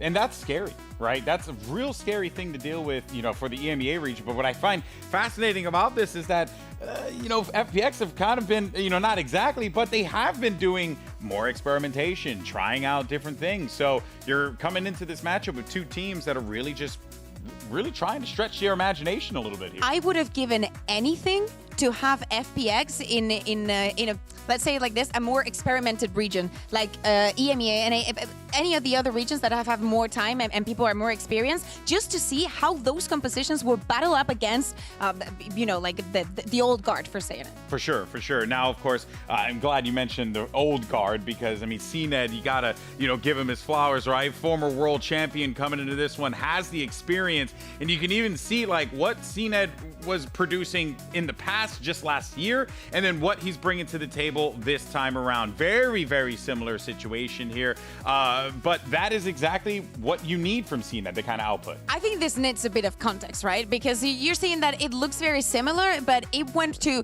2023 was like very low lows and very high highs, right? Sure. You could see it in his performance and the way that he was behaving. And again, we're seeing a CNED that's smiling, that is vibing with every single round, that is even happy to say, hey, this was an idea and it was not a good idea. So we won't be doing it again. Like the way that he's breathing and living through the game is obviously, giving us more than hope to think that maybe this time around, this could be a good run for FUT. Yeah, it could very well be. But again, we've said this before. We've sang this song in the past. But I will say, with CNED on that team, I do think that there is certainly going to be something to be happy about there. But earlier, though, you actually had a chance to catch up with CNED and yet as well to get some hot takes for this squad as we get ready for Masters Shanghai and a little agree to disagree.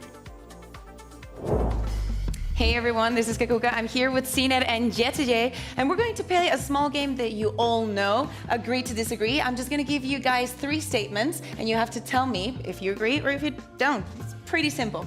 Okay, first one. VUT is the best rookie at the tournament. In Masters, yeah? Oh, wow, you strongly... Wait. I know what you're going to say, kind of thing, but why do you strongly agree? Like, because he made grand finals and he's my brother. That's so sweet. Okay, CNED, you have to... No. Why is that? Because it's JetJ. We'll take that. I love it because it's always so wholesome with you too. Okay, next statement. VCT CN will get a team out of the Swiss stage. You can think.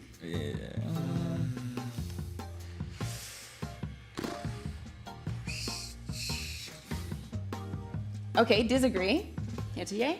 Yeah. Disagree. Why is that? I think Swiss stage will be very hard, yeah, very hard to play, and I think EDG and FPX has a lower chance because I think in Swiss stage teams are very good actually. I like Leviathan, like G2. Heretics, there's very good teams, and us. And FUT.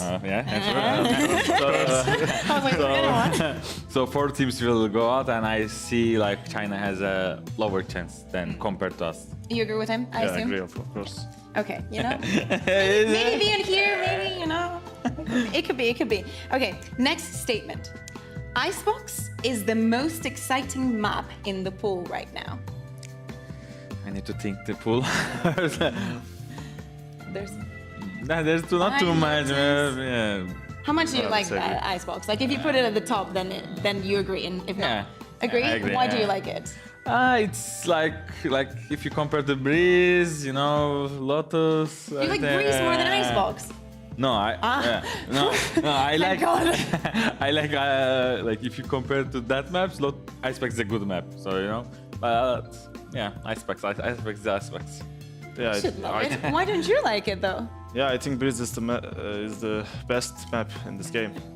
I like it so much. I like to play Breeze.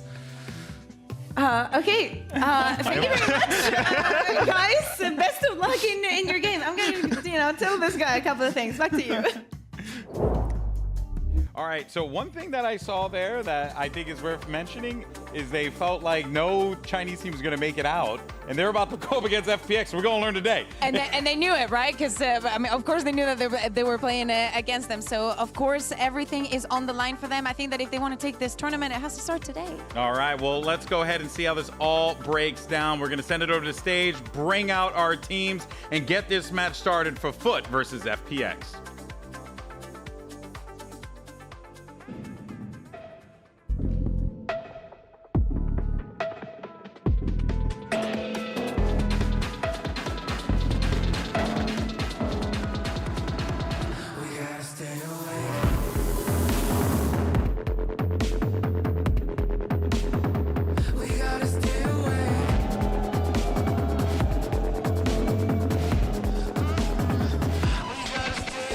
FUT Esports. FPX.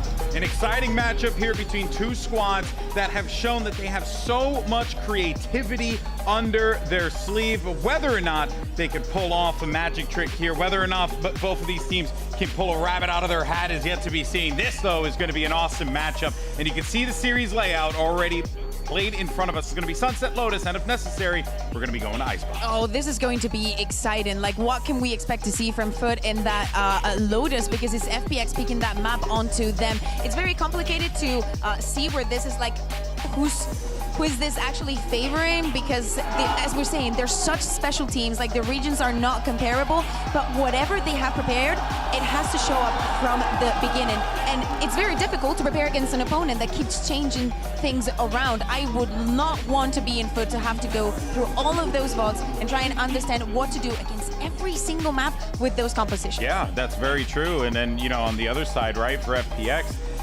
don't get me wrong, you're getting a lot of creativity out of the FUT camp, but for the most part, though, they have been sticking to a lot of their guns and what they know works. And I think that just kind of makes this matchup so fascinating. I think what I'm looking for really from FUT out of the gate is just to come out with some force, really just make a statement early on and try and get into the heads of FPX, because truth be told, the onus is going to be on FPX here, right? They're playing in front of their home crowd. They're representing their region here. This is their field, their arena.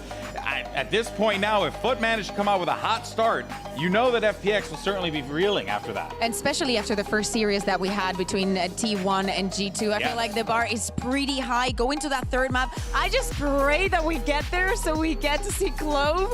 I would love to see him on stage. Cool. That would be very, very cool. It would literally be the perfect day one for us here in Masters Shanghai. But yeah, bringing things back to that Sunset, both teams have experimented a bit, some different compositions. We see some on the side of FPX some chamber, maybe Harbor Phoenix, maybe they run the Gecko KO. Like, it's, as I said, it's very, very complicated. So we're looking at the set plays. Again, it doesn't matter if it's on the defense, if it's on the attack, both of them are going to have to rely on those kind of things, and like, not star plays, but actually the cohesion within what you have prepared. Who is basically going to be a little bit more drilled in this situation? Agent Select's coming up as we get ready for some sunset here, and we're going to get life on that Yoru. We'll see what he could do with that, but overall, I mean, look, I'm more partial to the Gecko compositions on sunset, but I do like what I'm seeing from FPX. Yeah, I mean, they have been playing the Euro across a lot of maps, but Sunset was not one of them. Life, I think, is a force to be reckoned with. 3 international events with 3 different rosters. He has to be the star today. Well, look, I don't know what time it is back in the States, but I do know it's time to send it over to your casters. Here's Doug and Baby Bay.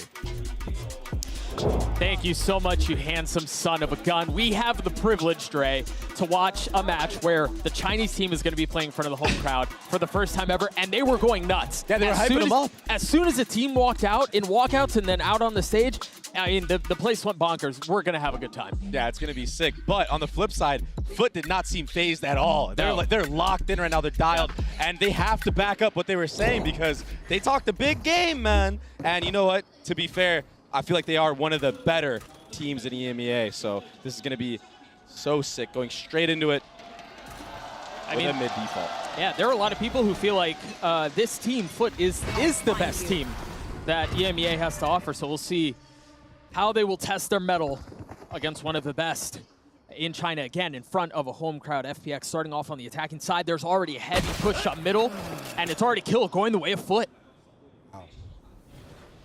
3 players that are pushing all the way through after that kill, and FPX haven't moved at all. Another perfect kill. 2 down on the side of FPX already, and it's not seeming like it's getting any better. Numbers away at the defense. The spike is out in no man's land.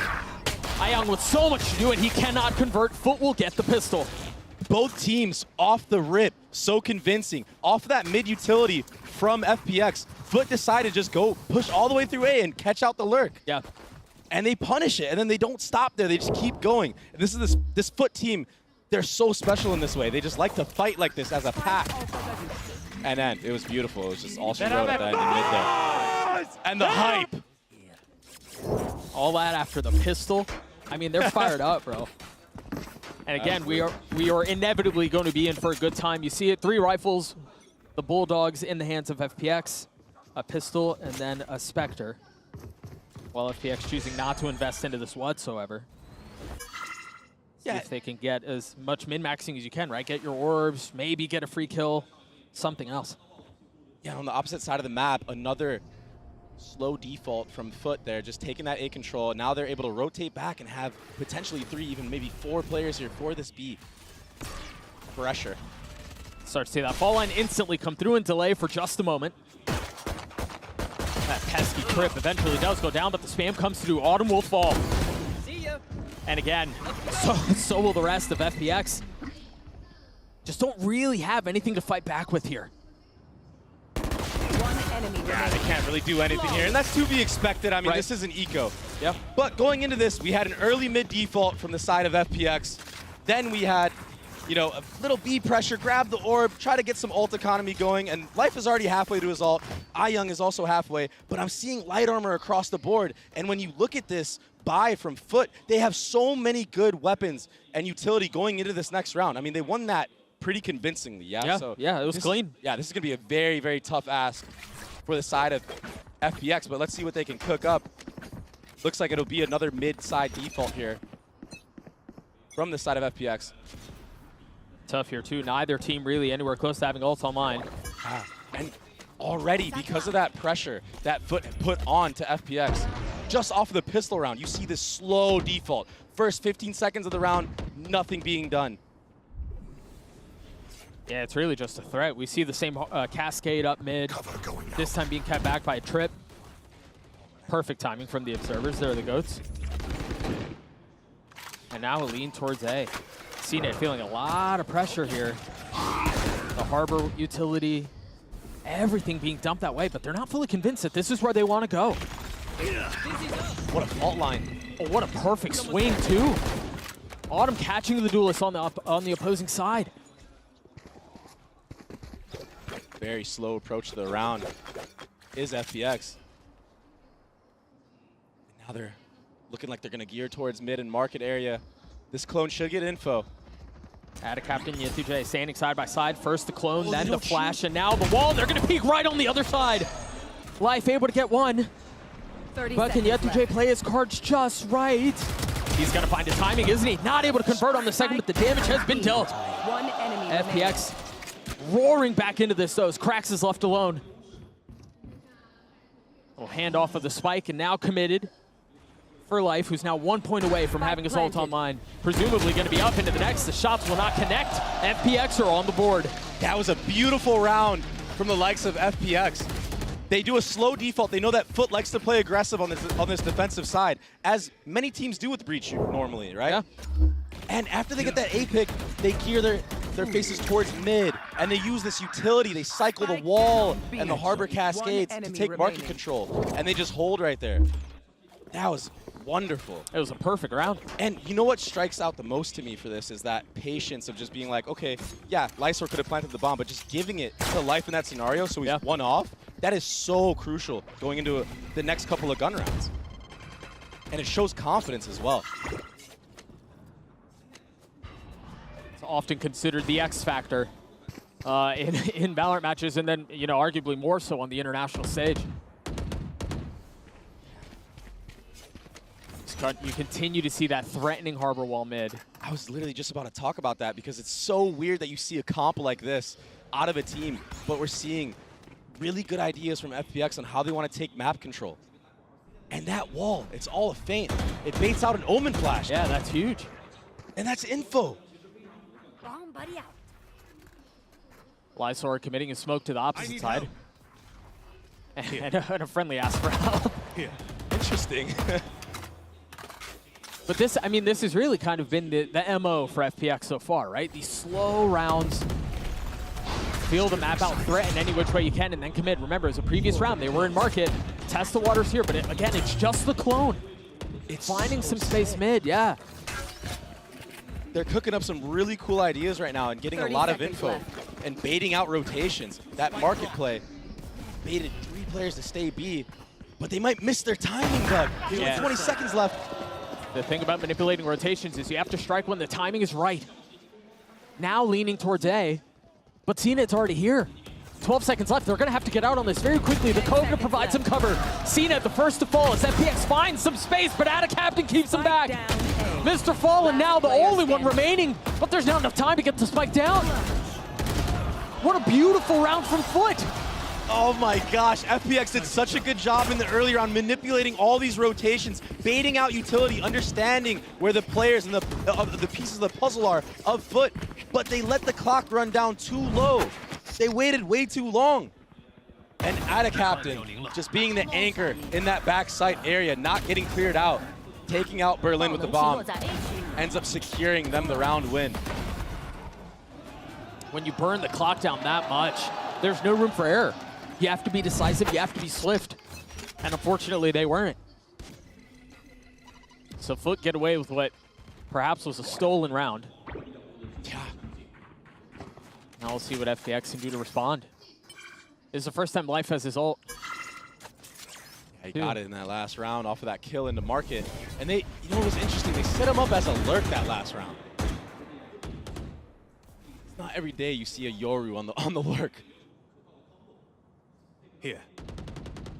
Just another very slow round. It seems like FPX are using an explosive approach, taking certain areas of the map control.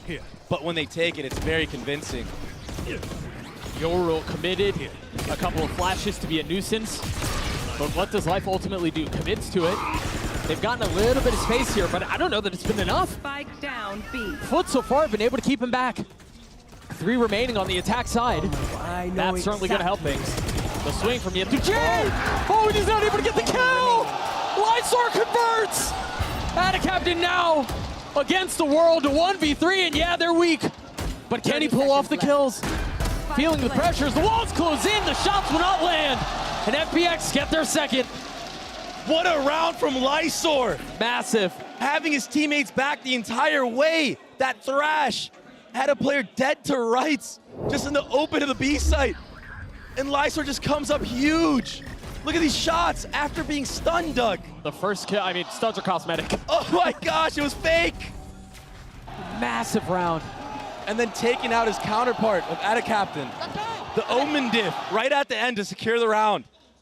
You could see it on FPX's faces, man. They knew that one got away from him. And so the first timeout is called in this best of 3. A moment for things to slow down after the chaos that was that last round. The last timing 2 couldn't rounds. be better. Yeah, you're right. I mean, FUT definitely stole that round away when the clock ran down low and FPX couldn't get the bomb down. Right. And FPX just stole one right back. And this is how I predicted the series to end up. I think it's going to be just a battle of 3K and 3K here and there. Everyone just shooting heads. Both these teams are so unique in that way. They rely heavily on their mechanics, Doug. Yeah. This is actually a tech pause. Yeah, that's tragic. Yeah. Hopefully we get this sorted out soon here. For the viewers out there, you can't see the ults, but I can see them. FUT have an Omen ult. They have Rocket on CNED. And they have Yedije with that Cypher ult online. Mr. Fallen is 1 off. On the flip side, Young is 1 off the Fade ult. So maybe in this round, you're probably going to see, FPX taking another slow approach because they love just waiting for the first 15 seconds. Yeah. And I think it's a good game plan against a team like FUT. Yeah. I mean, had they maybe done that on the pistol round, maybe we're seeing a different type of game so far, you know? Yeah, certainly could have been the case.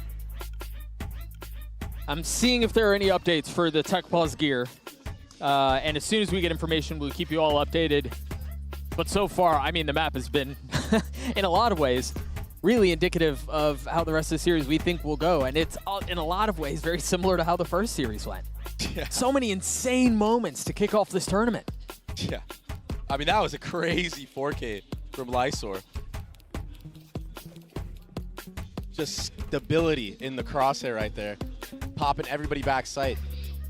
And I feel like for the side of FUT, when you're up that many numbers, maybe they need to just hone it in together and peek together on the players that are on site that are isolated like that. Yeah, for instead sure. of going 1 by 1 by 1. Right, giving the ones is never a good idea. So back into the action we go. FPX with plenty of firepower, but not nearly as fortunate. And because of that, they have to be really proactive with how they're approaching this defensive round. You mentioned that for the first 15 seconds, they don't really do anything. Yeah. This is a flip of the script. Paranoia in the face of Autumn dodges it. They're going to get hit by their trip, and I don't know that there's really anywhere for them to go. Oh my gosh. Krax gets 2? Oh my gosh. This is not supposed to be going this way. They should be able to upgrade. Oh no, they're hanging onto these weapons. They're sitting right on top of them. But they don't have bomb. Bomb's all the way in spawn, and you would think that FPX was actually playing for that push, but it just didn't go their way. The players of FUT are just too cracked. Lysor scoops up the spike, and now they turn their attention towards A. My gosh, that's actually so cool, because nobody from the side of FUT, they don't know where that Omen ult actually is. They don't understand that the bomb was in spawn and that he was just ulting to grab it. So they might be worried here, and that's why they're having a pack mentality. They don't want to get caught out having to be flanked by an Omen ult. seconds left. They still managed to upgrade the weapons, so Mr. Fallen and Yetuje both have rifles now. No armor to speak of, but plenty to fight back with. Spike planted. Lysor committing to the spike. And now the round begins. One goes down, Captain falls. Mr. Fallen has his util online as the spike ticks away. FUT with all of the Onis here, they're the ones who are going to have to be proactive and make a play. If they can find the space. One flash to work with 2. Do they flash and do they try to swing? No, it's a fall line. I don't think it's going to connect. A Paranoia traded. There's a flash. Berlin going forward. One will fall. Mr. Fallen not able to land the shots on the second. The round goes the way of FPX. And avoiding disaster is FPX, because that was so crazy at the start from FUT. I cannot believe they got those kills. It shouldn't have been this close. Yeah, FPX were playing for that. Like, their whole point of the default is to not die to an A fight like that and fight it together over time after that trip gets broken and the utility is used. That was so clutch from the side of FPX, and the smokes everywhere on that site makes it so chaotic for the retake. Hey, it's almost impossible. Yeah, you don't know where they're actually playing. Right. Oh, that's early. A paranoia rocket from CNED. Not going to connect. Yoru TPs away and preserves his life. It's just in spawn still. We're 25 seconds into the round, or a raise ult has been used already, and we haven't left spawn. It's so patient. And now you're going to see the re-clear utility. FPX are playing this map so nice right now. Remember the unforced errors that we saw a couple of rounds ago, where time became the difference maker. Time became the decider.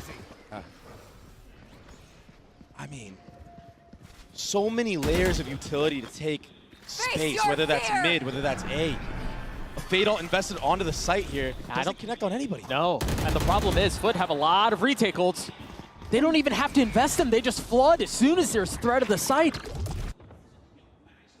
They got all that space back for nothing. And now Ad Captain TPing back B. That's exactly where the hit is headed. They have a hard read on this round. Reckoning used. Mr. Fallen still hanging on to the big one. Now, Rolling Thunder invested. 20 seconds left. Again, the need for pace, the need for urgency. And it might be too little too late. They're just now getting their way back out onto the site, and they're weak, they're battered, they're beaten. But can they fight back? Spike down B. A 2v2, they've got to commit, they've got to go, and they've got to go now. Autumn committing to the spike plant, succeeding, but now left alone. A 1v2, he's got to make some magic happen. He's gotten it to one, and he gets them both. The Red Bull clutch for FPX. Another robbery. I can't believe it. FPX in these chaotic moments when they're down numbers just seem to keep bringing it back. And I didn't understand this at all from Life, but I guess he was just a body bag to just keep rotations there. But again, I thought this TP from Ada Captain, that Omen ult, I thought that was going to secure the round. You have a breach there to support you with utility. But they're, look at the hype from Autumn. But they're jumping the gun too early when they're up numbers like this. They need to just relax the round and do a retake together, Doug. Yeah, I think you're right. I think you're right. FPX take the lead back. Autumn with his ult online after those heroics in the previous round. And FUT with pistols. What a cool lineup. I mean, FPX have definitely been cooking. They said that they were going to shock the likes of FUT, maybe bring out something to surprise them. But the strategy behind it is so unique, and it makes sense.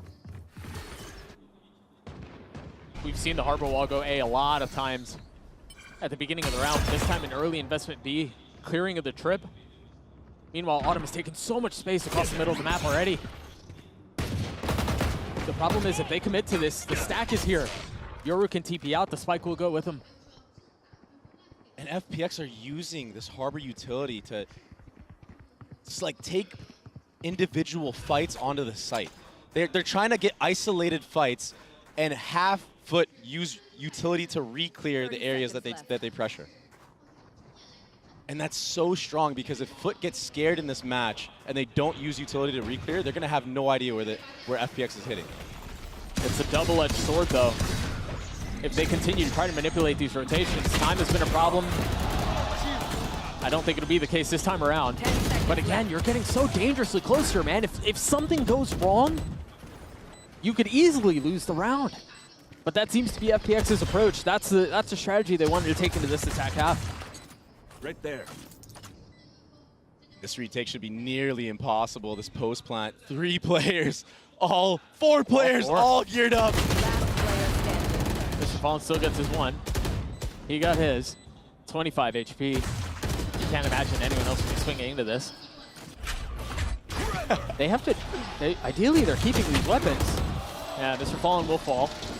So we're able to carry those 3 rifles into the next round. FPX gets a 5, but now FUT with rifles should be able to respond.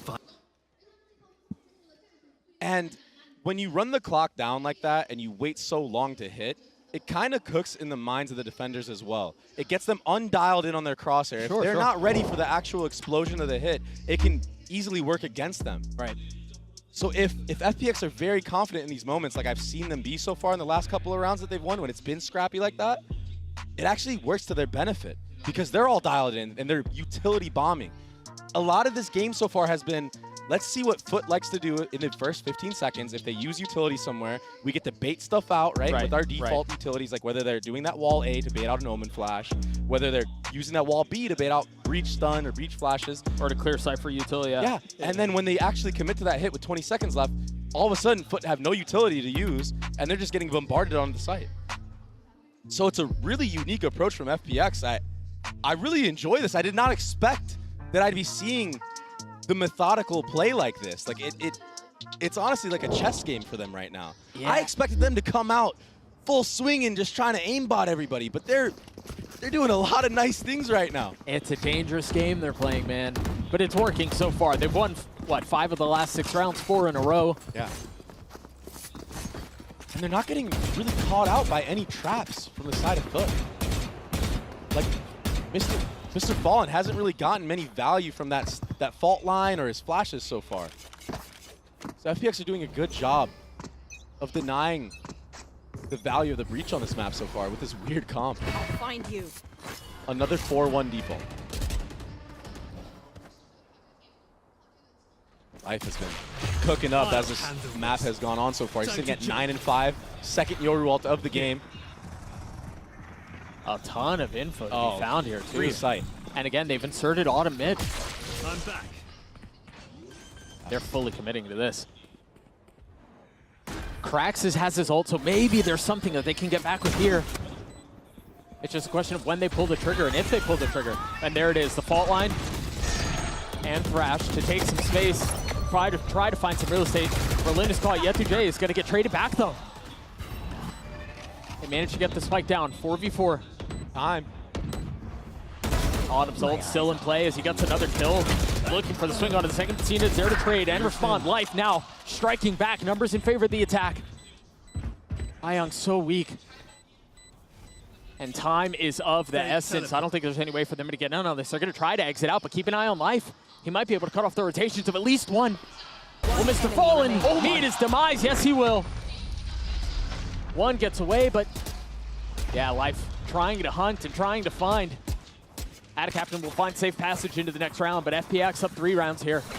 When you're playing against a Harbor and you give sight like that for free, it is so hard to commit a retake because that wall just comes up and you're pushing through, you're getting slowed, all this other utility is coming out. And Life in this round was the key factor to winning. He played up close, baited out the Thrash, TP'd away, and then reflanked mid. After Autumn falls there, getting one, no one's going to be checking market after that. Yeah, Life played such a phenomenal round right there. You highlighted him at the beginning of the round, too. 11-5 now. And again, the buy for FUT is not great. FUT just don't have an answer, and they don't have any reads on FPX. What FPX have done so far to FUT has been insane. It feels surgical in a lot of ways. They show next to nothing at the beginning of these rounds. And you're right, they're drawing out utility. They're clearing out what's permanent from Yetu stuff. It's just so miserable to deal with. But the truth of the matter is, FUT have to find a way. It might not be in this round. They have invested a rifle into the hands of Captain, though. I mean, it's just so surgical. Just piece by piece. For FPX, they have so much utility to take certain engagements that they want, that are favored for them.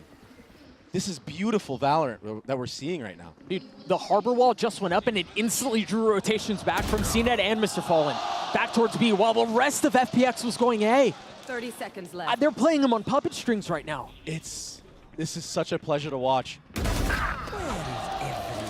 picture's only getting better for FPX fans.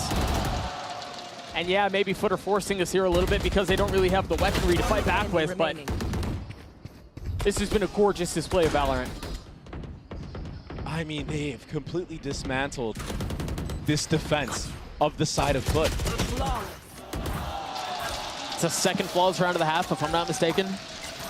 I mean, it was against an eco, to be fair, but the way that they're manipulating rotations are pretty. Very pretty. If you're FUT right now, that's playing into your head. There's like 2 steps ahead. They have lurks set up everywhere. They're punishing you for everything. And when you play against a Harbor in high-pressure moments like this, it's so easy in practice and in scrims maybe to abuse that Harbor wall, maybe push through it. But you second-guess yourself in high-pressure moments like this. And if you try to run through that wall and you get punished, you're likely not to do that again. Yeah, you're not going to get burned twice. So that's why you're seeing FPX have so much value, especially on this B side or A side of the map, with taking these early spaces to just hold and get info. And they deposited life that last round on B, and he TP'd out. And then they re-walk in. It's so crazy what we're seeing. And this A push has really been the only success we've seen FUT have so far, and they get another kill. Yeah, but can they double down on it?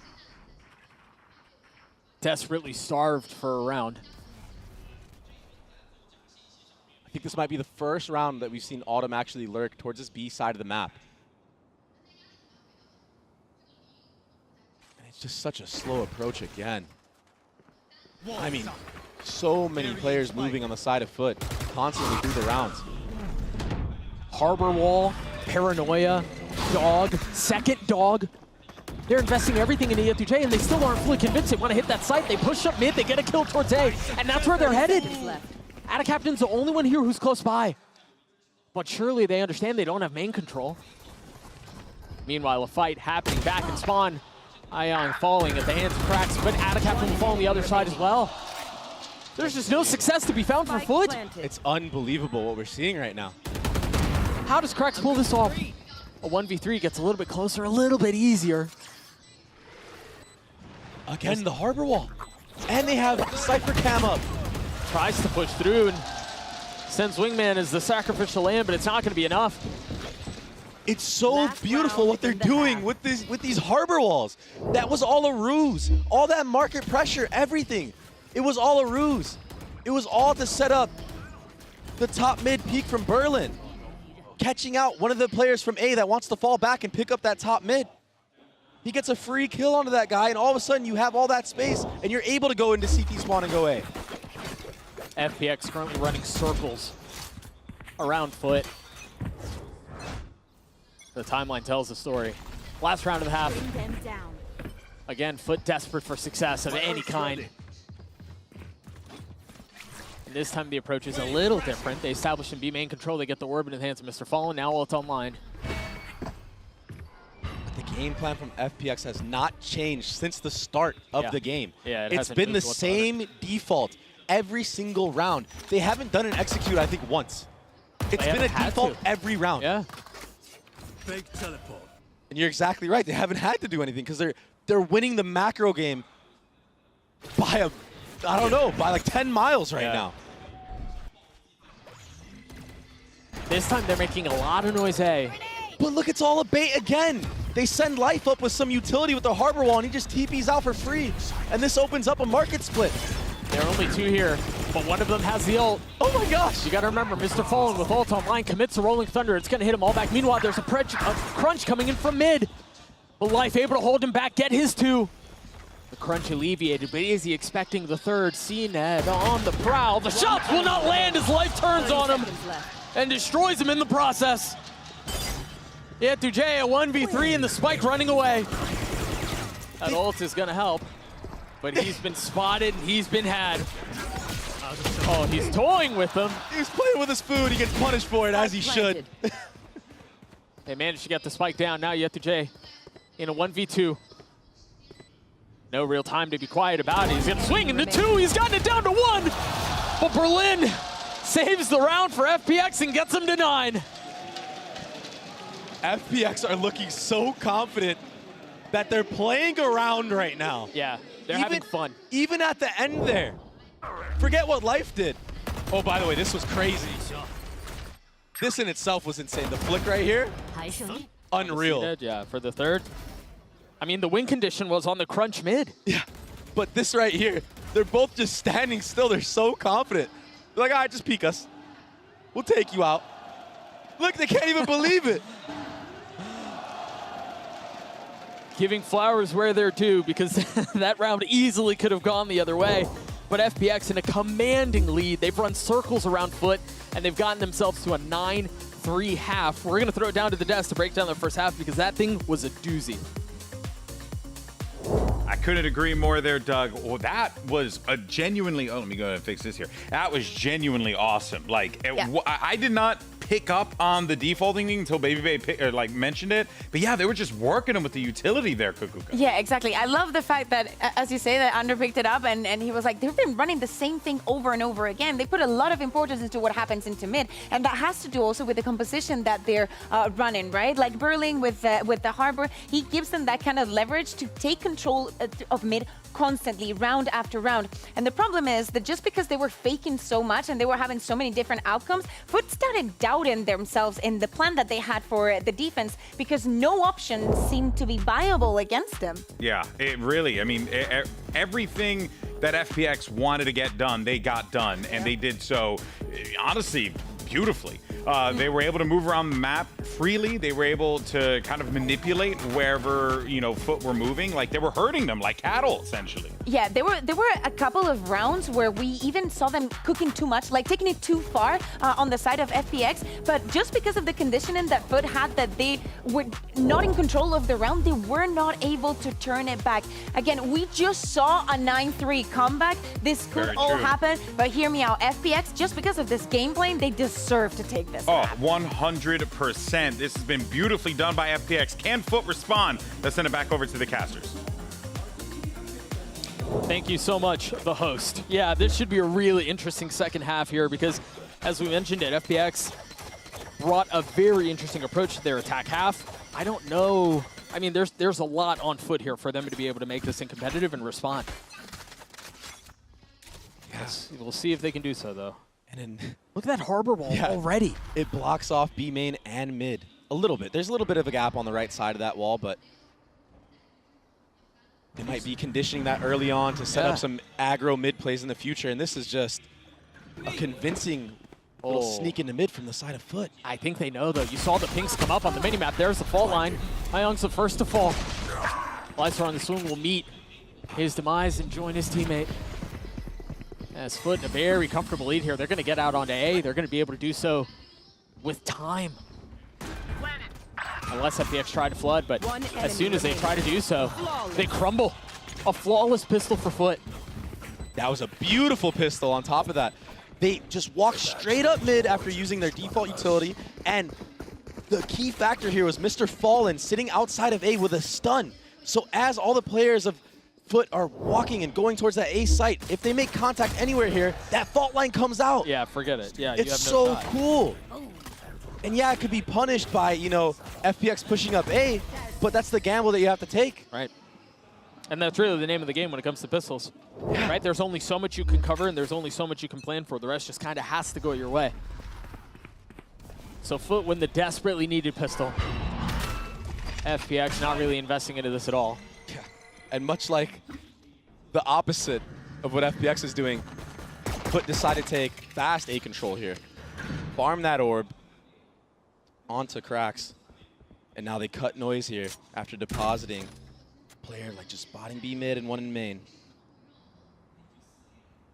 They're kind of committed to this. I don't know that they have enough room to pivot to plan B if they don't like what they have A. And they're getting wrapped on. FPX finding some space and trying to take these fights. They just don't have the guns to fight back, though. Berlin's caught on a terrible spot here. Yeah, he gets a kill on the Y2J, but still plenty of work to be done. So far, both teams have had a really strong approach to this attacking side. Even FUT here in this last round, they took early space on A. They used a lot of utility to take it, and then they cut noise, waiting for a reclear. And they come out on top. And after that reclear comes out and they punish it, that's when the lurk gets activated from Y2J. He goes up top mid, he gets a rotate. CNED was in mid, he can clean up the round for him afterwards. Both approaches so far on the attacking side have been really strong. But this bonus feels like it needs to go to the way of FUT. Yeah, agreed. Little rush to deny early aggression A. I have to point out, that wall actually does connect to all of mid as well. Yeah. It was just missed the last round. And you have to clear that thing 2 times if you want to get B main control. You have to clear it the first, I mean, depending on which way you go, yeah, you're clearing that thing twice. But it goes down the paranoia out towards the middle of the map, and FPX want to take this fight. They dig their heels in, refusing to relent on the space. And now Mr. Fallen's left in a 1v4 with nothing but a stinger. No shot. Wow. It was the conditioning from the Harbor, much like the attacking side. Berlin playing that market area. He walls off B main and mid in the beginning of the round. Then he uses a cascade onto tiles, and that allows for this re-clear of mid to happen at any moment. It doesn't have to happen as soon as that cascade comes out. They let it cook a little bit. They let it simmer. And then they executed on it. And Life just reigning supreme once again. 5 rounds separating these 2 squads. A new Harbor wall, blocking off all of mid, and Life getting very confident here, just walking down. And they still managed to control B main, this time with the cascade though. Pushes through the wall. He's ahead of it. This is insane. He's No one's gonna careful check though. They're this. behind him. Oh my gosh, Life! How do you get away with that? CNED though trying to strike back. Getting a kill to keep things competitive and keep it close. As we're down to 3 apiece. But they don't have bomb control. And there's no TP, there's no Omen to get there. So they're gonna have to fight through this FPX defense. And that's just to get the spike. A borderline impossible situation. Faces the attack side. But the need to solve it is ever great. The truth is they don't have a ton of time either. 40 seconds left, they gotta swing, they gotta take these fights, and so far they've gone the way of FUT. Life has been good, but is he gonna be good enough to get them both to get the round for FPX? 30 seconds left. Safe passage acquired by Yetu. He's got the spike, he should be able to plan A. Decides the path up top mid as his bomb is being planted. Planted the spike. My ultimate is ready. A 1v1 for the round. He plants the spike and now wants to go aggressive. He's gonna wrap behind him, and Life has no idea. He's weak, but his health might not matter. He turned, but Yetu gets a kill anyway. Both of these players were huge in this round. Life opened it up with that walk down mid, doing what some would call a ranked play. He just walked through mid by himself. He didn't care at all.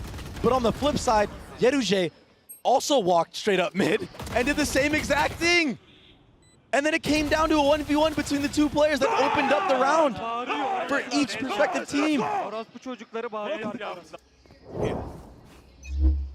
This is the battle I expected. Much more competitive. Oh my gosh, they go aggressive again. An early flash and a TP from Lysor to take the space. Meanwhile, on the opposite side of the map, that same harbor wall that we've been talking about. The small things that we're seeing, Doug, from FPX are so unique. And it's really kind of like they're changing the game. Yeah. They're not playing the meta way. I mean, an Omen TP to get a forward aggressive angle like that, I've never seen anybody do that on Sunset so far. These micro things that are being done from FPX, it's so hard to play against things like that because you're not used to seeing it every day. Well, the fun thing is too is they have a similar approach on other maps that we will see later in this series. Yeah. Cheeky little peeks like that, but back into this we go. CNED committing to the ult, not going to connect, and he's kind of stuck here. He's got nowhere to go. Yeah, he'll fall at the hands of Berlin. Oh my gosh, Life stuck that? I know exactly. That was madness! But because of that, they've been able to get a little bit of space here. The Prowler going to be traded for the Thrash as Krax tries to find some space. Spike ticking away. Autumn on the tap. Tries to turn the flash. Numbers still in favor of the defense, but they're starting to fall now. As J gets 4. Okay. Again on the lurk. He's reigning supreme and he's warming up now. Smiles out of the side of FUT. There's life within the team. I was getting very worried for them, especially after that first half and the complete dismantling that happened to them. But they're starting to bring this back. Slowly and surely. And the poise on Ayung there. And J cleaned that up nicely. Both teams on their attacking side have been opting to go for 4-1 approaches. It seems to be working for both sides. This time a more spread default. Getting J walked up in mid here. Oh, he's spotting Berlin as he tried to clear the cam. He pays for it with his life. They try to swarm and overwhelm with the numbers that they have. And they will get their 1. Oh my gosh. That's now 2. That's Bomb! Bomb's down in mid! Not this again. How are they going to rewrap this? Ada Captain's going to grab OMEN and grab the bomb here, but will it be enough? Spike's down again! Another need for them to fight their way out! Autumn's just running him down right now. What a round from FPX. And what shots that we're seeing. Just taking the heads clean off of FUT with Sheriffs. We're gonna take a look at that one more time. At this kill right here. Oh my gosh. That is so clean. And then Autumn just holding W. W gaming. Frustration from the coach. No time to dwell on it. Back into the action we go. It's that same Harbor Wall B. Meanwhile, FUT trying to establish some present A, but they're just walking into the grinder once more.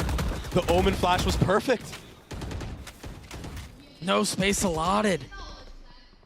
And Life again has just walked all the way down mid. He's wrapped him. And they had no idea. Cracks falls, and now they realize the terrible situation they find themselves in. It's madness.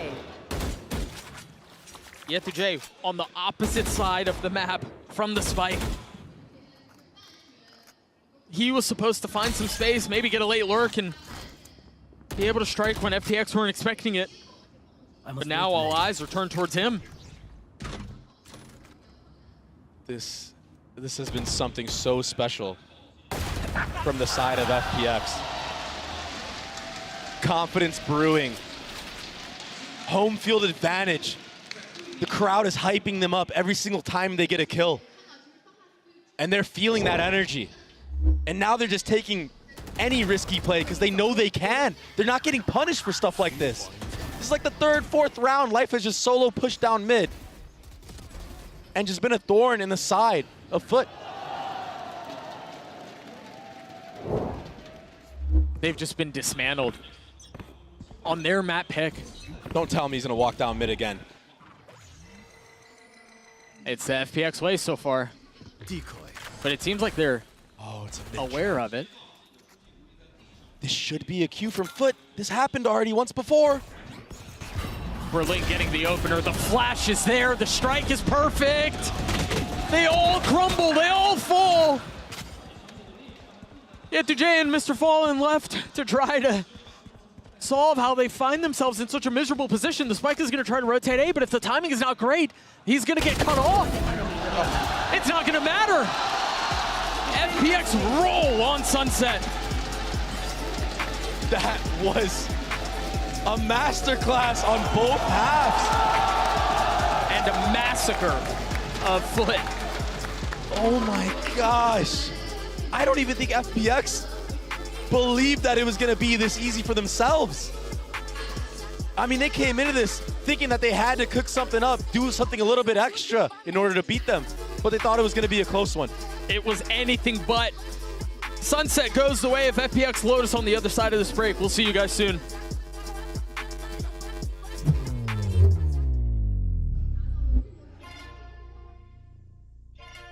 Nice! Nice! Nice! Nice! Nice!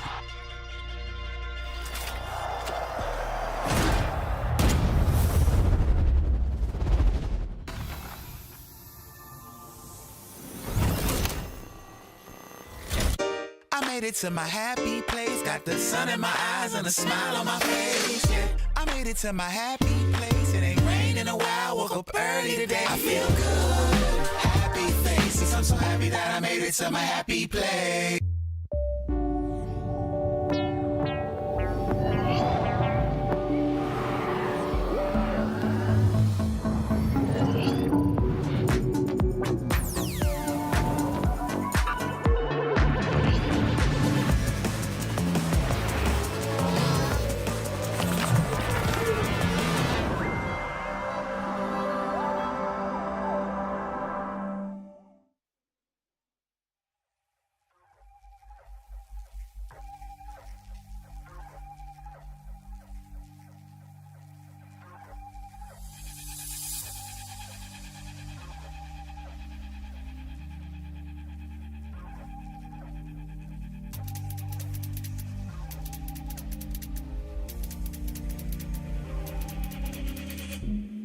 What you gon' do?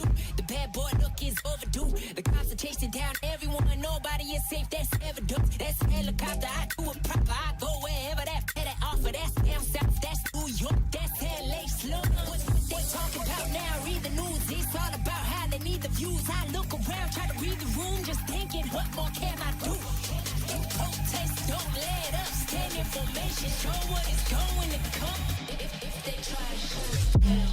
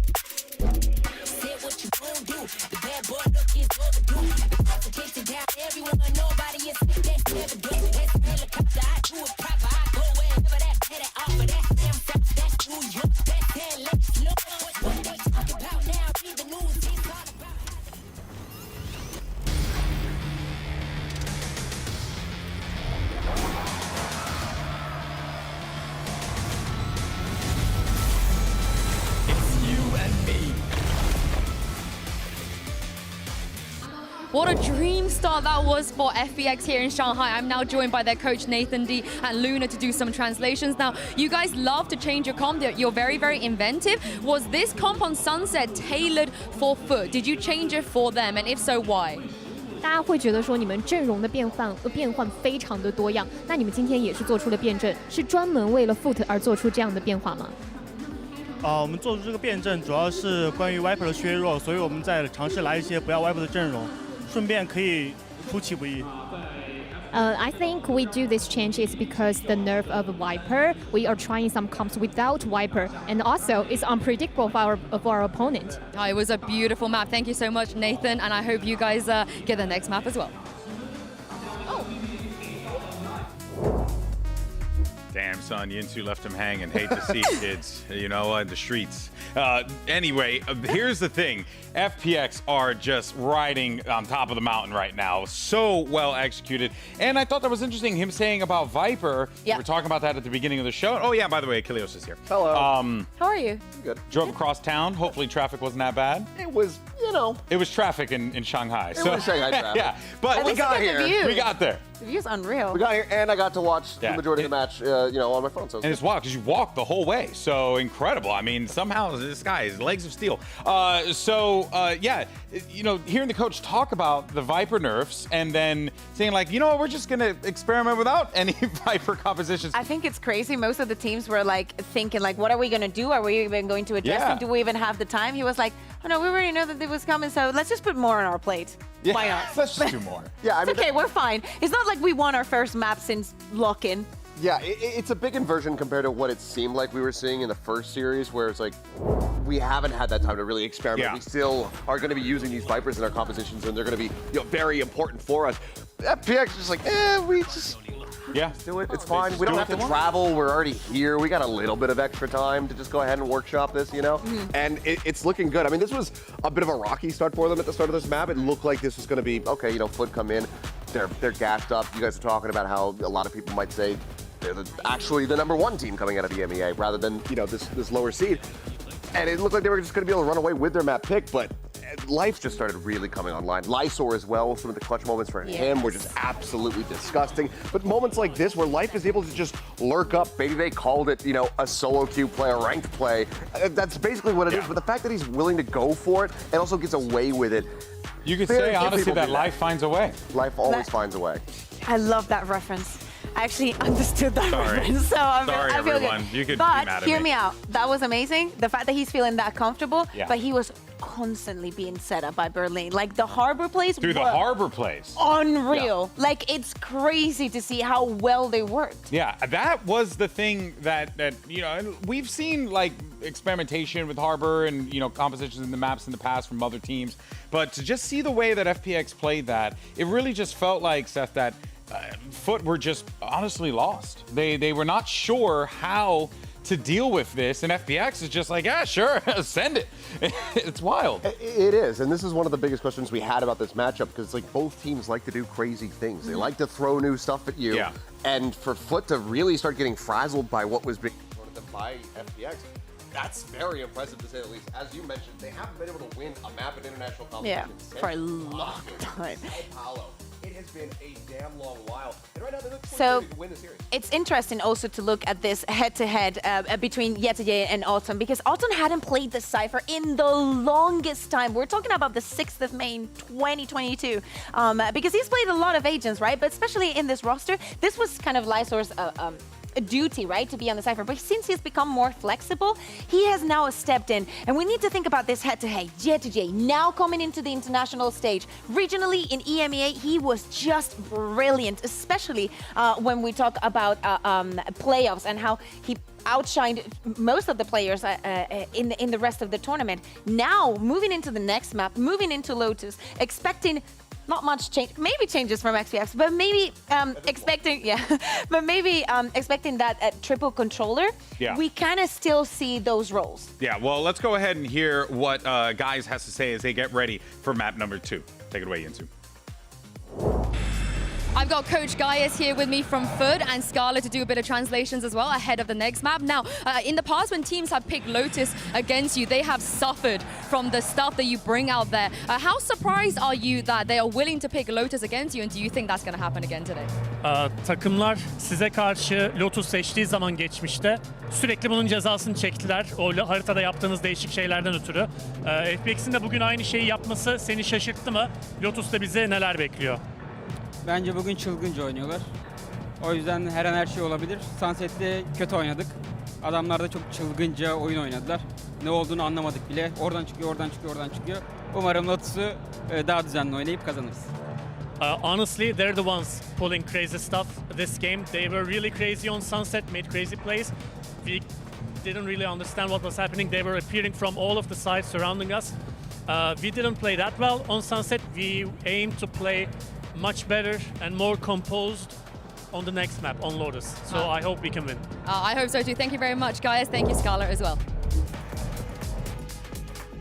Into this one, but you certainly know that FUT are going to be the type of team that will find, you know, that footing. Well, did not intend to do that one, but, you know, headaches be rocking today. So, yeah, that I'm curious to see, though, how FUT respond, how they get out of this, because honestly, Achilleos, this is not a position that I think anyone would have thought FUT would be in coming into this event. I don't think a lot of people were giving FPX that respect, outside of Mimi. Funny enough, who knows, she could be right here, but here's the agent select. Yeah, exactly. And okay, let me see. Bit by bit, Crux is going to be on the initiator. Okay, that is a change. Obviously, they wanted to change things around a little bit. But yeah, I mean, I'm not surprised to see what we see on the other side, like the triple controller not moving away from the Viper on this instance. Life, as we said, was being set up very, very well, and I think that in this map is going to be the same. On the attack, maybe, you know, moving away from the Sage, like they understood that it had a limit. As we say, FUT every single time, or almost every single time that they lost with the composition, they've gone for something different. But with the amount of preparation and how polished this map is for FPX, they should be all right. All right, well, let's go ahead and jump back into the action. Send us over to Doug and Baby Bay. Thank you so much, guys. I'm Seth. I'm glad to see you made it to the other venue safely. Meanwhile, it doesn't seem like FUT have kind of shown up on this stage, at least with how they got styled down on Sunset. Lotus, perhaps a different opportunity, perhaps a different story, and perhaps this new comp is the solution that they need. Yeah, they normally run a Sage instead of the Breach, so I've had a lot of, you know, like doubts on like this Sage comp that they ran, and I'm actually happy to see the Breach because now they can set up CNET a little bit more, have flashes and etc. And I think that starting on the attacking side for FUT here is really good for them because we saw what FPX can do when they set the pace. Yeah. The last time we saw Lotus was just a couple hours ago and entirely subverted expectations, so we'll see if this is the same. FUT deciding to be pacey here. A fast B hit. Yeah, and they're committing to it too. The paranoia. CNET is dashed through. The suck not going to connect onto anything. A little bit of space found, but can a kill be acquired? Berlin's dancing around. Crazy. Yeah, he's dancing around all this utility. Now understanding that they've lost way more space than they had realized. FUT finding a couple of kills as Adacaptain gets 3 on the round. And Lysor's left alone, rotating from B. Just an all-out war on the C site. And FUT just in this post-plant positioning. This should be a wrap here. Oh. As soon as you try to take that fight, you get tapped. That's crazy. Yeah. That's his 4th of the round too, so he's already building up halfway to that Viper ult. And we had questions, you know, is Viper gonna be played even? Yeah. You know, what's gonna happen? But teams are making it work. And Adacaptain getting 4 onto this round is a great way to set himself up and his team up for success later in these rounds. I mean, he has a potential here to farm orbs, get kills, and even get the Viper's Pit for that bonus. And that would be great for the side of FUT. That's how a snowball starts. You're absolutely right.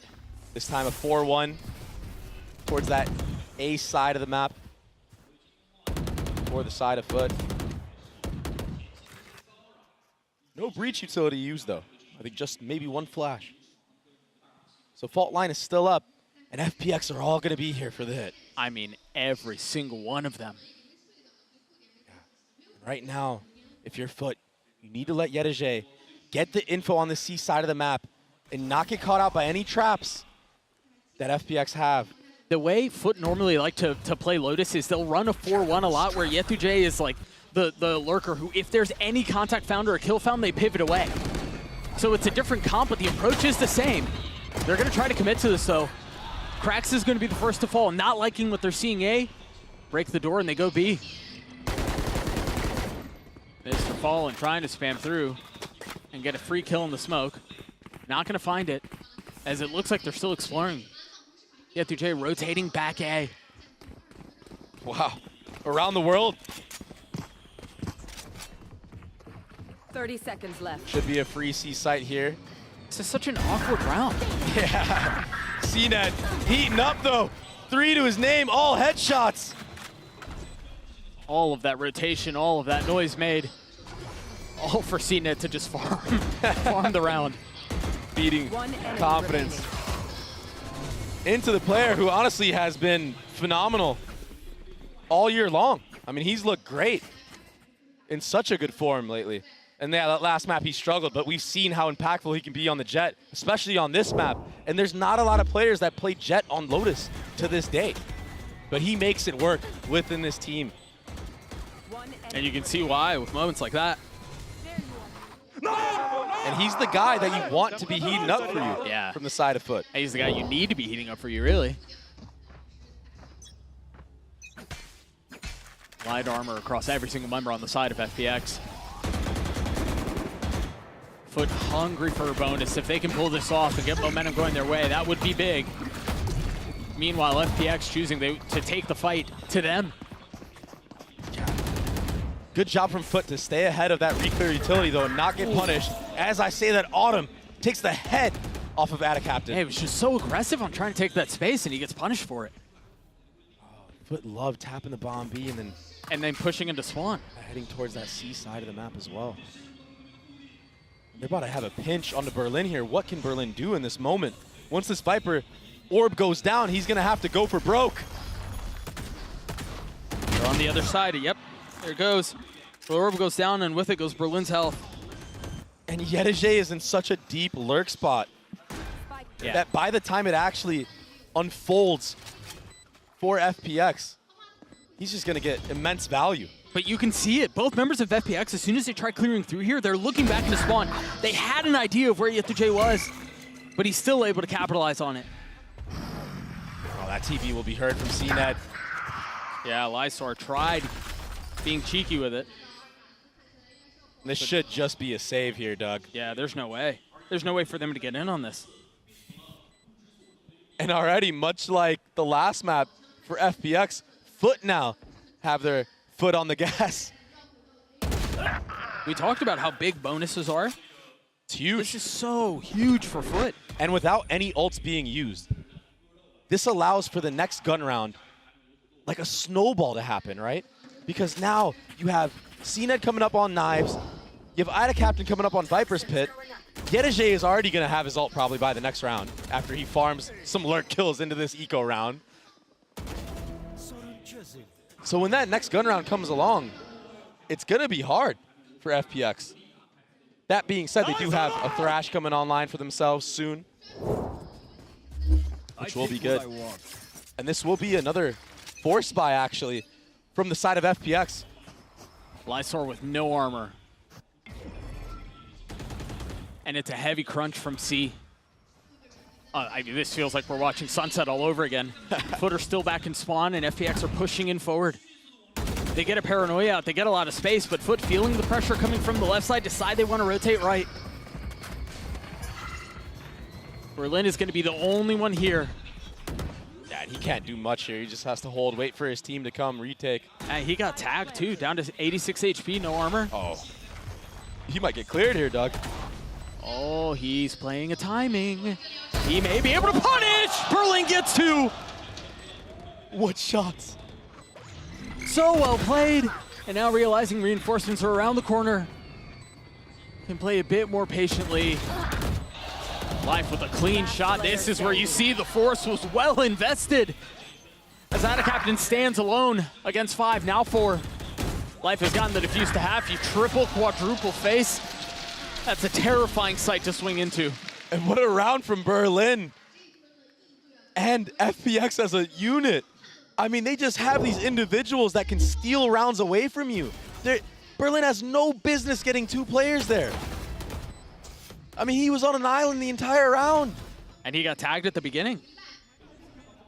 I will say, though, FUT are approaching the beginning of these rounds really well. They're understanding that FPX likes to have trap plays, and they're reacting correctly, unlike the last map. And that's why you're seeing them sitting at 3-1. Yeah, they may have lost the last round, but it was off of heroics from FPX.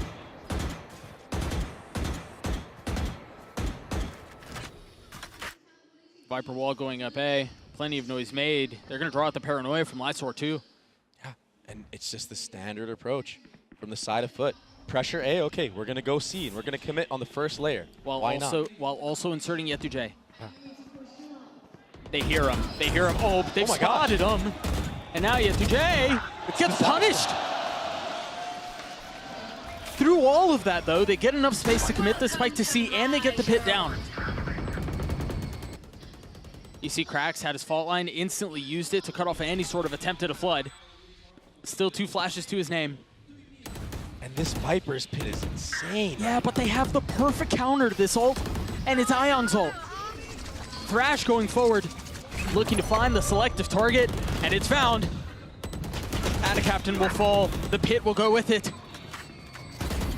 They still have a shot at this, so it's CNED. 1v2, Blades online, it might not matter! CNED steals the round!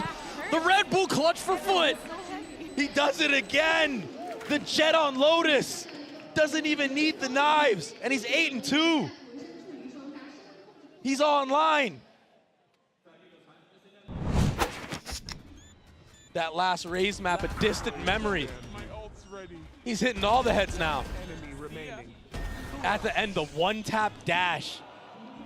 And he gets up! Oh! And that will probably cause FPX to call a timeout, as they should. They need to ice that man right now, Doug, because he's popping off. Out of a seat with fire.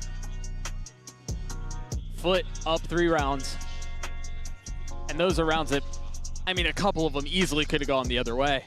That one being one of them. That last one we just saw was a perfect example. It's so scrappy. Just as you think, you know, it's almost impossible for the retake to come through. Lysor on the flank gets that kill last second. I don't even know how he got that. It's like through the box, headshot. It was something ridiculous, yeah. Makes it come down to what, a 2v1? After all that? And then CNED happened. Yeah. And I wonder now if FPX is realizing that everywhere that they're showing with a mass amount of players on a re-clear, that FUT is just going the opposite way instantly. And I wonder if they're going to adapt to that and adjust and maybe fake pressure this A utility and then already be cheating towards that C side of the map.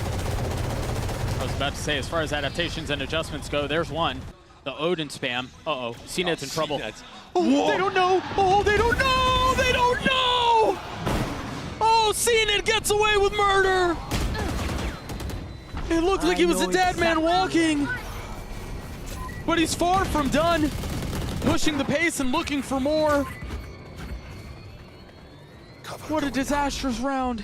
I cannot believe that just happened. One enemy I'm at a loss for words. A flawless round for FUT as they get to 5. And you see it, though. You see how FUT are going to be able to punish the set plays that FPX are able to run here. And yeah, this is not going to happen every single time, right? Well, and the problem was... That's so unfortunate. Yeah, and the problem was, I mean, I think it was because he was behind the Viper wall, so there's no way to see where the Dizzy had gooped. Exactly. But CNED took that space so aggressively because he understands the timings and the internal clock of FPX and how they like to use their re-clear utility. Well, and then there was also the spam from the Odin that allowed safe passage and provided suppressive fire for him to take that line. Ridiculous, and so FPX off of that are back to scraps for a bye. A Marshall in the hands of Berlin, but that's it. Life. Much like the previous map, he solo pushes up mid, but this time, FUT aren't falling for those antics. And he gets punished. If you're FUT here, you want to get through this round as cleanly as you can. Try not to take any damage, which so far they've been successful in doing, and preserve all of their ults. But as we've seen this tournament, I know the days are early, but this seems to be when silliness happens. One enemy remaining. I don't think it's going to be the case this time around, though. Yeah, they've lost out a captain, but the rest of them are still healthy. They still have 3 ults to work with. Yeah, FUT have looked so good on this map so far, Doug. They've been manipulating rotations. They've been beating timings. They're winning gunfights now, unlike the last map. It's an important part of the game. Yeah. Yeah. Autumn will fall to the hands of Mr. Fallen. FUT get up to 6. But honestly, too, Dre, this is what you would expect from Lotus, from the attack side. You're able to kind of feel things out a little bit more, play a little bit of mind games, throw some eye candy, and that hasn't necessarily been the way FUT have wanted to approach this. Yeah. But it is working out in their favor. Yeah, you're 100% right. But we do have an operator online for the likes of Life. Will this be the answer? Can he bring them back from the grave? Because this is getting out of hand. Oh, Mr. Fallen's delaying the spam. And he gets a tag. CNET is really playing this like a monster. Meanwhile, I'm not really sure how Berlin got that kill. I think he That's must a have crazy shot. I think he must have just spammed him through that default orb there.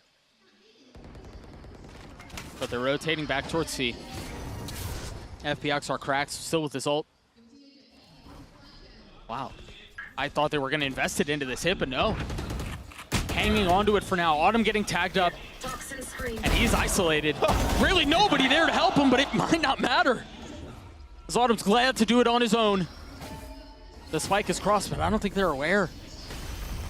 And they're so concerned for Yetu on the flank that Life is still holding mid.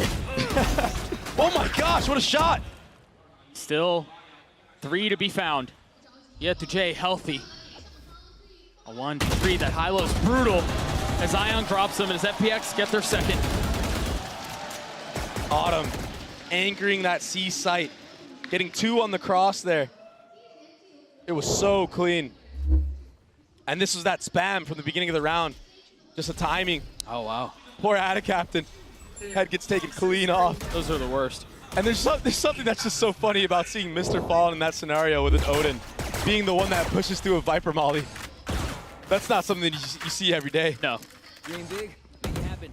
Another op online for CNED. I don't think we're going to get a straight-up op duel because there are so many members here from both teams. There.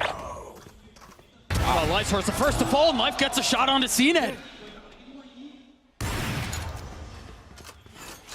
Big kill, and that causes Yetu to bring it back with the team, and they regroup as a unit. Life finding a second. He pushed through the smoke. As Ion's going to end on the 1-2, now the spike's sitting on the ground. They invest the Thrash, and they take the space with it. Nowhere for them to go. This is really big for Mr. Fallen. Are they aware? He's got to find some success, and he's got the cross covered. My camera is destroyed. But has to give the space up. Understanding they're likely pushing into spawn. Keep a close eye on Mr. Fallen. He's the X factor in this round. On the swing, dropped. Yetu now left alone. In 1v3, yeah, he managed to get the spike down, but the hard part is yet to come. He's not even going to find one. And poise being shown from FPX on that retake. Yeah, they could have rushed down Yetu there when he was thrashed, but they decide to just chill out, regroup, let's re-clear heaven because they know that they don't have a sentinel. Right. So FUT can really get into these really aggressive lurk spots, and they have to at least be grouped up and be able to trade if something happens. In this case, Ayang just goes crazy onto Mr. Fallen there, but Life was really the star of this round. I mean, that second kill that he got, he pushed through a smoke from his own teammate with an op. I mean, these are plays that, yeah, these are Schmeeg plays. And even little things like making sure you're facing the right side and then turning to take the shot when you have the op out so the barrel doesn't give you away and you're peeking outside of that smoke is just crazy. And now because CNET invested in attack op, there's a double op on the defensive side. But I feel like FUT are reading into this and they're hitting B. Yeah, but that's where one of the ops is. Autumn with the support. He's got 2 and Life goes in aggressive. But Mr. Fallen's there for the trade. Last player standing. It's not really seeming to matter. That double op setup and then the rocket to boot was just too much. And that got scary for a second there. Life was very patient, not shooting CNED when he crossed with the wide swing. But somehow that shot on the breach didn't connect. But he was bailed out by Autumn. That was really good team chemistry and good support. Beautiful. Very nicely done by Autumn, for and sure. And then Life with the re-engagement with the rocket too. What an awesome string of events. And FPX are bringing this one back. FUT need to close this half out. We've seen how powerful FPX can be on the attacking side. CNED pop blades and has a stinger. And Mr. Fallen has an off, but he gets not anymore. Taken out. Oh, where did that shot go? Meanwhile, the blade's going aggressive. Op found. No way. Now the Rolling Thunder 2 is only going to tag onto one. Keep an eye on Autumn again. Could be finding just the right time, but the hits B. At least part of it is the spike C, but they've completely divided their attention. It's a mess. And it's thrown FPX into disarray. Cracks pushing forward, dropping one. And now things slow down. Look at it, FPX have to tuck back and spawn. They're so worried about all these lurks. And oh, the rotation coming out. Yedeje getting deposited so deep into heaven there on the B site. That allows the easy rotation for FUT to get a bomb down safely. One enemy remaining. Berlin still with the op, and he's the last one alive here. This is ambitious. Economy is good for the likes of FPX. They built up. There's nowhere to go, my friend. Yeah. There's nowhere to go. Yeah, they built up some stability, so they will have a full buy going into this next round. But FUT, they're playing the win condition beautifully. They understand that FPX doesn't have a Sentinel. They don't have any info on every single lane. And on a map like Lotus, if you try to hold every single lane, you're just going to get overwhelmed. Right, you cannot do that. Dude, that second shot, I mean, it looked like it grazed the ear. Yeah. And I love how there was like a little no-scope duel in the smoke there when Cena dashed into it, grabbed the op. Berlin goes for the no-scope. Right there. Last round of the half. CNED with op still in hand as Life has joined him. And once again, there's aggression on both sides. Life's the first to fall. Here the op shots continue to rattle off. A threat and a warning on the other side of all of this utility. They're trying to find some space too. Trying to tuck and maybe catch a timing, but Ion pays forward with his life, and FUT are not slowing down. Punishing that A default that FPX have been doing so often. Oh, he's ahead of this. Berlin's ahead of it. Oh, Berlin's ahead of it! That's the pit! But there's still so much work to be done. And Autumn is nowhere to be found. He's so worried about Yedeje, as he should be. But this time, Yedeje opting to just come back with the team. It's just so ridiculous to deal with. Last player standing. Autumn will fall. Berlin gets his 2. Almost puts on a clip. But it's just not enough as FUT gets 8. And I think the last thing I very quickly want to mention on that is you're right. Yedeje has lurked so many times, not just in this map, but in previous maps that we've seen him play, that you have to respect it. And by him, just the threat of him doing that is enough to tie up defenses. Yeah, and when you don't have a Cypher of your own to kind of check that, it's tough to play against. That being said, FPX is good on the attacking side, at least on the last map that we saw.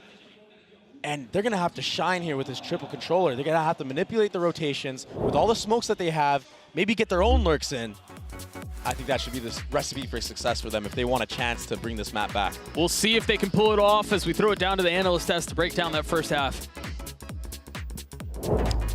Thank you so much, fellas, for that one. Exciting, though. Exciting way to start off on Lotus here. And, you know, I think it's safe to say that both teams really just pushing each other in these opening matchups, which is exactly what you want to see at a big global event like this. Yeah, exactly. It got too close for comfort, I have to say, at some point. I think that Nathan had a very, very good timeout and got some solutions for FPX, like the op on live that we saw, like canceling the rounds time and time again. Also, we saw some instances where FUT were a little bit thrown off by the Astra being there and maybe not expecting that amount of utility, but there were also so many instances where they were prepared, and we got to see Charles Neddington just being him. Yeah. Just incredible performances. I mean, one of the things that Baby Bear was touching on is we don't see that many duelist players opt to go for Jet on this map. One of the only other ones that really comes to mind, something on PRX, but that's in a double duelist setup. But yeah, I mean, the thing that's been talked about time and time again is just how much more comfortable and lively CNED has been in the last several years. We saw that from him ever since he joined Na'Vi. Now he's just been absolutely thriving. And to see CNED pop off like that so hard that the admin has to go recover the chair for him. Yeah. It's just, that's a scary thing to see. If I've FPX on the opposite side of the stage, I'm getting real worried. After that play, I would have thrown my chair away as well, but it would never happen. No, I love to see, even with that, it's just an 8-4 half. I think that especially on the attack with all that utility, and again, the way the Berlin is playing, this is going to be very, very complicated for FUT to keep up. Yeah, they win themselves 2 rounds. They're right back in this bad boy, and then FUT's going to be in trouble. Let's see how this second half plays out. Send it back to Doug and Baby Bay. Thanks so much, UB. You're right. It's really just 2 rounds that kind of get this to be so much more competitive, and because of that, all of the focus goes towards this pistol. Yeah. If FPX are able to convert, we've got a game on our hands. Another slow approach. Don't want to get caught out by a breach trap, a breach stun. And this is a very unique Viper Orb from the side of FPX. But the benefit of running triple controller is that it's okay that you can't really scoop it up anymore. You have so many other things at your disposal. Looks like put our position for this fight. If anybody walks through, that fault line is being held right now from the side of Cracks. It'll go all the way across from heaven into the tree. Off of the cam. There it is. The cam triggers the fault line. Very smart from FPX to bait that out. Oh, CNED. Oh, that was filth. That was disgusting. Berlin just destroyed him. Instant. Completely decapitating him, but now attention of the site goes towards B as the spike is in tow. Ion committing to getting the spike down. You see the paranoia coming through, but they've got what they wanted. They're getting the kills as well. Mr. Fallen down to 15 HP, out of Captain Healthy, yes, but they're so outnumbered. And there's still so much left to do. A Sheriff in hand for the Omen, instantly dropped out of Captain, manages to get his 1. Still 3 to be found on the other side, 40 HP. Time is short, surely they swing on this, they get the kill.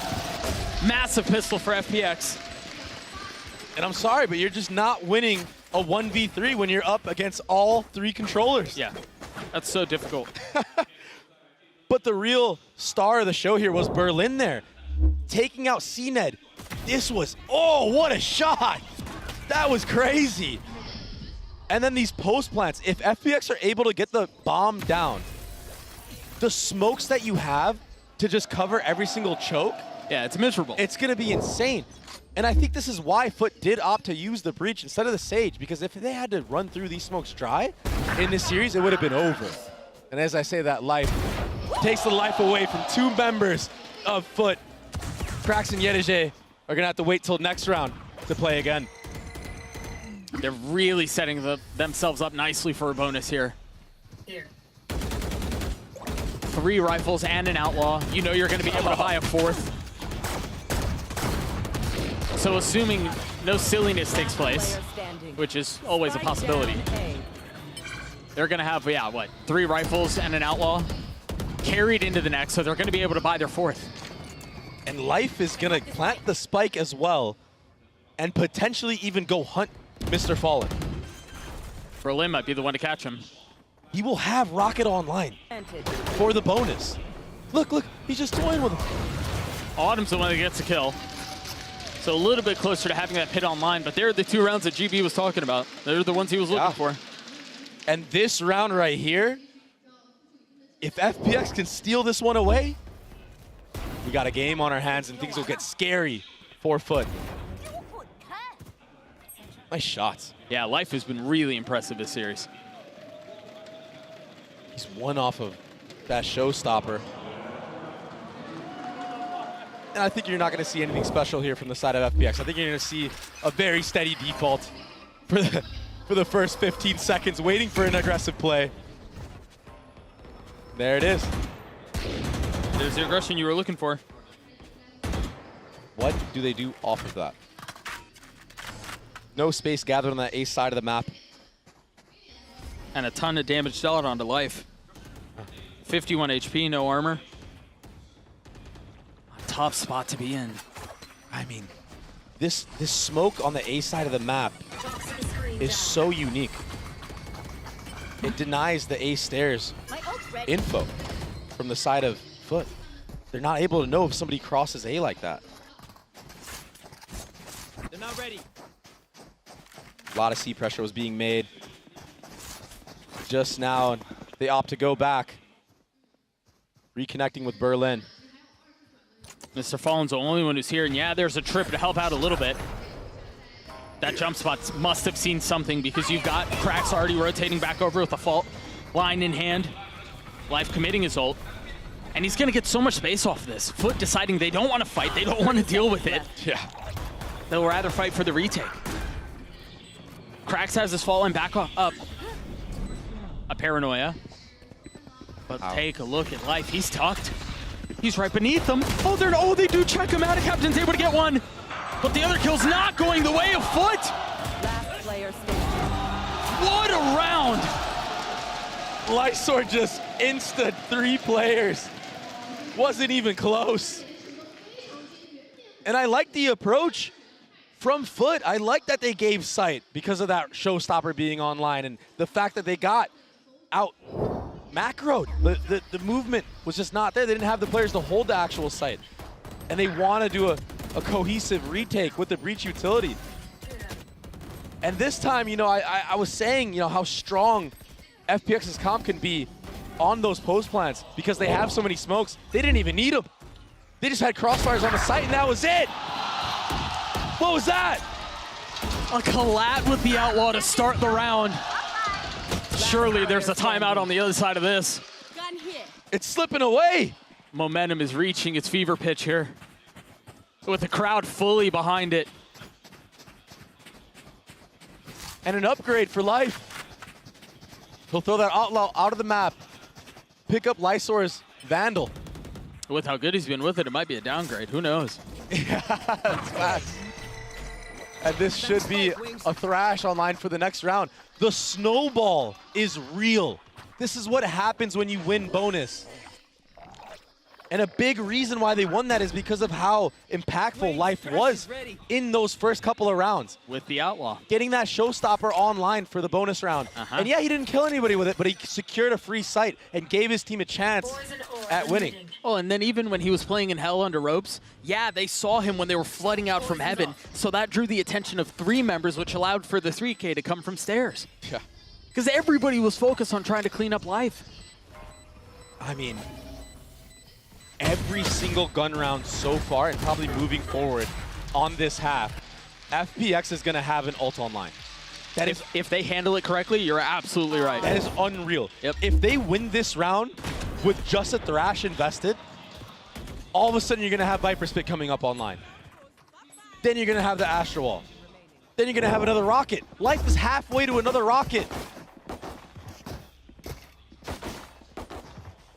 CNED will have to pick up an op, though, to answer. Or at least attempt to. Yeah, much like how Life had to pick up an op on the defensive side. He has to be the man to bring them back into this game because it feels like FPX is in the driver's wheel. Mr. Fall. Oh. That is not what they were looking for. This is that smoke I'm talking about, though. Nobody does this. I've never seen that. And you see why they do it. CNED tries to get the punish, but he just gets insta. Start to see that other smoke dissipate. And believe. So many layers. Oh, they're not even going to try to pick up the op. They're not concerned about it at all. This is all ultimately set up for a B split. This is why you see 2 players front B lurking up, clearing space now. They have the Viper's wall that blocks off Heaven control. I mean, if they get bombed down on this B site, if they opt to truly go there, it's going to be so hard to retake for FUT. There's a lot for Captain to figure out. It's a free site. He got tagged. The vault line's going to buy a little bit of time, so Life cannot hunt him down, cannot get the kill onto Captain, but they're going to get the spike. He's so far up. This is really dangerous. On the other side of the smoke, the snap onto Adacaptain is perfect. Come on. And he's far from done. Potentially. Yetuje, the next target, sitting on the other side. Trying to buy some time and trying to create some space. But again, Life is waiting just around the corner. Yeah, the kills get traded a little bit, but FPX take the lead. The pressure that FPX is putting on right now is too immense for FUT. They cannot handle it. And going down numbers like that early, especially against all these smokes that are going on, it just makes it impossible, it feels like. And then Life just taking like those intuition timings in a smoke and just peeking out, which we've seen him do all series long. I mean, listen, when you get punished for it, it can look real bad. But when you don't, when you don't, you win matches. And that's that timeout you were speaking of. Yeah, perhaps around late, but they do call it. And it'll give them a chance to think things through and perhaps talk through strategy for this round and maybe even the next. As soon as we get back into the action, we can have the discussion around what ults are online, but I think you're right. Dre, if they continue to be this aggressive, if FPX continue to push the pace, to aggressively fight into smokes, to aggressively catch timings, this triple controller comp, it may just be too much for FUT to deal with. Chad, I mean, FUT knows what's transpiring. They understand that Life has been playing like this and pushing through smokes and everything, but you don't know when he's gonna do it or where he's gonna do it. There's so many smokes on the field, and right now, FPX are just so fast when they're peeking. They're instaing. It's not a question. Their crosshairs perfectly set up, but just have no answer. It may not come this round. It may come in the next, because you see the ults for FUT. Oh my They've got, what, 3 of them really close to coming online? Oh my, another one. You don't expect this round to go their way, but if Life continues to tee off, I mean, he's got another showstopper. Yeah. That's the real issue here for FUT. But I want to draw attention to the next round, because I think here, if you're FUT, your objective is getting the ult online for Adacaptain, and then potentially for Cracks if you can swing it. Yeah, most definitely. But Life is aware of the fact that that's the prized possession. I mean, an exchange of weaponry, and now Life going forward. Even the flash, I mean, as soon as the one-way goes up, they're just, oh my, good night. Just got overwhelmed. He just got overwhelmed. And then Life puts a bullet between his eyes. Oh. With all this pressure on C and the lurk dying front B, Autumn is able to just walk all the way up to A and allow his whole team to come back to him. It's another complete dismantling from each lane. Yep. Much like Sunset. Yep. It's actually so similar how they're playing this default on attack. A 4-1, they pressure, they manipulate rotations, and then they hone it in just like this. I mean, both these teams have had great success on their attacking side, but FPX is on a different level right now. They don't seem to be slowing down anytime soon either. I mean, they're gonna knife him. They're gonna knife him. They're gonna try. This is the amount of disrespect we're seeing right here. And my brother, they're being egged on by the entire crowd. Mr. Fall needs to die to bomb here. I think he'll succeed. He somehow managed to slip the net and get away. I mean, but... Oh, wait. No. Imagine? Surely not, no. that would have been so hilarious, though. It would have been even more funny. But when you're playing against a team that is toying with you like this and clearly running at you with knives... Yeah, they are. I mean, that's not a good feeling to have. Oh, that gets in your head, man. But FUT they need to let that drive them to make a comeback into this map. They need to get angry. They need to dig deep. And they need to show why they made it here. That's all well and good, but FPX have won 6 rounds in a row. And their ults. They have 2 ults online. They've got another one just around the corner. Oh, the punish already. This is a must-win round. It's a must-win round. They have to convert, and yet Jay's already fallen. Seeing it's got an opposite on the trade, and Autumn will fall too. So much space has been taken by Life. This is where he has found so much success. He's playing in the smokes, but they know. Up train, shot landed, Life down. What a maniac. But it's worked. Yeah, it has. It has. FUT this time. Too smart to let that work once more. Saw them spamming the smoke the entire time as well. They're so aware that that could be a possibility. And they were right. Yeah. They've got to be careful here. A 2v4, I mean, in theory should go the way of FUT, but they lost so many numbers advantage rounds in the previous map. No round is secure here. These micro plays, like just that smoke being there and giving Berlin a little pocket to play in and potentially have players from FUT like overlook that. I mean, these are so, it's so unique to see a team doing things like this and how frequent they're doing it as well. A 2v4 would be backbreaking. It'd be debilitating. It'd be devastating. And if Cena turns, manages to hit the shot, and not a moment too soon, because it looked like he was a dead man walking.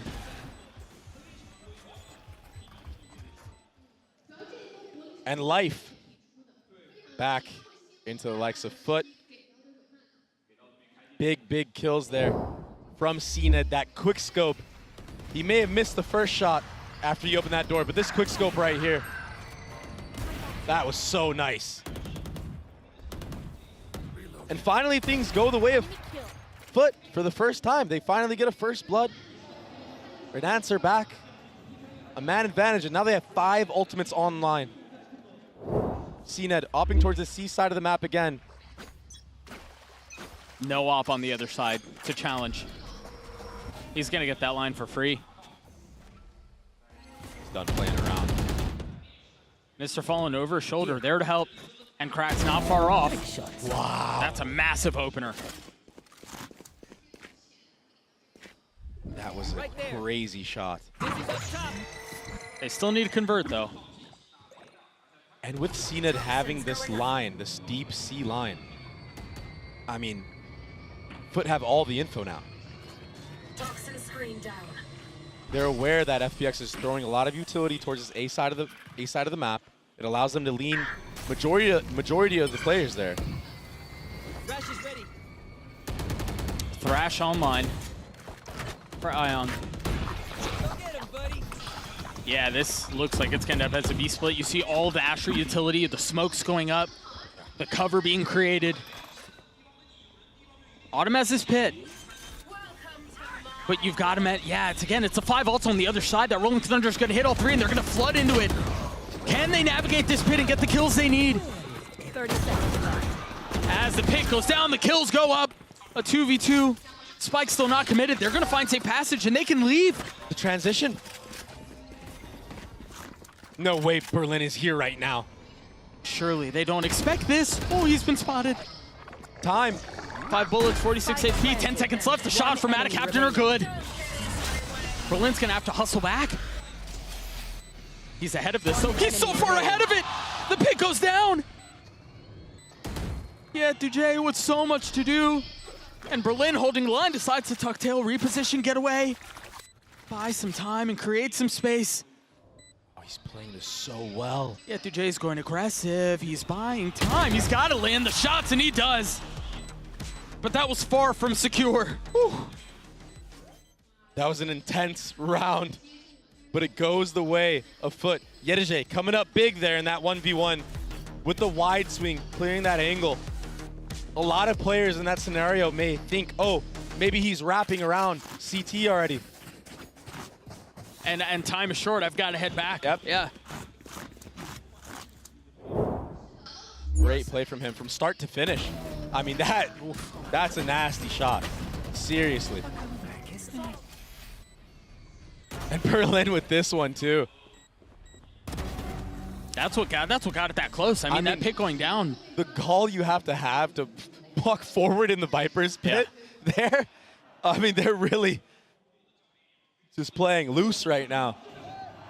Maybe they need to hone it in a little bit more though. in these rounds.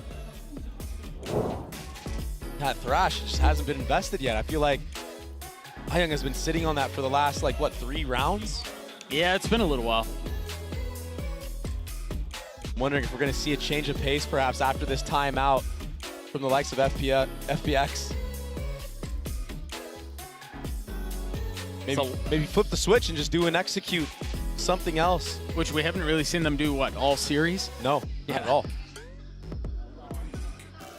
But to be fair, I mean, when you win that many rounds in a row, doing the same thing, you don't really need to do anything different. But they must change things up now because it just looks like FUT have a read.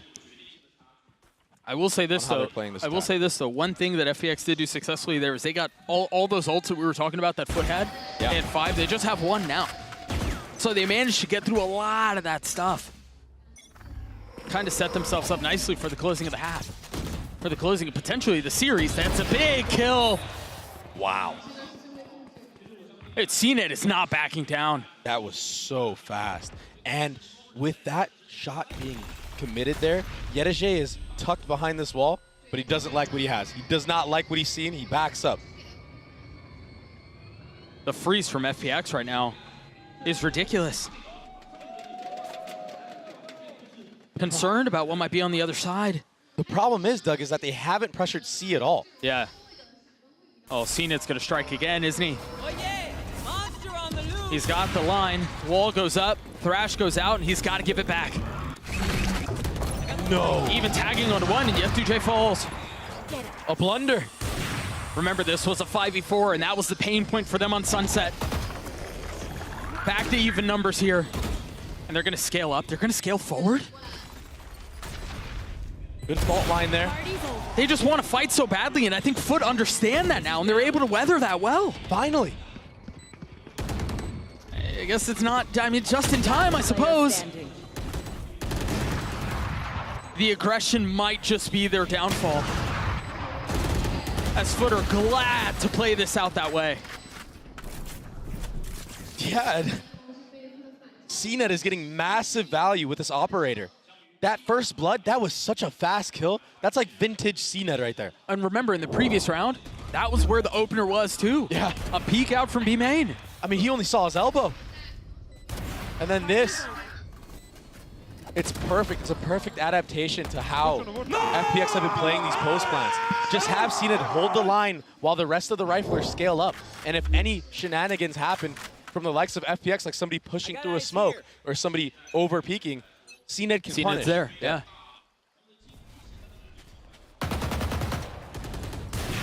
Oh, he's so confident right now. He's taking the game into his own hands.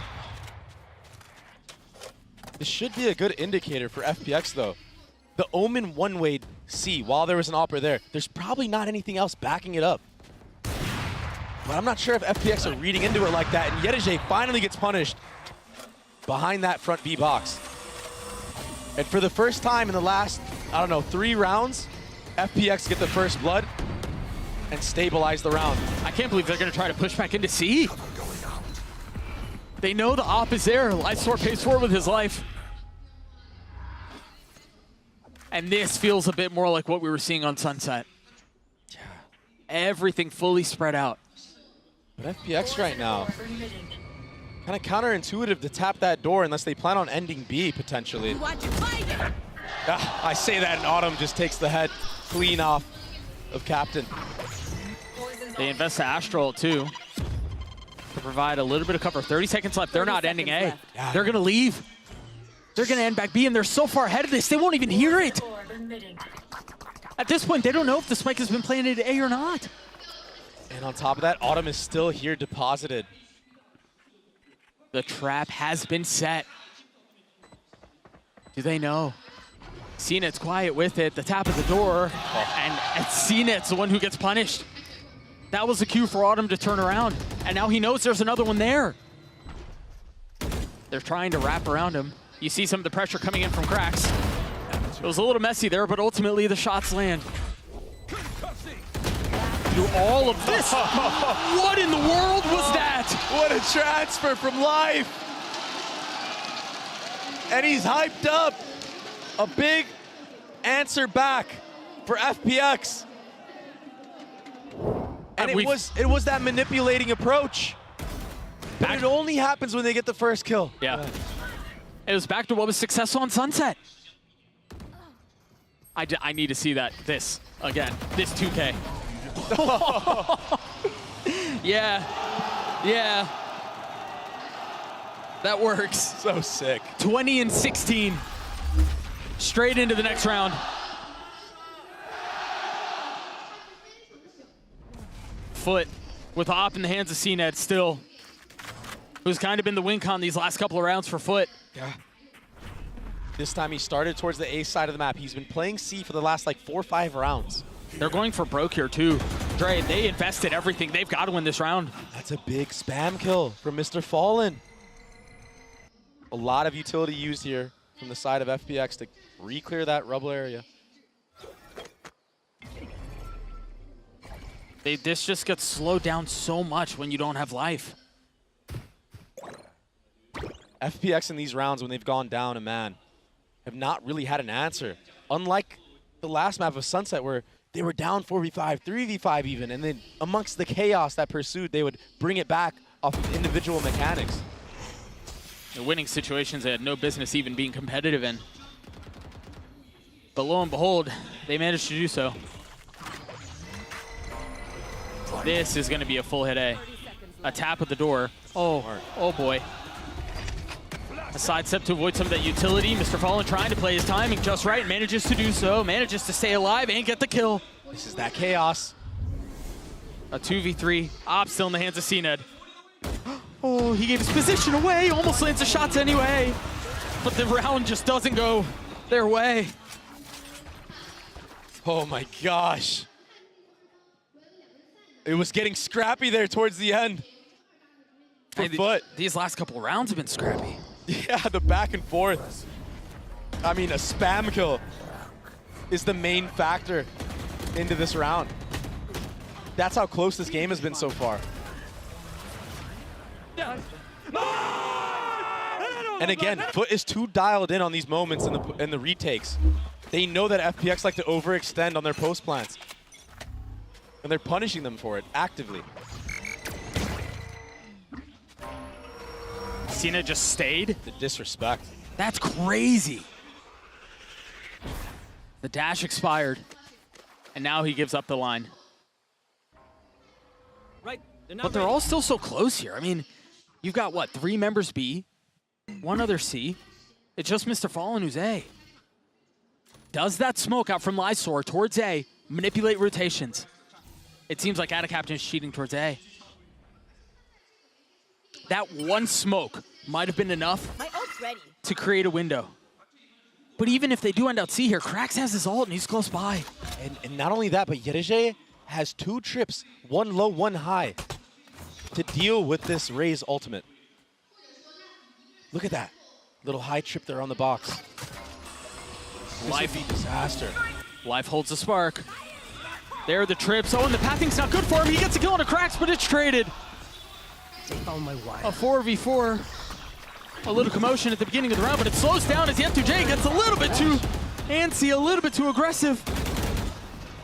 Wingman dies, but so does Adacaptain. The fadeaway. It's CNED and Mr. Fallen to try to close this map and take us to game 3. But this heavy of numbers disadvantage is so difficult to weather. The spam through, fortunately for CNED, the clip ran dry, but that's all it'll be. OT on the cards. All off the back of life. The pathing that he chose there to punish Krax, that was insane. And yeah, Yereje tried to read ahead of the play, but instead, the rocket came towards that water area and took out the breach. And once that utility is gone, it's nearly impossible to retake. You have to run through smokes dry. It makes it so hard. That's just not a fun game of Valorant to have to play. No, not at all. Wow. What a map so far. I mean, what a series so far. Yeah. We were gifted with OT in the first series of this tournament, and the second one has delivered much in the same way. A timeout to kick off this OT too, just to let things settle in a little bit. Just to build some suspense and tension, like there hasn't been enough. Oh my gosh. This has been so stressful. But FPX struggled on their defensive side. I mean, both teams have. Yeah. What are they gonna cook up here that was different from their last half? Because they really didn't have any answers in life. I feel like he's pandering the fact if he should invest into that operator or not. He hasn't even purchased a gun yet. And there it is. The op will come out. He had a lot of success with it. The question is, what line does he take? It seems like C is where his interests are headed. Meanwhile, FUT not really showing much of an indication of their intentions early on. Yeah. And this is already a different setup from FPX, which is good because we saw them getting punished with the 3-man A fight that they had, getting caught out on the reclear timings and everything. Okay, they do this really aggressive angle where they take this angle just like this, and then there's a Nebula that covers his exit. Oh. This is what I was talking about, similar to what they did on Sunset. Life has taken such a deep line. And he's just continuing to go forward. That should allow the rotations towards A very quickly. This time they decided to push all the way through. Life does have a satchel to go past this trip. And if he does, he has a free flank. And even if they clear the trip, maybe you expect 1, but 2? They're so far up on this. Eyesore. He's alone here. Yeah, but he takes a step back. Yeah, wisely. And he's had a rough map so far as well. Meanwhile, the trip was cleared. They spotted the second. That's going to go down as well. FUT have to take a step back here. Yetuje in his cam, seeing if he could spot anyone. Again, there's this 2-man flank that's coming in from the attacker spawn, and I don't think they know. Oh, he's been spotted. Meanwhile, Zena just on the other side of the smoke. Autumn's the first to fall. Does he expect another, though? Hey, he has no way to look for it anymore. Captain has a flank. Yetuje falls. Heaven. How much more can Krax find? Waiting just on the other side of this panel, Berlin goes into astral mode as it's a 2v2 that's left for the rest of the round. Life by himself now. He's gotten it to half.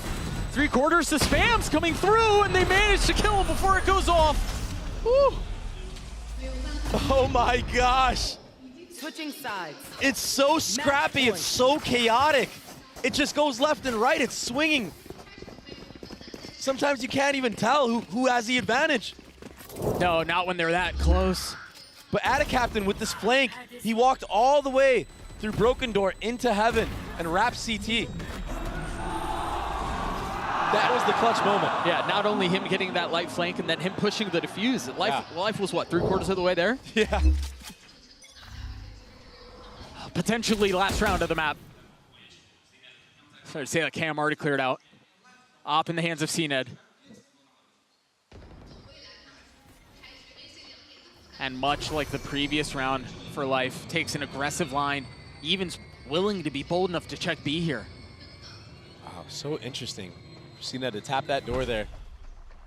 He doesn't even have his dash procced. He almost went all the way into spawn without an exit strategy. Yeah. I mean, he understands that FPX is scared of him right now. They haven't really been putting the pressure on him to truly get him off of this line. Even when utility is used, there's no body to follow it up as such. And this is what allows him to be so confident and retake the angle. He's got to be careful because that dash was procced and now expired, and he has the possibility of getting wrapped here. I mean, he is truly on an island here. But he's not punished. FPX are so scared of him. I thought Lysor was going to crunch from B, but no. Rotations have been baited out, but FPX aren't reading this right. 30 seconds left. Closing moments of the round now, again, potentially of the map. And it's still a 5v5. We've barely really heard bullets be exchanged.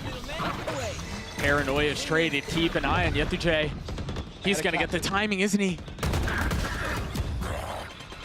He's still at large, but Mr. Fallen's getting them all. I cannot convert.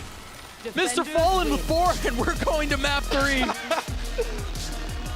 What a crazy, crazy map we just witnessed. The FUT come out on top. They brought it back. I thought they were defeated.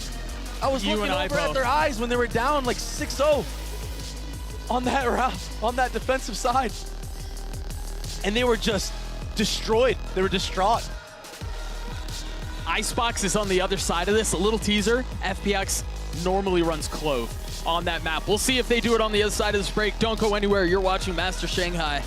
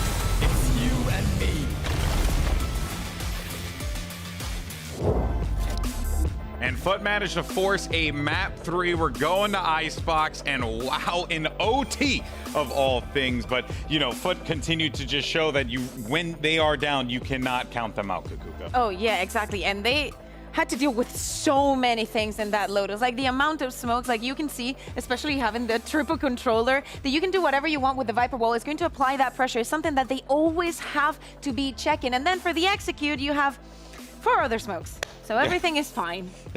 Just never run out of them. But yeah, triple control is still not enough for them to be able to clinch this one. And I think that FPX probably going to be kicking themselves a bit. I mean, obviously you don't want to linger on it too much because you do have a final map to be played here.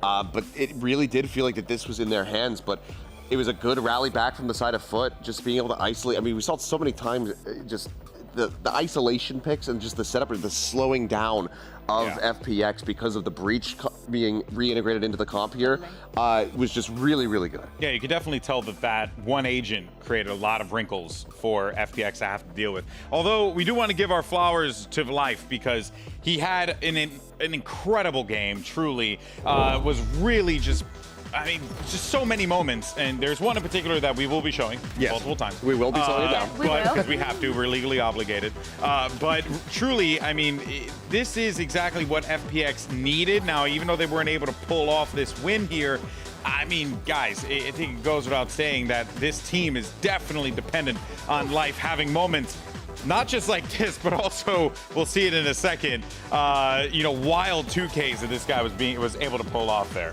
Time after time, I mean, it's not only being set up, he moves so well across all of those smokes. He doesn't care about pushing them. He doesn't care who's on the other side. If he's going to be stunned, he's going to get the kill. Here we go. Yep. I just can't. Yeah. So, like, you know, obviously he gets, it's not so much of a spray transfer.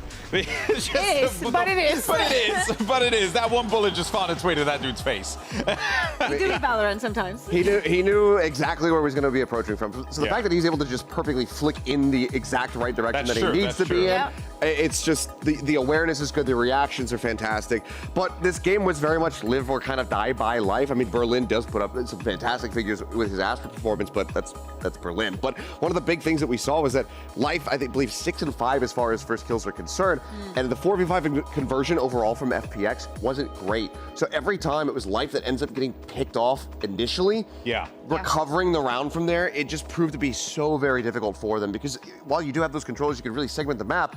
If you don't have that entry power alongside it, it really hinders your opportunities. And that's what the edge was for FUT, right? We're talking about bringing it back, and the fact that they have the resilience, because we're seeing the replays, right? But they were on the receiving end of Life doing those things to them, and they didn't get it, let it get to them. They were fired up the whole time. Exactly. I mean, especially now when we think about the next map that we had at the beginning, when we saw the map veto, Alex, you and I were like, please, let's get to that icebox. We really, really want to see Clove, and if Life is going to be playing them, I think that is going to be outrageous, because we're going to see the same amount of like crazy plays. He's just going to go in. We know that he's going to go crazy, but then he will be able to smoke for the rest of the team. Can smoke for the rest of the team, even if he does get picked off first, you can have that little bit of added value. If you get picked off first, you might also be able to just come back if you're not dead yet, you know, if you have the ult ready to go. So I'm very curious to see if they are going to bring this out, or if the... Is there a reason why they wouldn't? I mean... I would love it, but, you know, it could be one of those things where it's like, okay, let's play Clove in the regular season, make people think that this is what we're going to bring out onto the Masters stage, and then just have a bit of a bait and switch there.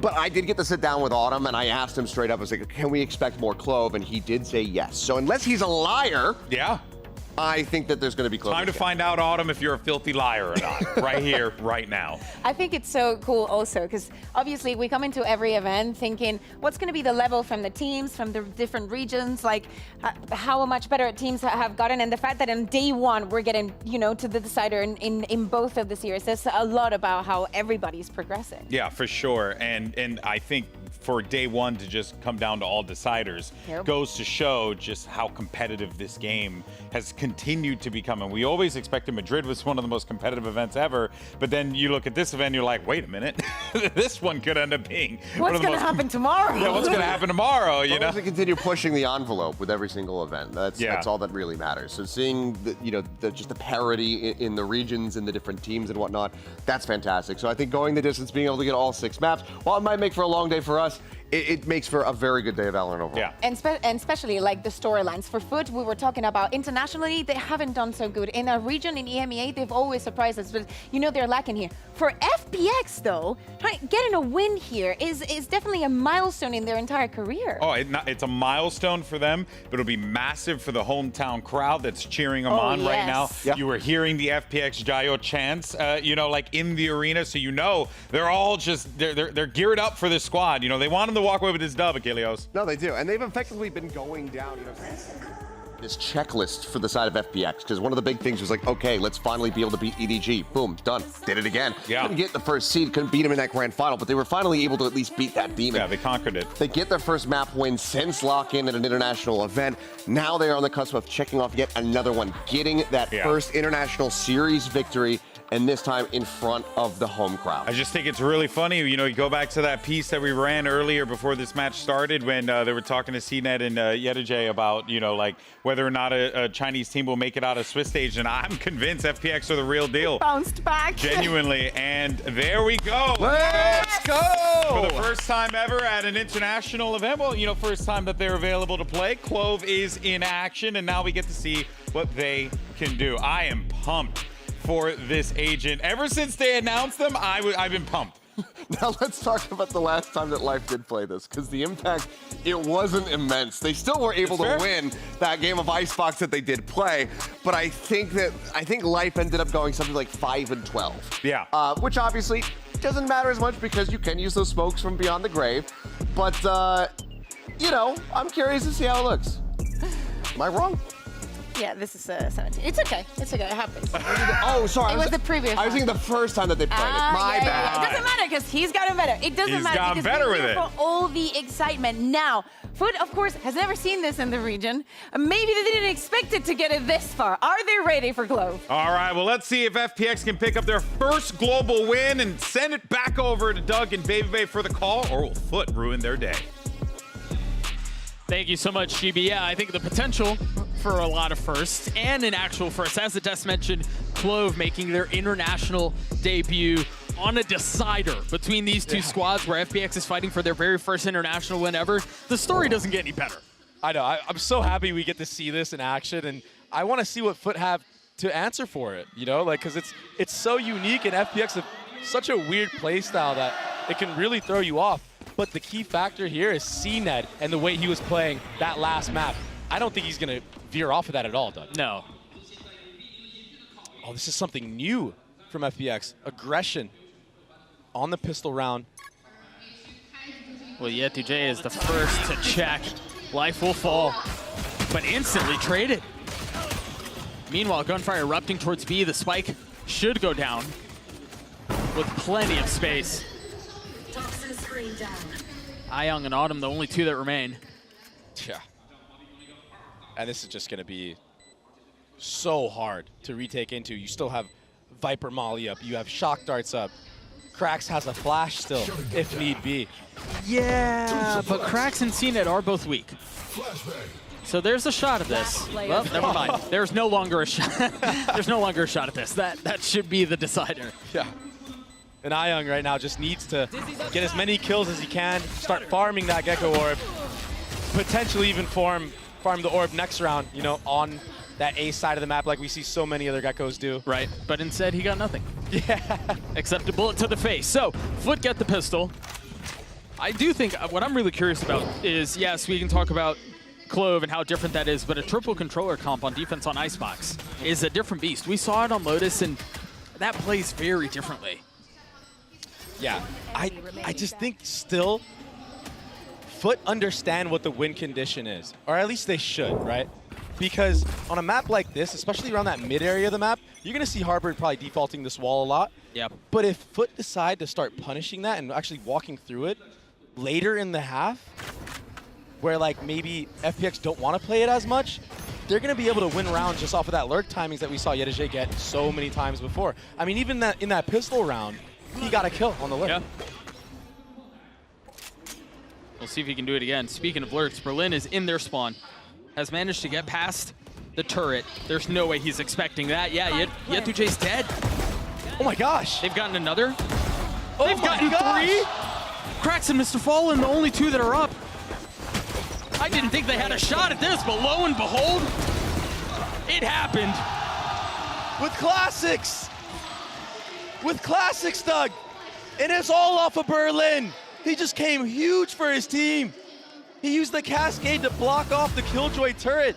Yedajay wasn't in range to hear that utility being used. The timing was perfect. And he just crept on by. Then he got 3 that round. Well, take a look at the Mastercard Thrifty one more time. It was all off of this. This is what you were talking about. Berlin finding the timing, using his utility to get past the turret, and then it was assassination style on the Yetujay. It was perfect. And yeah, what just happened, bro? For real. But also, Ayung's Gecko Flash there got 3 players of FUT on that yellow area. It was insane. That's what allowed them to scale up so far up and allow those classics to be put to good use. Look at the reposition of the turret here. Oh, way further up. That was disaster for FUT, Doug. But yeah, you're totally right. They already have to make an adaptation. And Berlin, he wants to win today. I thought Ada Captain was going to find a timing and some space there, but they had it watched. They had it covered. Jet2J is the only one who has a rifle on the side of FUT right now. CNET have taken so much damage and ultimately will fall. Last player standing. It's just a shooting range for FPX. and Autumn. Yeah. And FUT are the targets.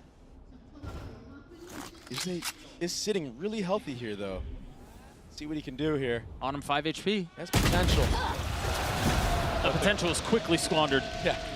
So for FPX, they managed to do what FUT could not and get through, and that is get through a clean eco round. So now they have the lead. They've been able to upgrade the weapons from the second round, so they've got plenty of money. They didn't lose very many members, and they've got ults online. I mean, exactly. You have Harbor ult and Gecko ult online. Two of the best ults for retaking on a map like Icebox. The flood potential is crazy. Oh my goodness. This could be another potential snowball for the likes of FPX. If they can survive the early round and not give any first bloods to the side of FUT, the chances of them winning in the late round, to the mid to late round, is great. It's so high. But as you mentioned, they've got to get through this part of the round. FUT with a heavy lean towards A. So passive. And Berlin's objective here in trying to maintain mid control is to just spot it. Just keep recycling utility. That flash goes high and Life should be able to swing on the other side of it. But tucks into a smoke. Oh, that Captain was wise to it, jumps into it, and gets the kill. But again, remember, the cheeky part about Clove is that after they're dead, they can continue to smoke. So if FUT decide that they do want to end up A, they're going to have to deal with those smokes still. Effectively, 3 controllers still up. FPX are so worried about Yedeje. They're looking everywhere behind them. And he still gets value. On to Berlin. Lysor and Autumn, the only 2 up. And Lysor's trying to deal with what Berlin could not. Finally spotting the lurk. Oh, he's just a menace in the back line. Yeah. What? Okay. A nice spam kill there. 2v3 though. Time is they're short. going for it. No, I mean, they're going to have to go really fast. They have a chance, Doug. Wait, how is this happening? Jet2J's not going to get there in time. How is this happening? He's too far out. Oh! Another stolen round. The crowd's going insane right now. You can't make it up. Autumn just went crazy. All Lysor had to do was stick the bomb there. And that was like a guaranteed round, it felt like, for FUT. But they played so separated on that post plan. I think that they thought that maybe FPX wasn't even gonna go for it. It was so late in the round. But as soon as that spam kill came in, that was the green light. That was the cue to go. Oh my gosh. And FUT up 2 rounds here, hobbled by for FUT. Oh, he's gone. Yeah, Hunter Shiri invested, Life is done. Fumbled on his feet there. Jet2J has his ult online. They've got, what, 2 rifles to play with? Spike planted. You should run. The pressure is immense for both teams. There's so many mistakes being made. First sheriff shot goes a bit wide. Autumn will fall, and they still have to wait out this lockdown. And they also understand everyone that's remaining on the map right now from the side of FPX is coming in on the flank. So they wisely fill in on the space on the other side, and we flip the map. This is so insane. Jet2J is also going on a late flank again, but they're investing the Reckoning. They believe they can win this thing out. And it's far from certain. Keep a close eye on Jet2J. There's no time. He's going to be the late flank again. There's no time. You're absolutely right, and they're both going to fall on the way out. That was a little messy, but it worked. Satisfying. Doesn't matter how you get there as long as you do, right? Yeah, and they did. both these teams so far, you can tell that the pressure is on and they're feeling it. A thrifty after thrifty. I mean, even this round, you had 2 players on Sheriffs for the likes of FUT, and they still steal it away. But a lot of mistakes being made. Life in this scenario, fumbling on his feet, he got stuck, he got clipped on the wall, couldn't dodge the so ball. Right. High pressure situations like that cause micro mistakes. Life has been so aggressive here. And I get it, Life's the duelist, but you don't have the same mobility on Clove, man. Yeah. He's been getting punished quite a bit so far, but how does he get away with that? From the ropes. He's gonna swing out onto the second. He's just so reckless in his approach. And when it works, it's great. And the flank from Berlin is in effect. They're gonna they're gonna rotate back in. Oh my God! His knife out! And Yedeje on B. That allows them to run back. A mess of a round made once more. It's just complete chaos. You can't describe it any other way. Autumn can cut him off. Oh, but he's been had. Oh my goodness! He hit that! Now a 1v1. Oh my gosh, CNET closes the round out, but what was that from Autumn to bring it back? The flick on a Yedeje. I thought he was a dead man. We've got to see that again. This map just keeps on giving. This series keeps on giving.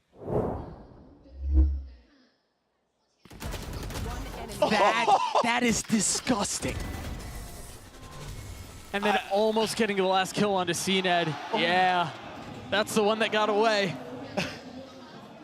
I have to give props to CNED to like seeing his teammate just get absolutely destroyed like that. It's still going for the reswing. You have to. I mean, you have to. He had to bring it back, huh? Oh my goodness. Oh. And a slow 3-2 default from the side of FUT here. Just prodding into both areas of the map. Yedeje again. Getting value as that solo lurk. Oh, and it's all just a ruse. And Life getting punished, going aggressively once more. Yeah, FUT this time, not messing around. They actually invest a Viper's Pit on this side of the map to further sell that it might be the bomb leaning towards that B side, but they're actually on A. And they have no idea. Yeah. So as things shake out this way. I mean, that is just ridiculous, though, that Autumn kills Attic Captain there in his Viper's Pit with a Sheriff. I don't know how. They've got 2 rifles here, too. Well, they had 2 rifles. Now they have 1. Wow. In the hands of Ayang. This round should go the way of FUT. I say should, only because nothing has really made sense this map. You just never know, man. You just never know. One enemy remaining. This one should be secure. Jet2J will fall, yes. But it looks like they're going to be able to clean up the kills that they needed. The spike will go off. They're going to save their weapons into the next round. Finally, some normality. Yeah. Things going the way they're supposed to go. Yeah. 4 ults on the side of FPX. On the opposite side, Yedeje almost on his 2nd Killjoy ult. He's going to guaranteed get it this round, I believe. And that causes an FPX timeout. And while this is going, I have to point out what I said earlier about how FUT know what the win conditions are. They know what the win conditions are against comps that don't have a Sentinel. Yedeje has been getting max value. He's 11-5. And on top of that, FPX are actively seeking to re-clear him out. It's not like they're not doing it. Yeah. But he's still getting value because he's switching up his timings. He's switching up his spots. He is the main factor right now in winning these rounds and winning this map on the attack side at least. And that's so hard to find success on consistently because that's off of gut. Yeah. That's off of, you're getting info relayed from your team, Instincts. but you're taking instinct timing. Yeah. 11-5 is not too shabby when you're leaning on instinct the majority of the way. Yeah. But even in the face of that, we're talking about a 1-round lead. Oh my gosh. I'm still not over that flick from Autumn. Yeah.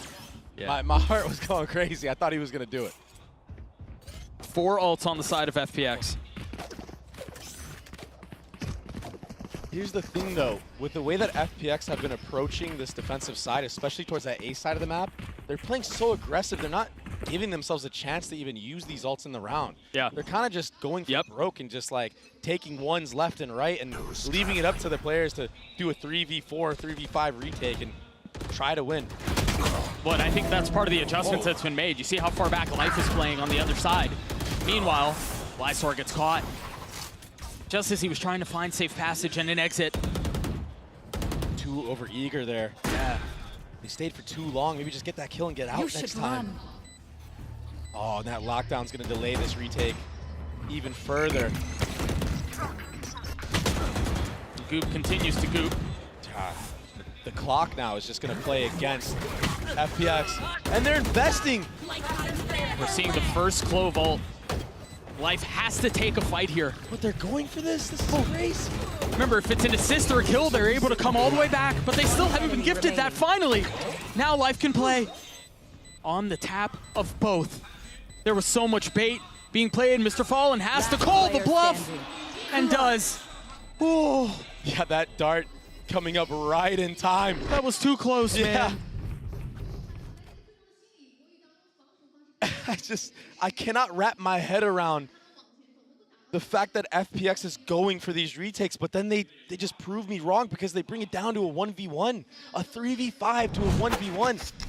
And I just can't help but feel like if they just hone in those early round positions and advantages that they have, that they would actually win the 5-on-5 retake. They're almost doing it every time in a 3v5. It's like they're playing at a disadvantage every single round. You're absolutely right. They're letting the game slip away from their grasp. And this is what we're talking about. It's Life being up. In the previous round, it was Lysor. This time, Life gets away unpunished. At least that's for now. But he still sticks around and tries to fight. No one's here. If he dies, it's a free sight. And the 1-for-1 doesn't add up when you're on defense. I feel like right now FPX is playing way too loose. And FUT are playing disciplined Valorant. They're punishing every single one that FPX is taking right now. This is fresh off of a timeout, too. I thought those adjustments would have been made, but it seems like that wasn't a part of the conversation.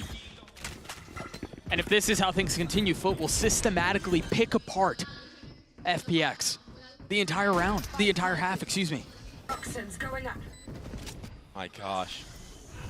It's a 4v1. And you know what?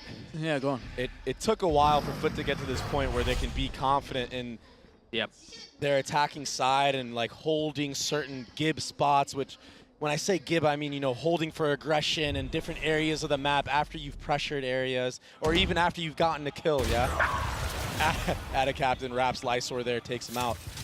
But FUT finally seem to have FPX figured out and they're able to punish the aggression that they do, the solo heroic plays, and hone it in and just get the trades like this even if there's a kill being made. I mean, Yedijay just basically took out two players' heads there. He shot through Ada Captain's head. And there you go. Laughter from the side of CNED and the rest of FUT because they understand that they have a grasp on this and they figured it out, it seems like. For now. Just at the right time. For now, but we'll see when FPX gets on the attacking side. Oh my gosh. What a roller coaster so far. This time, a bit of a more cautious approach and from the likes of FPX. And Yedijay not lurking this time, just sitting in spawn. So he's been switching up his playstyle so much in all of these attacking rounds. I love this too because this is a call that's being made by the team. This wasn't on the other side of a timeout. Unless it was playing 2-3 rounds in advance. This is them calling it on the fly. I like the adaptation from FPX here, though, putting the Harbor towards the A side of the map. You can cycle your utility here and really thwart any type of attack that happens onto the site. That's big. There's the punish, finally. It was Jet2J to find some space. Now that was his objective, but now it's on Mr. Fallen to try to do the same. Oh, it's gotten messy. Mr. Fall enjoys his teammate. 30 seconds left. I mean, the approach here is pretty clear. They don't Yikes. know. They both don't they know. have no idea. They have no idea. Meanwhile, CNET falls. You see across the minimap where the kills have been littered everywhere. I mean, a couple of them happened A, one mid, one over towards B. And now with 10 seconds left, FPX are the ones putting the finishing touches on the round. This would be ridiculous, but time is just too short. And if you just look at the mini-map for a split second, there's just bodies everywhere. Yeah, that's what I was spread saying. out from FUT. It's just, these fights are happening sometimes at the same time at different areas of the map.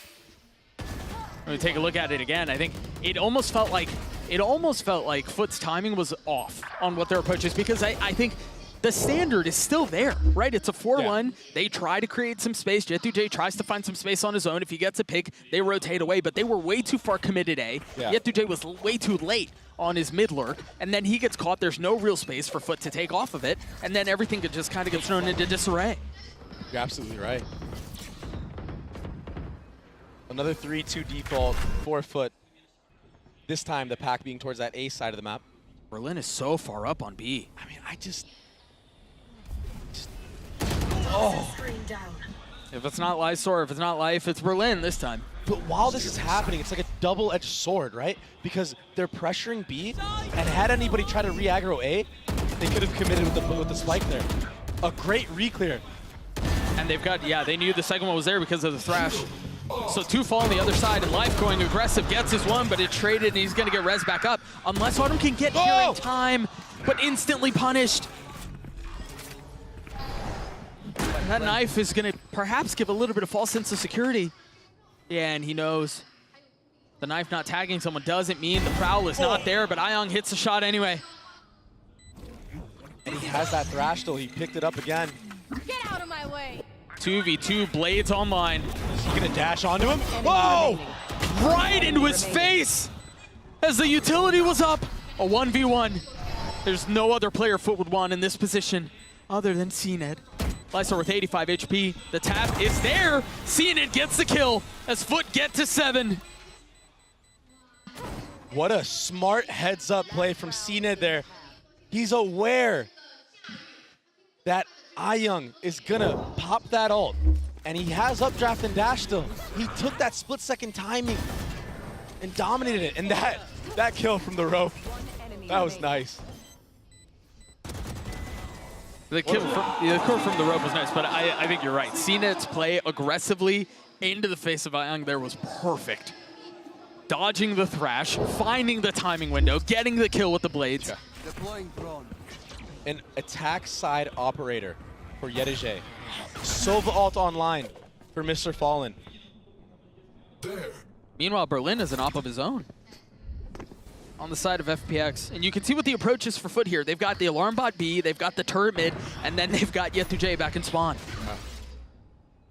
Light has just been absolutely struggling on this A side of the map. He gets taken down again, and an early harbor pit.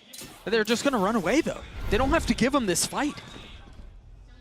That being said, a lot of space gathered for FPX, but they just wait out that ult. And that ultimately will have to have Berlin fall back. Remember, he's got an op. 85 HP, he took some damage. Look at how aware Ada Captain is. He crouched under this. Oh! Just taking CNET's head clean off. Instantly. That snap was poetic. But now the Hunter's Fury creating a little bit of disarray on the site. They're going to invest the pit as well. Oh my gosh. They've got to be careful here because Lysor and Ayong are not together. And Ayong is just trying to take matters into his own hands. These heroic plays, if they work, it's great. The paranoia's timing is perfect. Lysor shows up just in the nick of time. A 3v2, now a 3v1. Ayong still there, one found. They're so far spread out. FUT played that beautifully. Yeah. That was such a nice round. They baited out all of those ultimates. And Life, once again, getting punished on the A side of the map.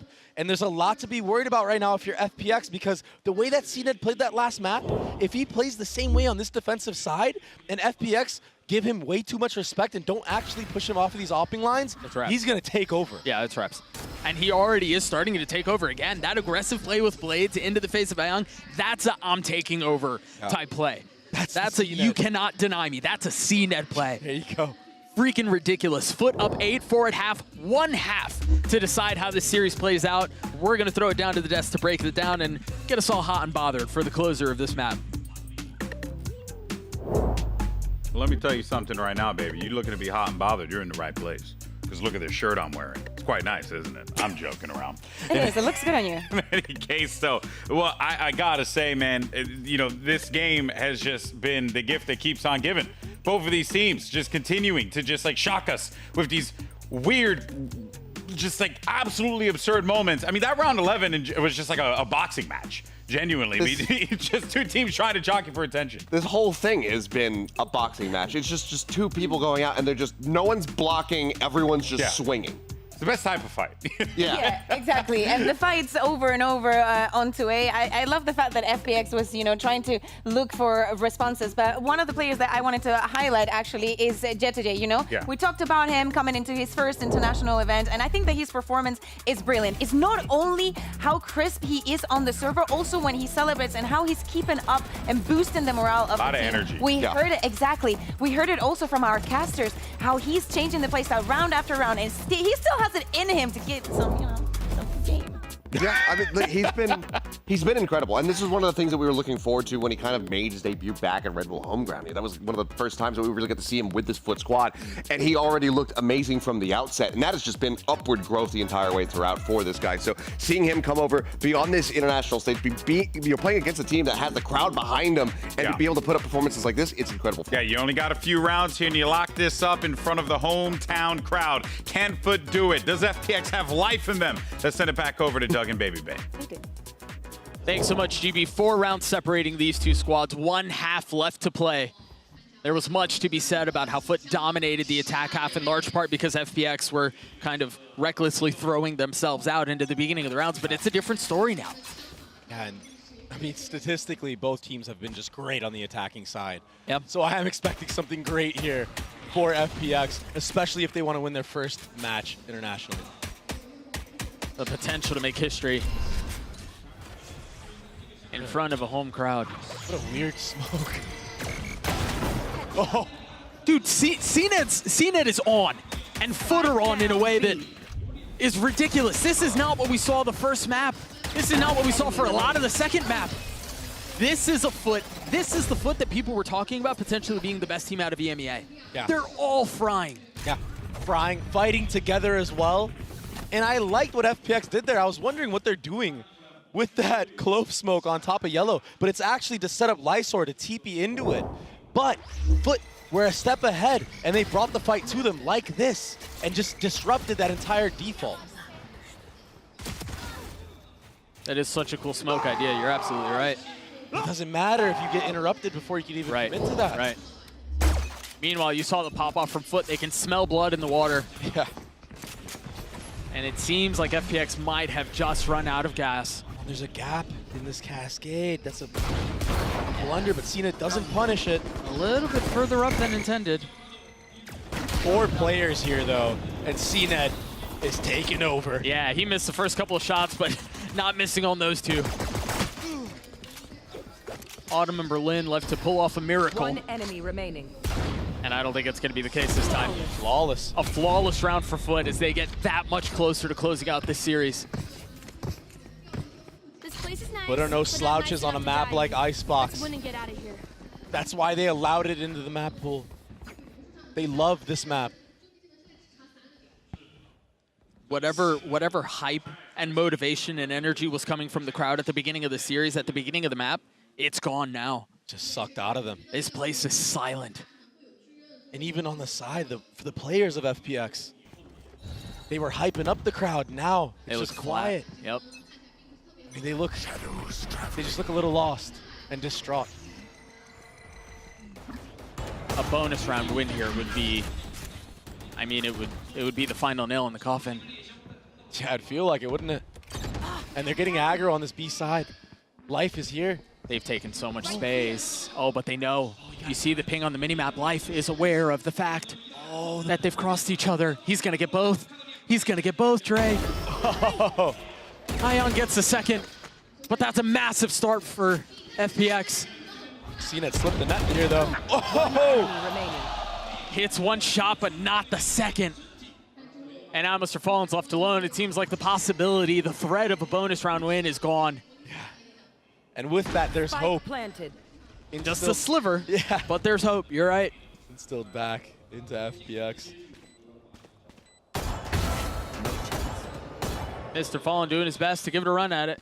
Yeah, any type of damage here is good. Gets taken out briefly from Berlin. This play from Life was gorgeous. And honestly, in a lot of ways, if you think about it, mentally, it's not very different from what he was trying to do on defense. It was a very aggressive, it was fine to timing, it was try to get whatever you can and then get away with it. It's him making plays, right? Trying to take matters into his own hands. Yeah, could just be so hard from that controller roll. Oh, for sure, for sure. And yeah, Clove is not your conventional, you know, controller by any means, but still. We'll see how much more he's able to pull off with those wild antics that we've grown to expect and in a lot of ways love. See that knife going in aggressively towards Kitchen. Mr. Fallen has been tagged. So aggressive. The thing is, because of Jet2Day's positioning, that knife isn't going to catch him, so that alarm bot is still up in Kitchen. If they decide to go B, or mid, excuse me. So cool what FPX have done in this round so far. They took very aggressive space in mid, fell back, and then re-smoked it for a lurk, denying even more info. And you see now, actually FUT are reading into this that it's going to be a lean towards the A side of the map. Cooling down. They're all stacked over here, or almost all of them. And if Yereje re-clears this market area of the map, if you're looking at the mini-map, he's going to know for sure that it's A site. The knife only tagging, what, maybe 2? We know Ion got caught. Yes. And that's the Gecko. And normally where Gecko is, that's where the pack is. And so because of that, they're all staying.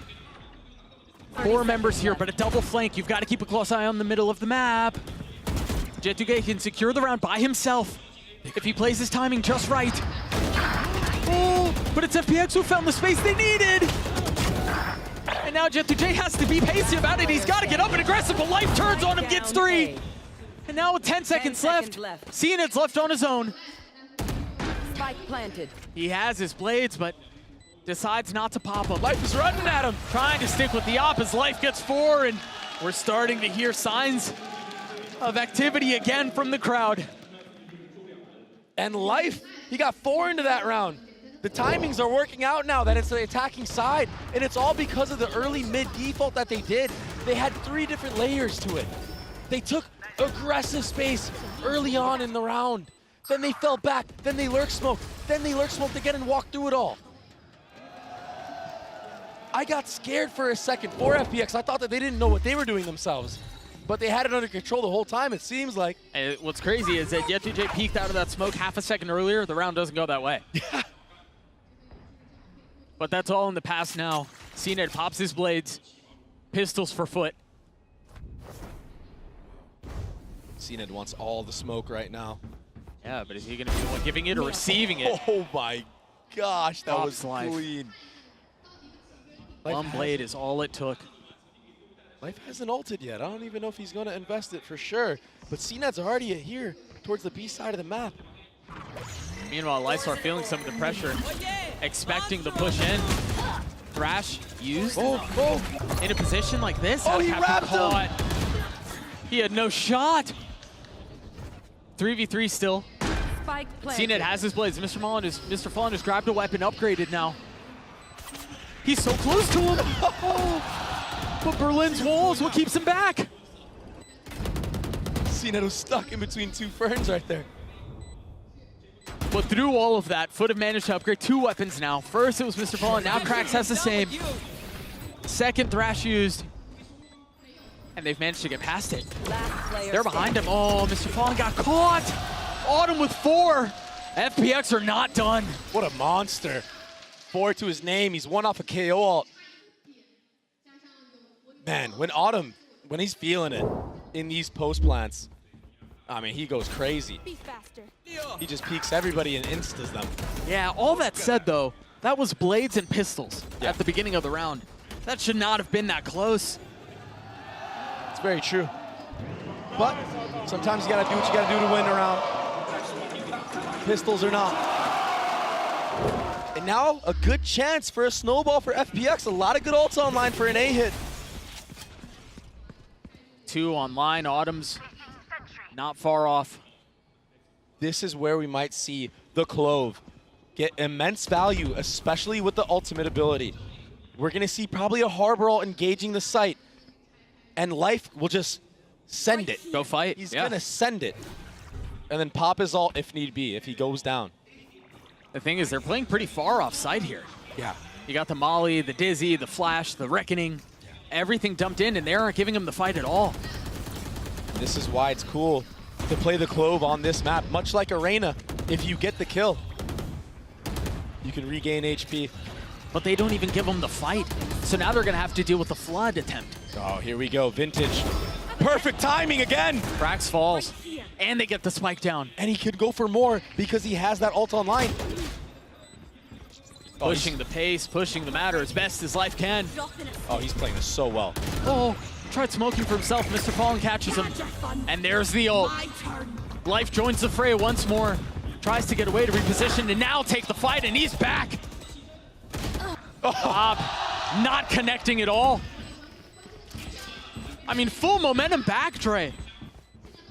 Just like that. Full swing. Full steam ahead. And FUT, I mean, that's a very conventional approach. You know, like give the side up, play a retake. But the fact that Life has that ultimate online, he's able to do crazy, crazy things like that. And get away with it. That's mad. And the cool thing about it is when he actually pops the ult and tries to retreat back to his team, he's got backup. He has the Dizzy backing him up. Not only that, but Autumn is there to help him out with the rifle. It was a full firing squad. And then, of course, Life still being able to land the shots onto Mr. Fallen. That's the key. There you go. Yeah, as expected. I think FUT realizing that momentum is swelled and it's against them. Oh, man. Call a timeout. This series has given so much. It's been such a pleasure to watch. A true battle between two teams. And the kicker is, we may have not even really hit the peak yet. Yeah. We're still climbing. That last map went very similarly to this one. Yeah. FPX making a crazy comeback, but then FUT winning in overtime. And this is looking like it's on track to be another crazy map.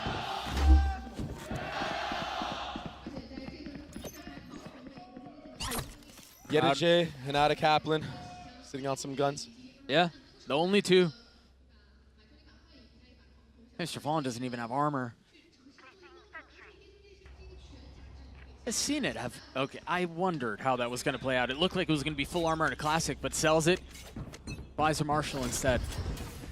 And he's looking to take an aggressive line.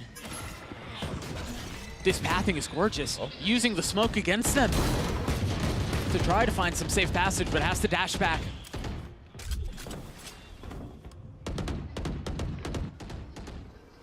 No guns, like no true guns here on the A side of the map for the likes of FUT. Yeah, both of them are on the flank. They understand that they need to get proactive because as time runs down, the longer they wait, if that A hit comes through, those players should not be able to hold. This is their best chance. But they don't continue the flank. They get info, and they've left one. Look at Jet2J. And Ada Captain with a spit to keep him back. Oh, it's getting very sketchy right now. I mean, they're playing on a knife's edge. FPX read into this correctly, but they're missing their window of opportunity to hit this A site before the rifles make it there. And the time is running down really low again. This Viper wall is gonna come up. Ult out from Mr. Fallen. Splitting the uprights.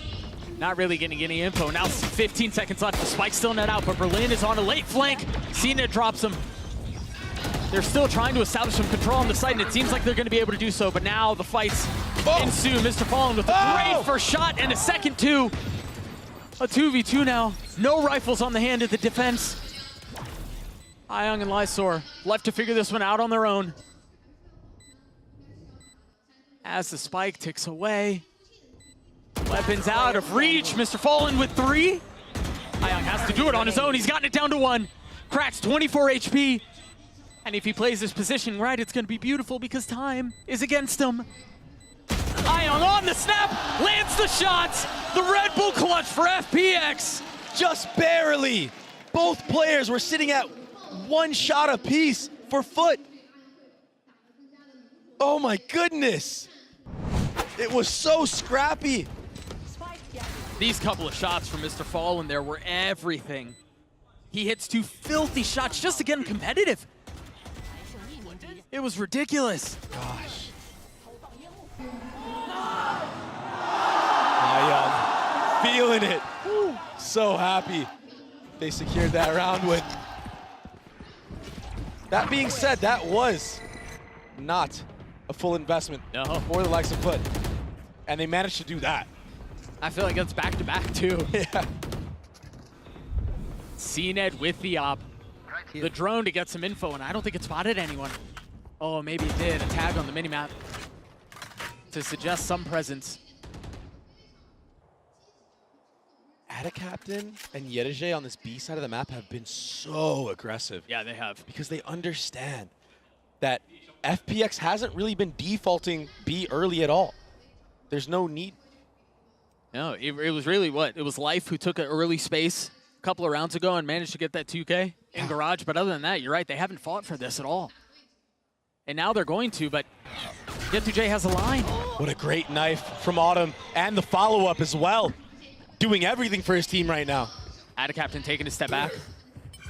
Realizing Contain has been lost. And a very careful attempt at clearing everything out. Adacaptain dodging the paranoia. 30 seconds left. But playing his life once more. Look at Life in mid right now. He's gonna call his team back potentially, or just late flank. No way Mr. Fallen wins that. He's been on one. That last round was huge, and he's picking right back up where he left off. Adacaptain punished. And now numbers heavily in favor of the attack with the spike invested too. CNED has to take over, but with an op in hand, can he do it? No, I think he's just got to save. You don't really have the money to do this. Grabs a rifle. Do they commit to this fight? Might be ill-advised. Yeah, he's getting the op, he's getting away. So FPX are gonna tie us up at 10. An 8-4 half. That was forever ago. Oh my goodness, Doug. FUT now in the later parts of this map are starting to get caught out by the randomness and the timings that FPX are taking. They did so well on their attacking side to punish those timings. But when it comes to playing defense, it can be so hard to know when to use the utility correctly against a team like FPX. And that's why you saw Adacaptain get caught out there with a molly out. I mean, he just, quite frankly, he just wasn't ready for it. Yeah, there was no way to Who be does ready. that? Right. Why is he solo peeking me back sight? So because CNED was able to preserve the op from the previous round, they've got a little bit of fire to this one. Yeah. Not much, but enough. And he takes out Life early here. And a weapon upgraded. And the rotation as well. I mean, they realized that there was only one there. And they've got the turret holding down mid, the alarm bot under tube. So because they know all of the lean should be B, they rotate here. Oh, they're here to fight back sight. They're so far ahead of it. The Hunter's Fury invested. Adacaptain falls. How much more can they find? The spike still hasn't been planted. A second attempt here. Labored but successful. No way, not again. This is where they kind of get in trouble sometimes when they go a little bit too aggressive, but this time it might be the key to their success. Lysor in a 1v2, down to 1v1, lands the shots! The 3K and the Red Bull clutch for FPX! Lysor had such a rough map on Lotus.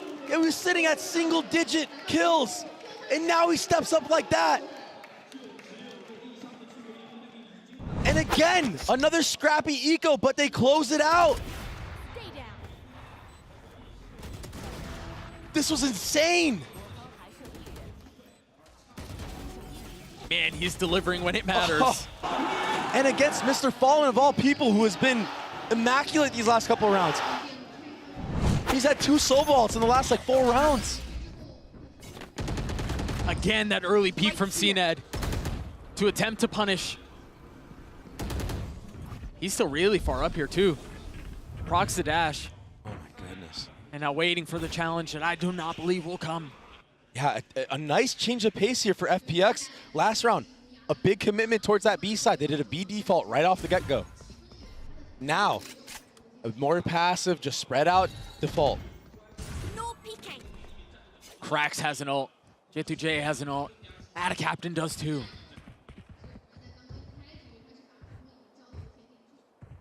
And the thing is FPX don't really play a passive post plant. They like to fight up. Yeah. So, yeah, you want to play retake A, maybe with that Killjoy ult. But if you go B with it, they're going to fight you. You're not going to really get a good KJ ult, because they want to fight backside on you. I think they're going to fight you no matter what. Yeah. So if that's the attempt, if that's the approach, you just have to be ready for it, because you know they're going to run at you. 30 seconds left. Here comes that snow man control. This wall was, I mean, scaling back here is often trouble. But can they pull it off? Can FPX find success here? That's Killjoy ult down, and he gets KO as well. A 3v5. It's all on to Captain now. Oh, he's got it down to a 1v2, and they're both so weak. He invests the pit. But he's been surrounded. Autumn on one side and Berlin on the other. The timing is everything.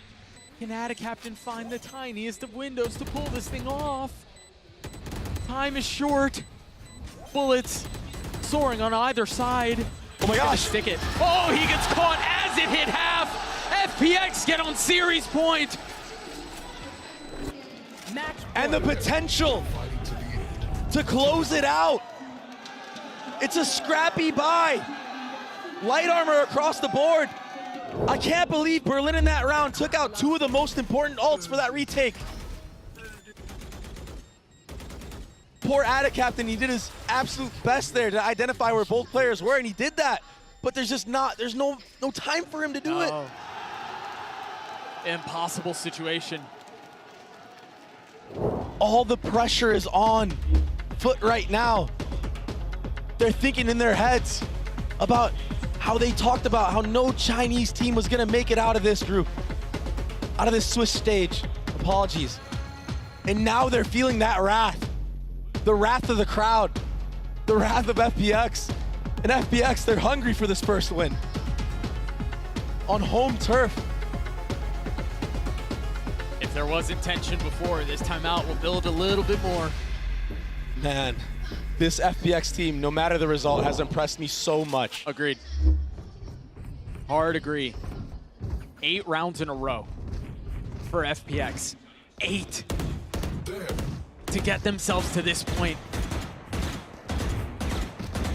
And everybody has their moments on this team. That's what's so impressive.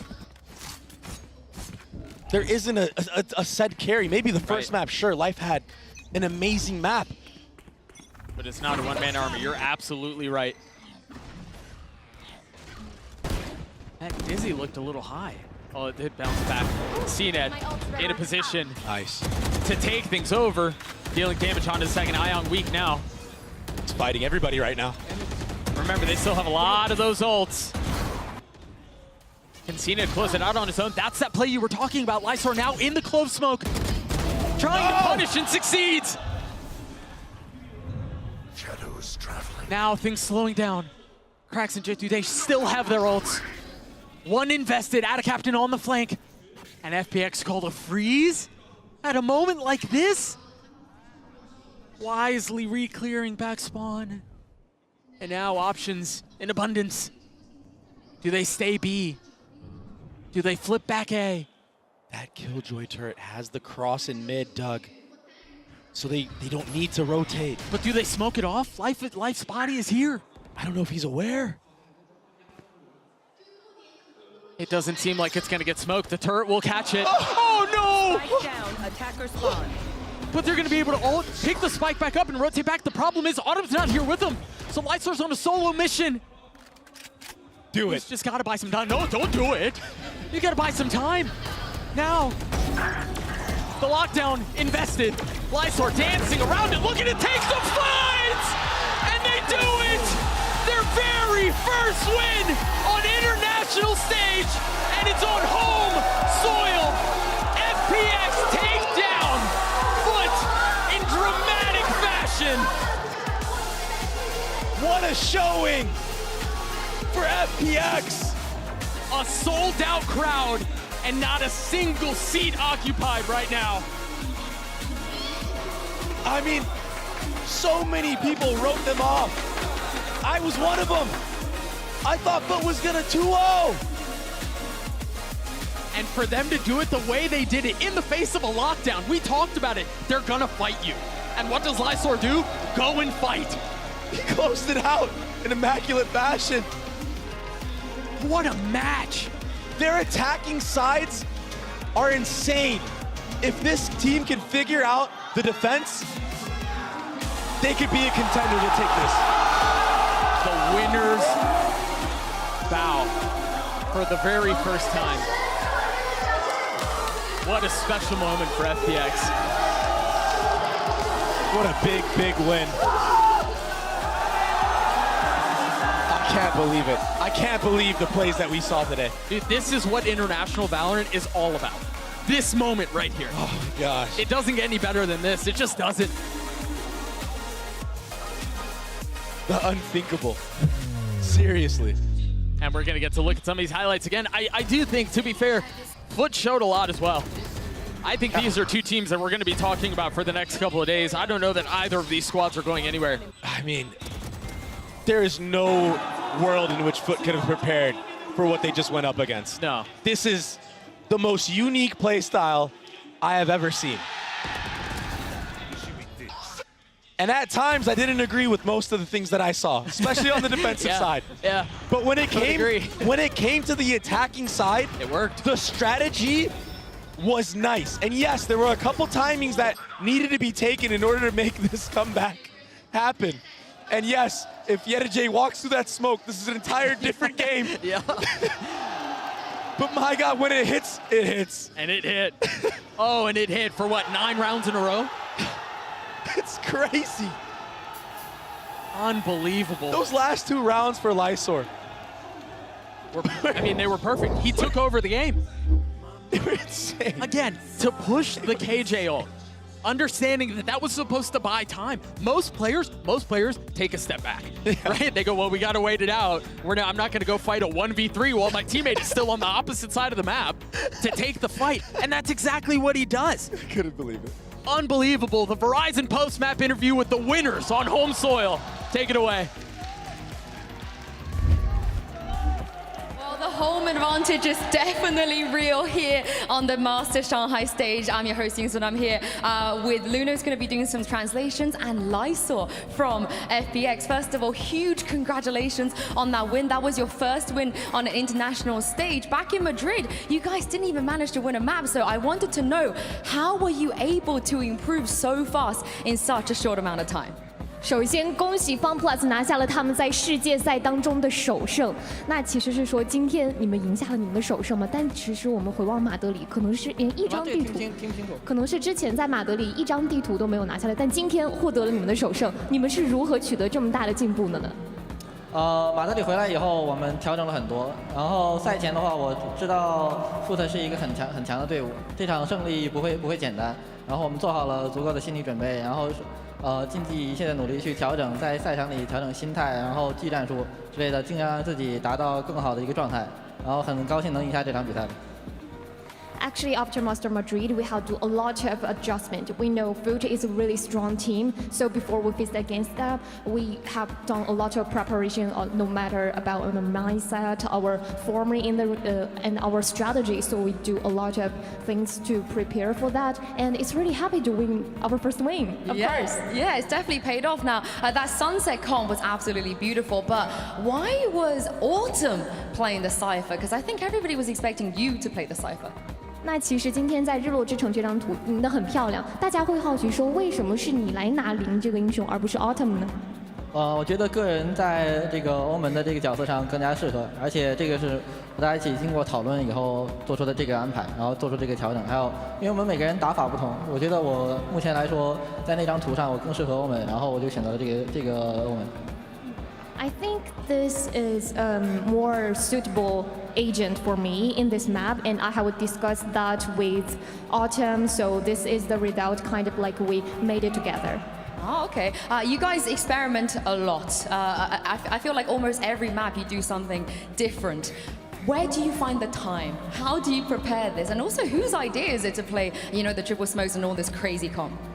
其实我们看到 FunPlus 你们的科研非常的多，几乎在每张图你们都能拿出不同的阵容。那能不能和我们讲讲你们是怎么想出这么多新的阵容来，以及怎么有时间想出这么多，以及是谁想出来的这些主意呢？是我们教练想出来的这个阵容，然后教练会把这些任务分配给我们队员，然后会给我们讲解这些每个英雄在每个地图的作用啊，然后我们需要做到什么，然后再讲一些分支可以做得更好啊之类的一些操作。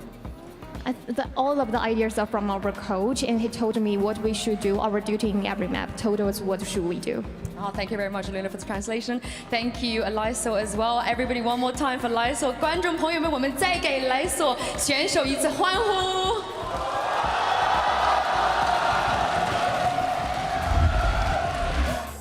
Unbelievable stuff that we just witnessed. FPX gets their first win at an international event. I mean, credit to them. If you're going to get the dub, you might as well do it on home turf, right? Hear me out. The fact that they were able to bring back those, by the way, both those two last maps, they were down 4-8 at the beginning at the end of the first half. So it's impressive that they had the resilience to just bring it back. Yeah. The perseverance is there. It doesn't have to go to overtime. Don't have to win it out or lose it there like they did in the grand final. This time they just are able to get the win. I mean, we saw how much it meant for EDG to finally be able to get that first victory last year when they were able to accomplish that. And we saw how much it means for these players as well to finally just get that monkey off your shoulder and just say like, okay, now we can just focus forward. We don't have to worry about are they just going to continue to choke and not win a series type deal. Yeah. Now they can just fully focus on their own game plan. And it's just, I mean, congratulations to them. I'm beside myself and happiness. It's just, but the way they did it was kind of absurd, like Lysor just like said, the whole series was I'm gonna go for it. What? Like every single round has been crazy. Like the past 6 rounds, like the last 6 rounds did not make any sense. Homie just decided a 1v3 just on a whim. He just went for it. I just blown away. But another thing that impressed us, of course, was the fact that FPX brought out the Clove. First time that we got to see it at an international event because it's the first time that, Clove is available to play. But it's great to see, FPX really use this agent to great effect. It was kind of a bit of a slow start, for Clove, but I think it's safe to say that, it makes sense with the way that they like to play this particular map. Yeah, and I'm really curious if this is going to maybe have some of the other teams at this tournament, or just are they going to start looking more at Clove and saying like, okay, I think actually we might look to just try to integrate this into our own compositions, or if most of them will just say, well, it's life, so he's the only person that's going to be able to make the Clove work. I think it's not only life, it's the fact that the entire composition, like the 3 controllers playing without duelists here on Icebox. Don't get me wrong, you can play Icebox without a duelist, but there are so many other things that have to be in sync for him to have a performance like he did. It's actually great that we're just in day 1 and we've had so many cool things. We've had both games go to decider. We got Clove in play. FPX first win. FPX first win, and Everybody's they do it in home today. soil. They also won it after just streaking 9 rounds consecutively. Yeah. Like, we didn't even talk about they let that. him get to 10 and then they just went, okay, no more. That's it. Yeah, no more. You're done.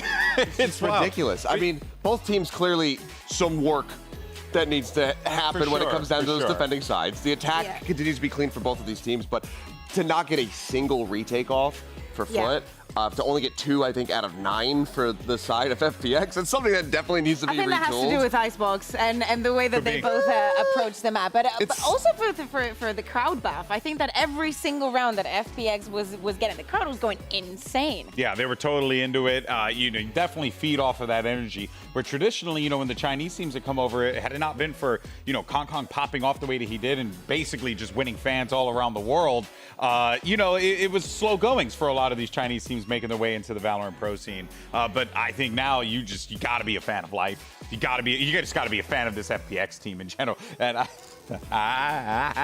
now, here's the thing. And, not that it pains me, because she's usually right about a lot of things, and she has no problem telling me that I'm wrong.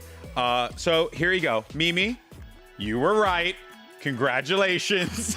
You're the only one who predicted FPX to win this game. She's the only one that got both predictions correct today. And there's 2 people that got both of them wrong. That's What was true. that? What was that? Yeah, who got them? I'm not wearing my glasses, so I can't see. Yeah, I couldn't tell. Was it the 2 Pacific commentators? It's not about how you start, it's all about how you finish. I can go down 0-2 That's like life. this. It's fine. I can still reverse sweep this. Yeah, I'm sure. Yeah. What do you have for tomorrow?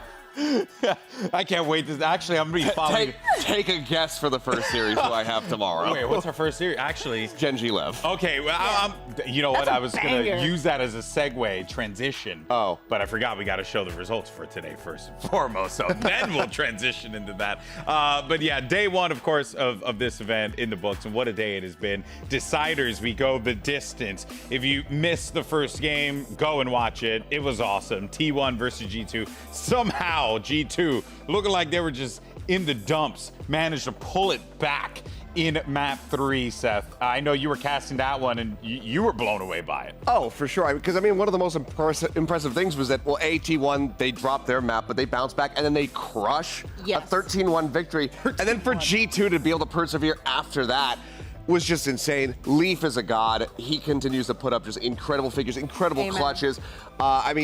Leaf would be right at home in the series that we just saw, which is all the wild moments, all the crazy clutches that were coming in. He was pulling off stuff like that for G2. So I'm looking forward to seeing how they continue to develop, here on the stage, and how T1 looks to bounce back. Because I think overall T1 did look a lot stronger today than I would have Especially anticipated. that we expected. Look, I'll admit, it was a punt when I put that prediction in. But it's they for did a moment you believed. But they did impress me, because I was expecting them to come in down here. They came in way up here. Yeah, well, here is what's going to be coming up tomorrow. Yeah, we're going to get, the good news is the first series of the day is going to be more than enough, I think, for everyone. It's the match we've all been waiting for once it got announced. Gen G takes on Leviathan as our first matchup, and then we will see Team Heretics take on the 3rd seed team from the Chinese region in Dragon Ranger Gaming, who could, listen, at this point, gloves are off. Because you got Team Heretics that are coming into this one, I think, without Miniboo, unfortunately. Right. And I think Patatek is coming in again. Yeah. But we've You know the funniest thing? I was so excited because I thought that Miniboo was going to be playing, and Vokashu also comes from the Spanish league. Every good player comes from the Spanish league, of course. Oh, yeah, no, just a nice gloat there. I remember when Life played in the Spanish league. I remember when Autumn played in the Spanish league. Texture as well. Yeah, you're right. Texture was in the Spanish league as well. Yeah, that's right. Cryo famously played in the Spanish league. There's so many of them. That's pretty Why are you guys so jealous? Oh, man. You both loved Spain.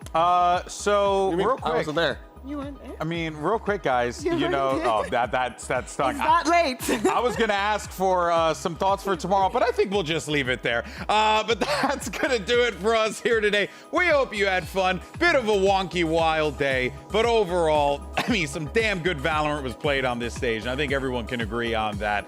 And it's only gonna continue tomorrow. This was just day 1. We got two deciders. We got Clove in action. We had Life with some of the most wild shots shots. We had Leaf pulling off some heroics. Everyone Overtime stepped in up. both. Yeah. Overtimes in both games. The best map in the game. We had a flattening in one of them. I mean, just everything was everything. It was awesome. We ticked all the boxes in the bingo. And the good news is, it's just day one, baby. We'll catch y'all tomorrow, same time, same place, right here. We thank you so much for joining us. This is going to be a wild ride, and we can't wait to see what comes tomorrow. Genji Lev, excuse me, opens the day.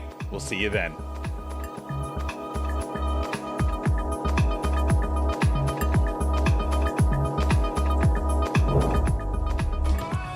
The wait is finally over. 12 teams, 4 regions, 1 trophy, and it's time to kick off the second global event of the year. We've got 2.5 weeks of awesome and intense competition ready for you lovely people back at home. And a fascinating matchup here between 2 squads that have some familiarity with one another. For G2 Esports, it's a massive opportunity for them to show that they belong at the international stage, but T1 and their former teammate stands in their way. Trying to see if he can come up with a surprising kill, and what is that? Wanting to try to get that gun, grabs the Bulldog, manages to transfer yet again! The Outlaw in hand, can he find it? He does! Absolutely astounding as Xcurate gets himself an ace in the second round of action. Stop that from suffering even more losses, but now Leaf here alongside the wall.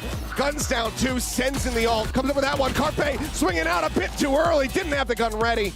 They could really set up some cool combos here, and Leaf is just too good today. This map, it belongs to him. Does he get the fourth? Of course he does! He is unstoppable! Saya tries to go for the challenge, but he cannot! It's another ace, this time at the hands of G2 Leaf! G2 come away with the opening map victory here at Masters Shanghai, taking down T1's Breeze. Off shot, not going to connect, but Saya player able to find that covering fire, catches one, restabilizes his aim, finds a second. Carpe will take down Trent. Now it is all on Leaf. He's been a menace, but Xcurate will go ahead and get himself on the board. Lear up over the top, did get the blind there on the Trent. The drop in is Saya player playing this aggressively.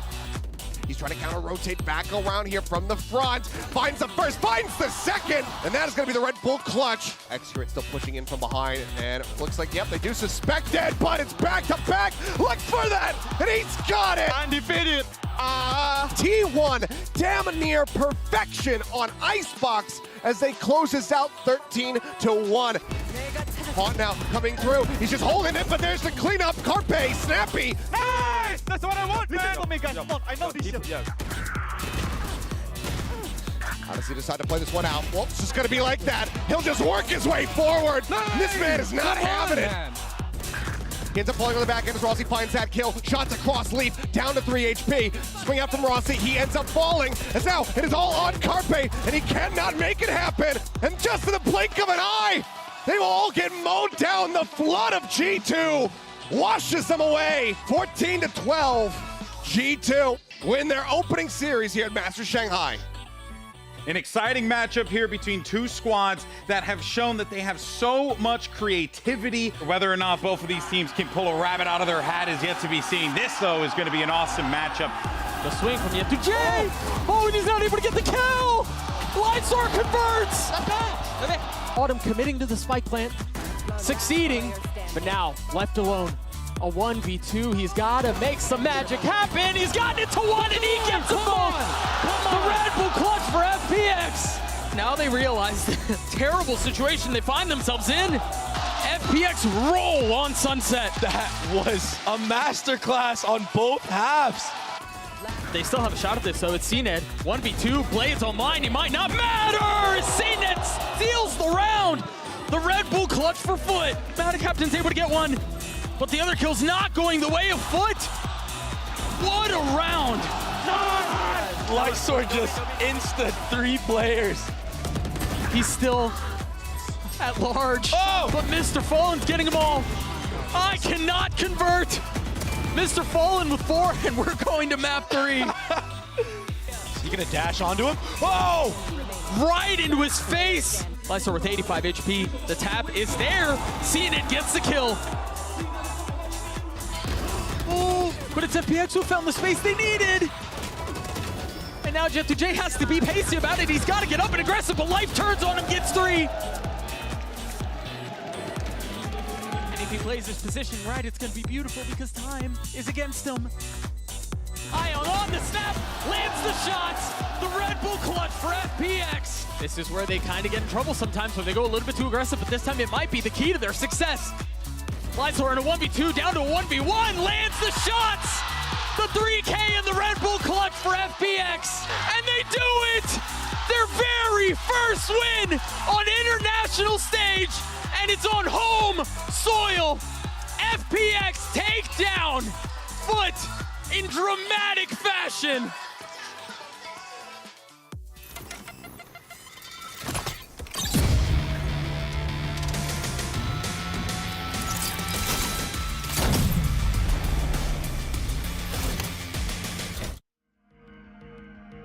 Trying to lose track of the sirens. Trying to make my way back to the silence. You got a one-track mind like a driving. I can hear the graveyard sing. Now you got me flatline. Trying to make my way back to the silence. Suddenly, I've been sitting back wondering why you've been coming round, cutting me. Blood bleeds quicker than my heart beats. Suddenly, I've been sitting back wondering why you've been coming round, cutting me. And now my blood bleeds quicker than my heart beats. Blood bleeds quicker than my heart beats. Blood bleeds quicker than my heart beats. Blood bleeds quicker than my heart beats.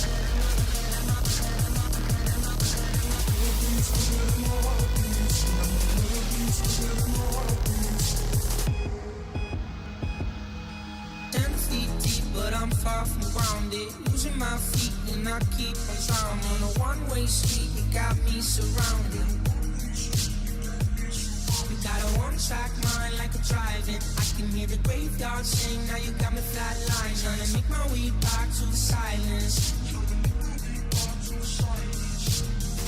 Suddenly, I've been sitting back wondering why you've been coming round, cutting me. And now my blood bleeds quicker than my heart beats. Suddenly, I've been sitting back wondering why you've been coming round, cutting me. And now my blood bleeds quicker than my heart beats. Blood bleeds quicker than my heart beats.